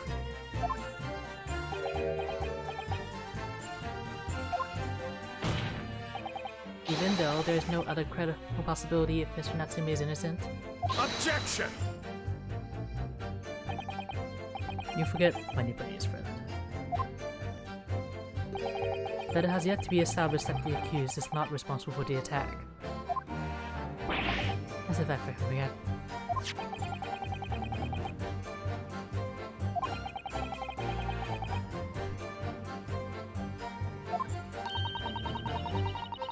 I was thinking of fingerprinting, Mr. Naruhodo. What? It's not a dream? Sort of wizardly really exists? Whenever people touch anything, they leave behind a unique pattern from their skin, or so they say. But I can't see anything. There are already countries in the world where these so-called fingerprints can be used as evidence. Lord Strongheart is currently discussing the matter at the Ministry of Justice. Yes, I believe we are rapidly approaching an era of scientific methods of investigation. But for now, we shall have to find an alternative method of proving our assertion. But the knife found in the victim's pack was originally in Mr. and Mrs. Garrett's house. If only I could translate this whole incident to several years in the future.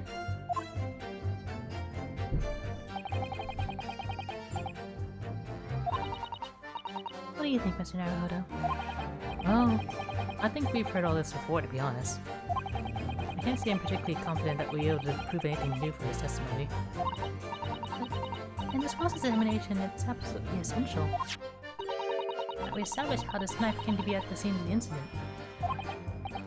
Yes, I know.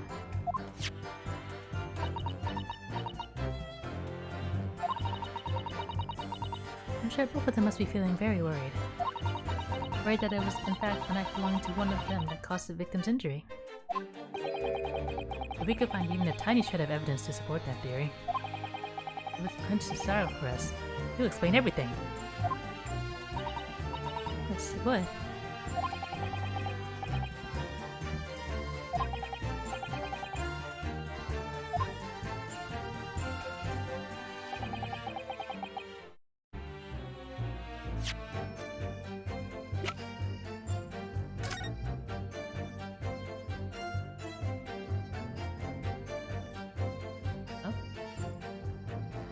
Oh, I missed this.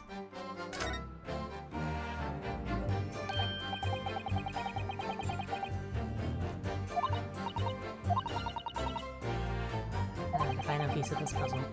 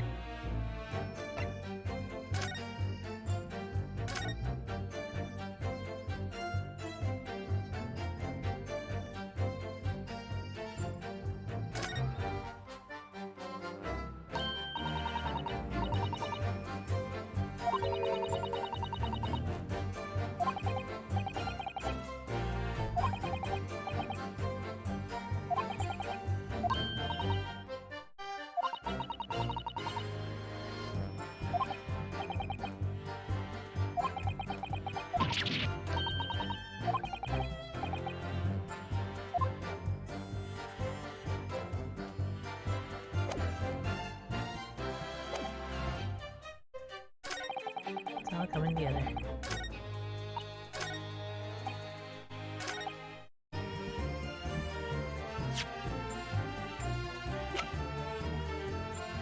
Objection! Mr. Garrett, could I ask you to take a good look at this, please?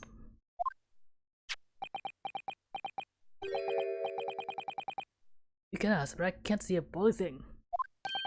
You can't? He's called me Dead-Eye Deb back in the regiment, of course. But that was some time ago now. Even when I'm trying to enjoy a large print book by the fire these days. I struggle to tell a B from a D and a P from a Q, to be honest. Oh, he does. Dreamy. It's rather vague being asked about every other letter and every other word. You must be very dizzy.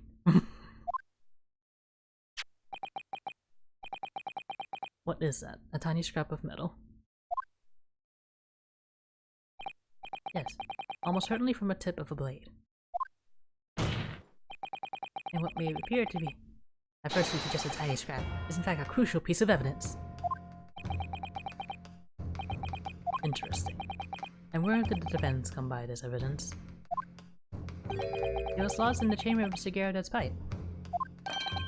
My pipe, you say? By Jove, I wonder how that got in there. And what precisely does this fragment of metal signify, Counsel?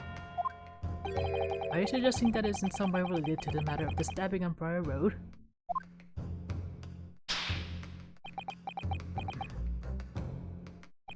I am. What? When put together with another piece of evidence already in the court record, I believe this tiny fragment of metal will unravel the whole truth of this case, my lord.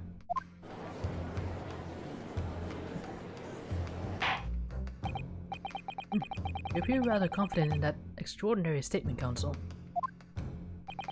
Very well then, present the pertinent evidence to the court. What evidence, when paired with this fragment of metal, allegedly reveals the truth of this entire case? Take that! This is the knife that was found in the victim's back. If you look closely, you will see that there's a small piece of the tip of the blade that is missing. A common issue with inferior blades sold at unsavory street markets. Criminals who use them regularly leave the tips lost in their victims' bones. Ouch. And what of this particular knife? No doubt his tip has suffered a similar fate, now languishing somewhere near the spine of the victim. Objection! No, that's not the case. The tip of this particular knife's blade is the very fragment of metal we discovered in the chamber of Mr. Garrett's pipe. Good grief, Lord Van Zeeks? I don't believe it. Oh, I love this pose. The knife from the crime scene and this fragment of metal. A perfect match. Good golly gosh. Water, water, water! Is this some sort of Eastern sorcery? This is no magic, my lord. This is a miracle. A miracle? Counsel, explain this extraordinary coincidence at once. Yes, my lord. The crucial point we have to ask ourselves here is when did the fragment of metal find its way inside Mr. Garrett's pipe? Something that was clarified for us in the most recent witness testimony.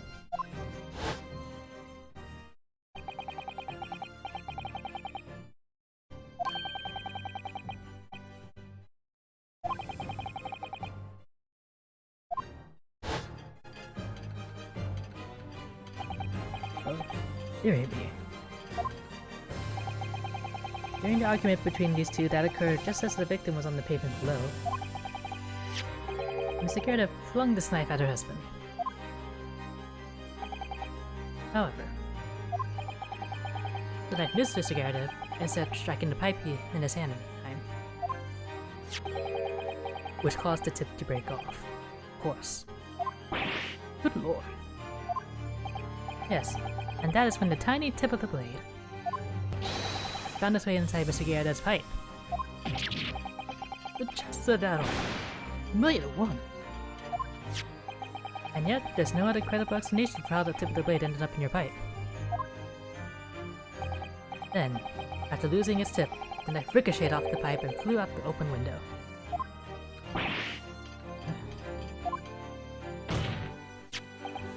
In short, this knife, which fell from the window of the Garrett's house,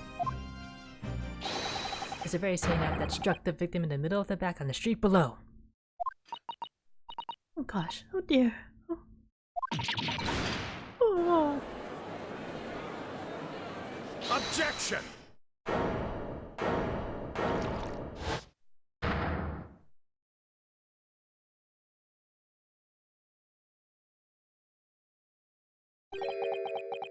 A full body theory, I'll give you that. A complex bouquet of seemingly trivial points, possibly arranged to create an almost passable vintage. Allow me to toast my learned friend's characteristic Nipponese approach to bottling his argument. Right? But after all, it's just a theory. The bottle wife here is correct. Because you see, it's spoiled by an insurmountable inconsistency. An insurmountable... What? Hold on, Zeke, explain yourself. What is this inconsistency you claim to have identified? An inconsistency of the simplest nature, my lord. The victim was found with the knife headed in the middle of her back. Yes, and it...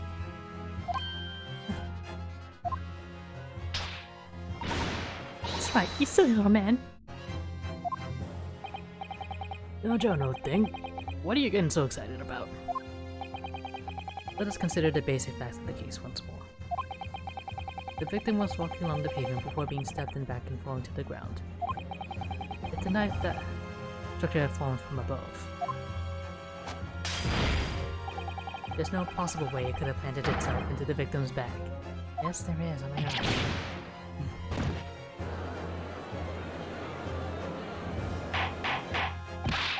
Order! Order!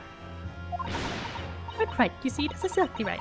If the knife had fallen on her from above, it would have struck her on the top of her head.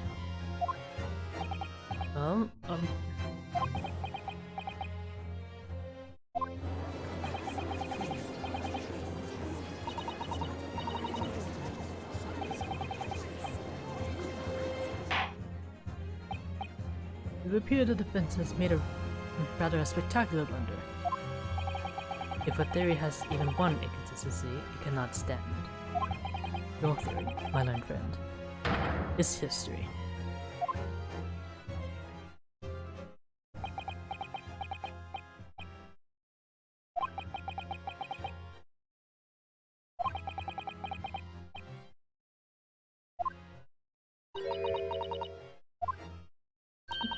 There's only need to eliminate that one inconsistency and the theory will stand. Mrs. Hata. You mustn't worry, Mr. Naruhodo. You're just caught off guard, that's all. And your mind went blank. But if the path you're on is indeed correct, then a way will present itself.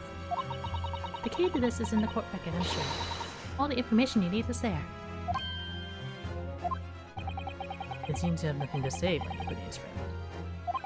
Well, your silence speaks volumes. Tacit acceptance that your theory is fatally flawed. Objection!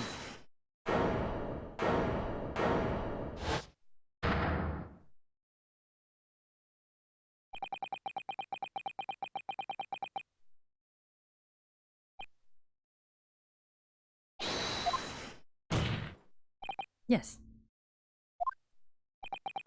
If the knife fell on the victim from above, there's no way that it could have hit her in the middle of her back.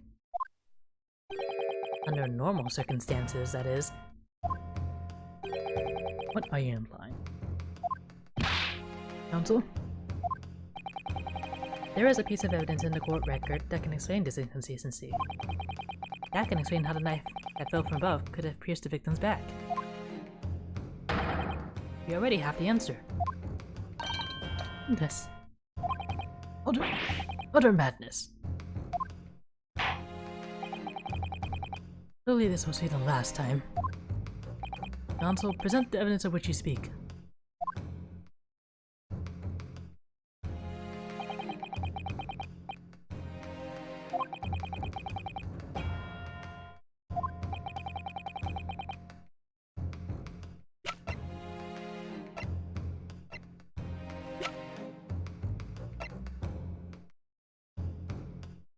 Take that!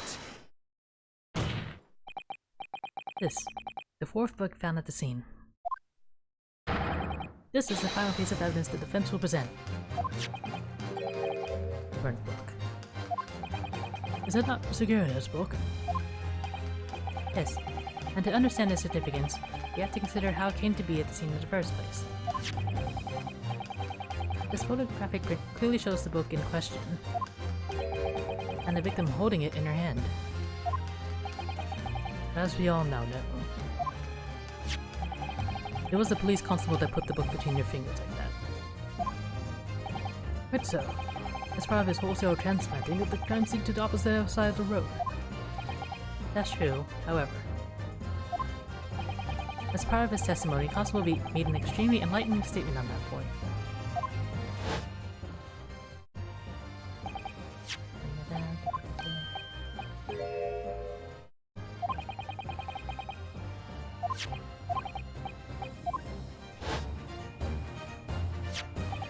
In other words, the victim had already picked the book up of her own volition. clearly, it must have been before she suffered the knife wound. Huh, I did say so. After being attacked with a knife, I don't imagine she had been doing much of anything. So the question becomes, why did the victim have that book in her hand? What jingo? I think I'm beginning to see what may have happened now. Oh, dearie me.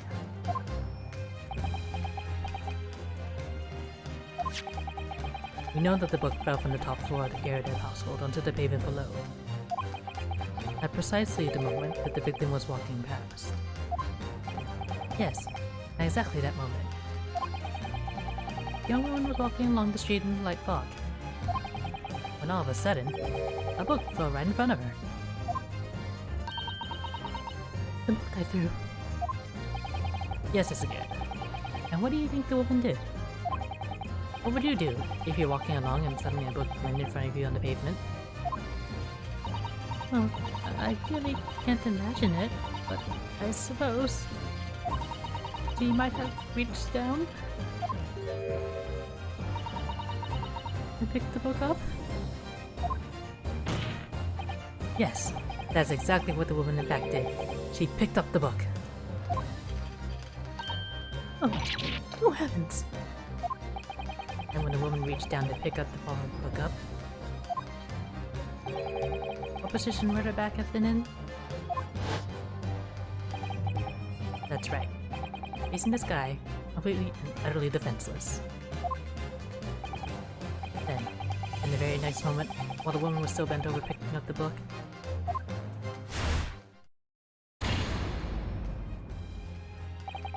the next object fell from the room above, the jackknife, straight into the middle of her back. And at that same time, walking by chance directly behind Miss Green, was the defendant, Mr. Soseki Natsume. Well, I never.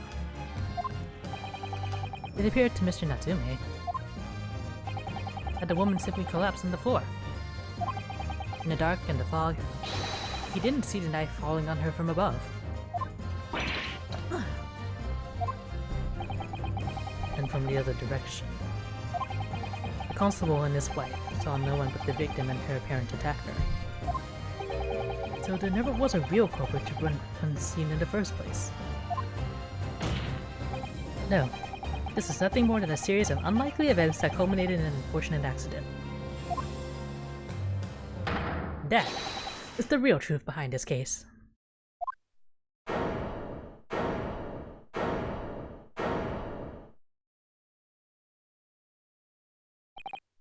Well, Mr. and Mrs. Garrett?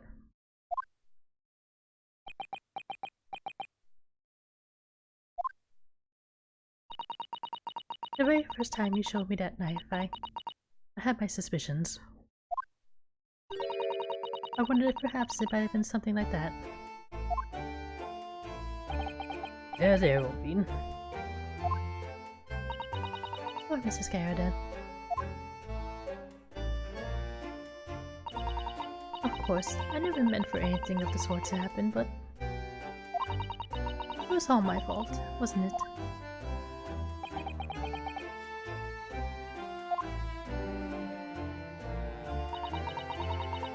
I take full responsibility. I let my anger get the better of me. I threw that book. And I threw the knife as well.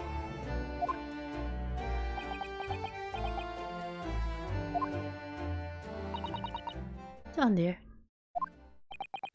It's alright, I know. I'm ever so sorry. Truly. Sorry.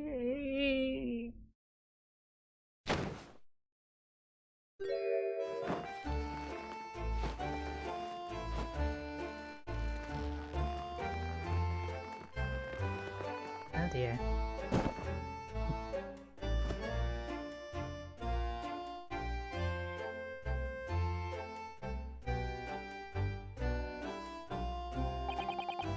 What fun sakes? What news of Mrs. Garrett? She's been taken to the infirmary. It would appear that today's event has left her in an especially flustered state. However, I believe she will recover in due course. There's no cause for concern. Yes, unbeknownst to themselves, they caused what could easily have been a terrible tragedy. They shall have to prepare themselves for the consequences of their actions. There is some good news, however, my lord. I've just had word from the hospital where the victim is being treated. Her condition is improving steadily, and the doctor believes she will regain consciousness soon.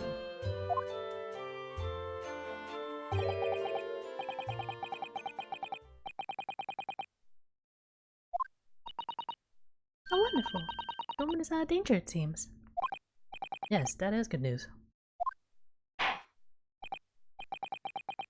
Oh, Mr. Soseki Natsume.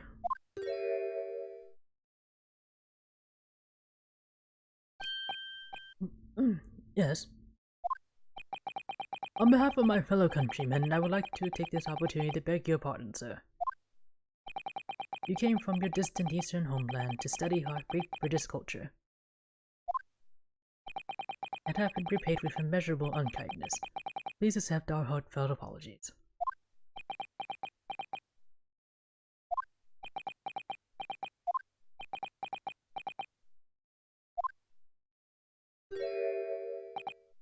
No, it is me who should be begging your pardon.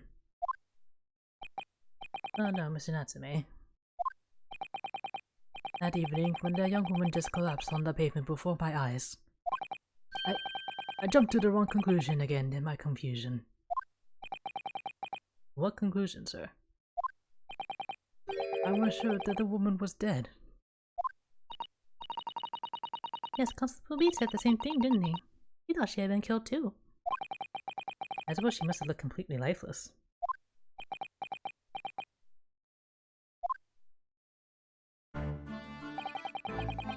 It's been about a year since I arrived in Great Britain now, but I still can't get used to life here. I can't relax. I'm sure there are evil spirits lurking in the fog, just like they're haunting me.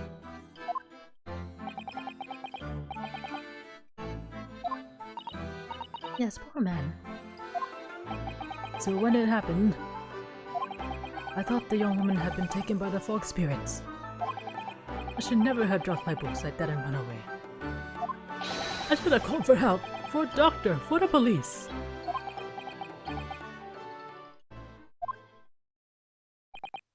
Instead, I've managed to create a rift in the relationship of trust between our two empires. And for that, I am truly sorry.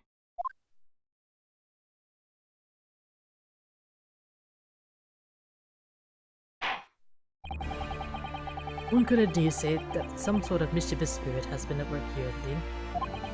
One that created a chain of unfortunate mishaps. We were fooled by the spirit and led to false conclusions.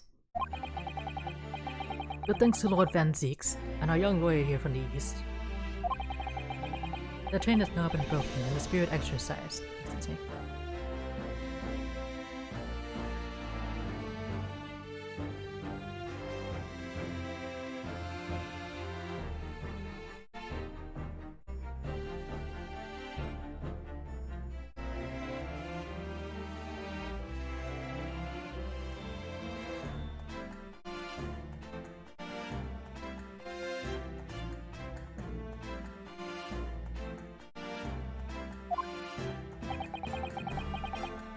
I heartily commend you both. Oh.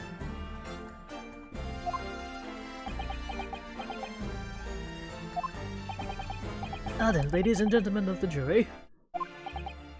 Yes, my lord. In concluding this trial, I must ask one last time for your decisions regarding the defendant's culpability. Are you ready to present your findings to the court? As the foreman of this jury, I can assure you we've reached a fair and just conclusion. I do declare the truth can be extremely cruel at times. Oh, I didn't suspect the woman next to me, that's for sure. Sitting in for the whole being while she's out of action, you know. But I know what her decision would be. This is enough on the air to get out of here and start work. Well, it's about time. I say, I'll have a quirk of a story to tell the grandchildren when I get home, won't I? Very well, ladies and gentlemen of the jury, I hereby demand your final decisions. Mr. Foreman. Not guilty. Not guilty. Not guilty. Not guilty. Not guilty. Not guilty.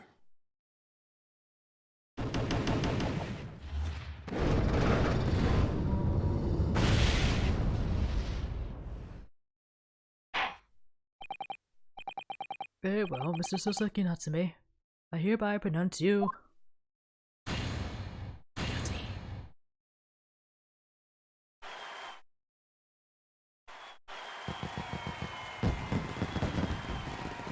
This is so extra.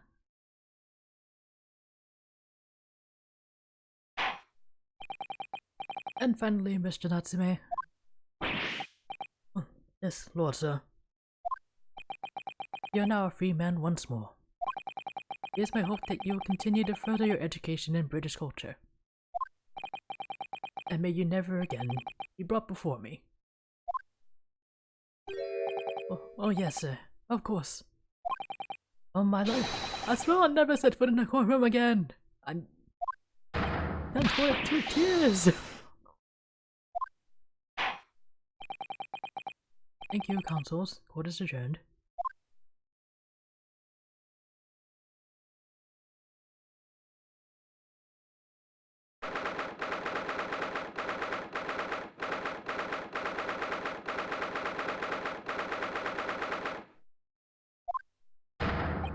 Oh, welcome. Wait, you mean me? Of course! Is there not a locum here? Is even one? Compared to the original welcome student, Mr. Naruhodo Esquire, your name has become rather short, hasn't it? I'm using my actual name. I'm free! I'm free! Life will joyous jubilant jubilation! Eddie, party, happiness, hurrah! Oh, Ryan, please. Natsume is delighted. Would it be so hard just to say that then? Welcome, you didn't. You saved me from the brink. Well, what happened to the poor woman wasn't no way your fault after all. I'm just glad everyone can see that now. No, not that. Welcome, lawyer. Yes? I mean, as I said before, I have just never got used to life here in Great Britain. Every time I look over my shoulder, I see foreigners. I see towering brick buildings. And from high up windows, I see them looking down on me laughing. Look at the little hunchback. Oh dear. I'm sure it's all in your head, Mr. Natsume. But today, you, welcome one, gave my groom the boot. He stood firm behind that baronial bench before all those babbling British. He battled to the bitter end, laying bare the baffling truth. And when I beheld the blinding fireworks among the beams of the Bailey's roof, I bellowed, "Behold the best bastard ever born!" Well, that's very flattering. We're very pleased for you. This has given me a wonderful anecdote to recount to my old friends back in Japan. Anecdote.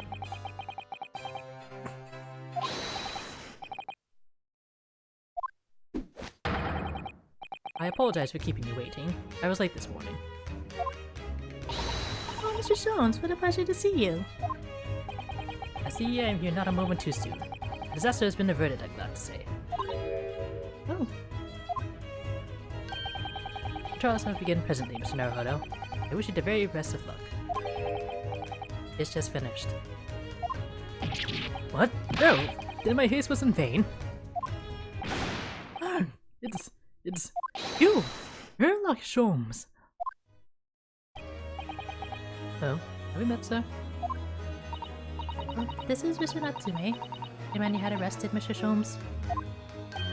Ah, I see. I failed to recognize you at first. Our previous encounters have taken place in the gloom, either of your bleak lodgings or that prison cell. I said we couldn't place that curious face in the light. This is all your fault, Airlock Jones. You're the reason I had to go through this terrible ordeal. And I'm going to give you a piece of my mind. My apologies, sir, but I assure you, I have placed you now. You're the fellow who abandoned that poor young lady and ran off, are you not? Had he been taken to the hospital more urgently, I feel perhaps he would have regained consciousness by now. But it was unavoidable, I'm sure. We are but human after all. Anyone would have been shaken by such an experience.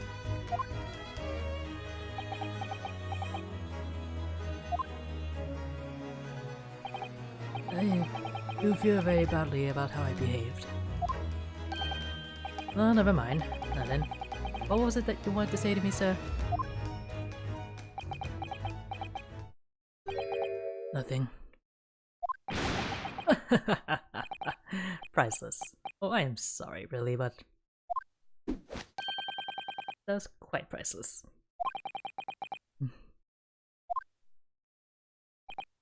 Still, on the bright side, you've had an extremely entertaining experience without paying a penny. And, it would seem, you were not even found guilty. But there's no bright side. Whatever do you mean, Mr. Natsume? Even after this, I'm still cursed by the spirits, and now by the Reaper. I haven't forgotten, you know, what facing that man in court means. Even if you're not found guilty, you're still doomed. It will all be alright, Mr. Natsume. If the Reaper appears trying to make trouble, I will protect you. Why are you with the perfectly executed Susato takedown. Why are you throwing me?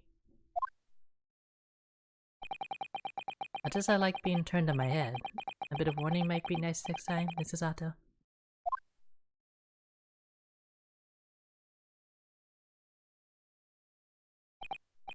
So, Mr. Natsume, what do you intend to do now? You mentioned something about recounting your experiences to your friends back in Japan?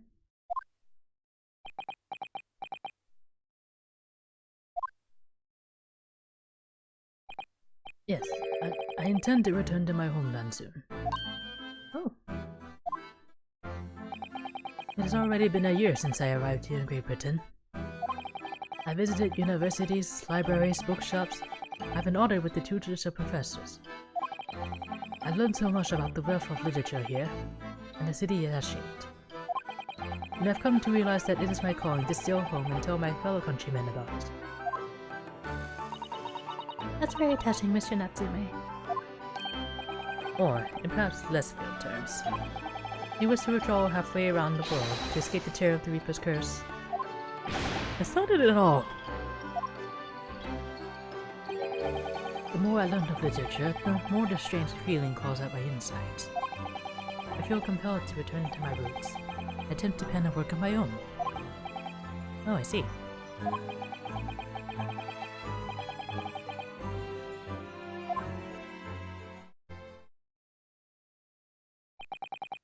And what about Mr. Sato and yourself, Mr. Naruhodo?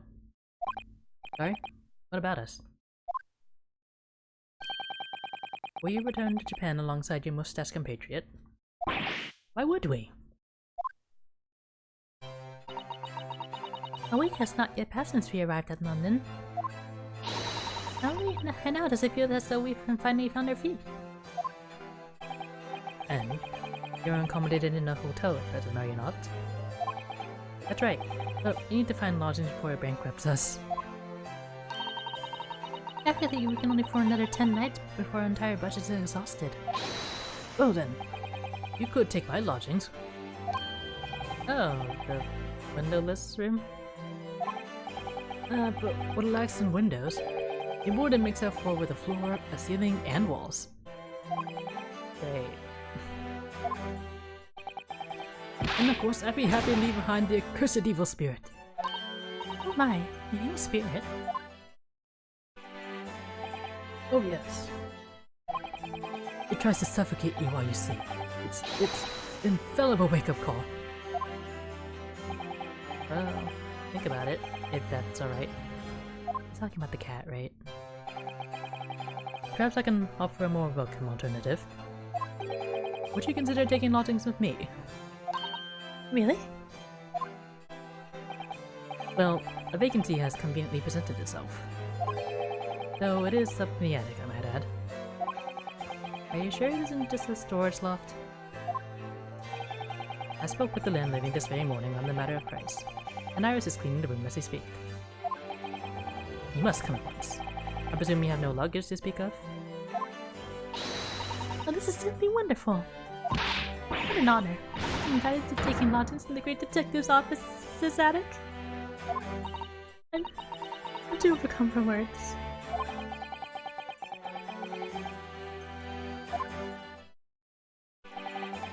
Then it's settled. Iris will prepare a welcome dinner this evening. And you must come to Mr. Natsu. I insist. I don't know what to say, but thank you, and yes. Wonderful.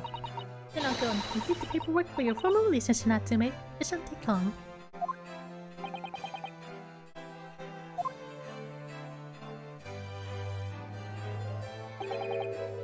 Welcome. I knew that you wouldn't let me down. I'm truly delighted to have met you here in London. Likewise, Mr. Natsume. It's been a privilege meeting you too. It's a shame that we're going to have to say goodbye so soon. Well, I come to realize that I belong in Japan. But welcome, we'll meet again one day. Yes, I'm sure.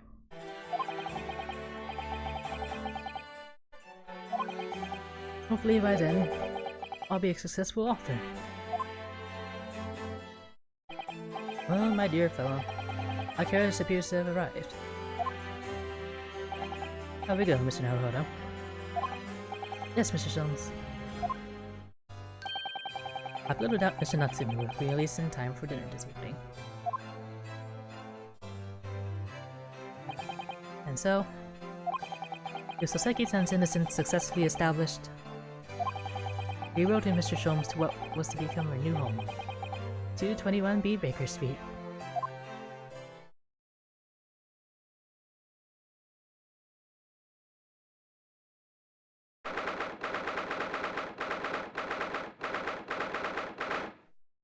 That's a pretty nice attic, considering. So this. This will be our new office, yes. Our office? I really like the sign of that. Me too. It's simply wonderful, wasn't it?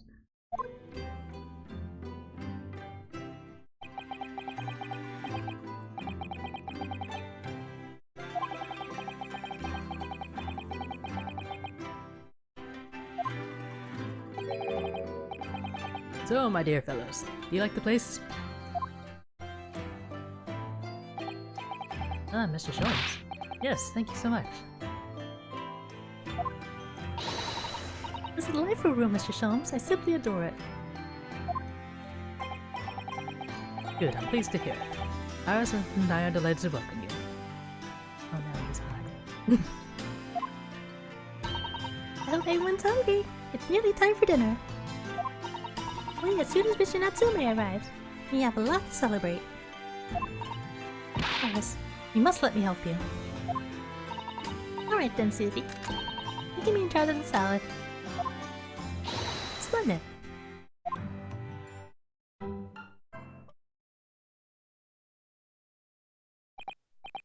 So, Mr. Naruhodo, how does it feel?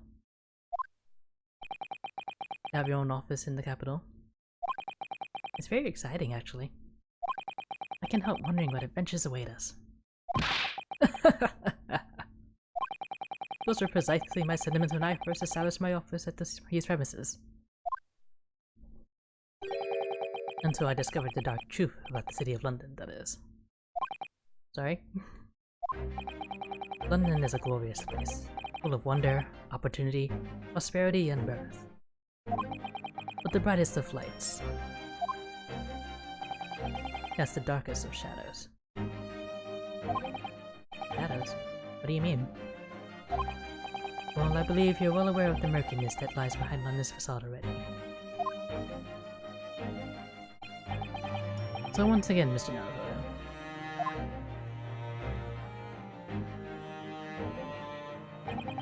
welcome to London.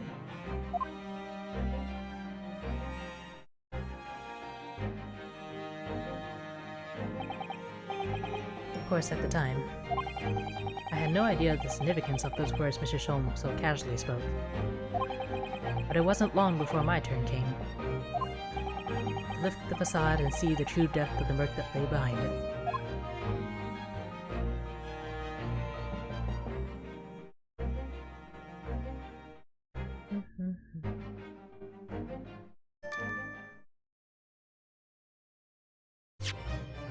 That's another chapter finished.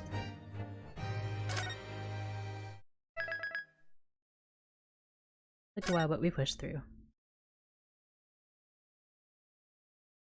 So now we can pick up on this next episode next week. Maybe I'll see you then.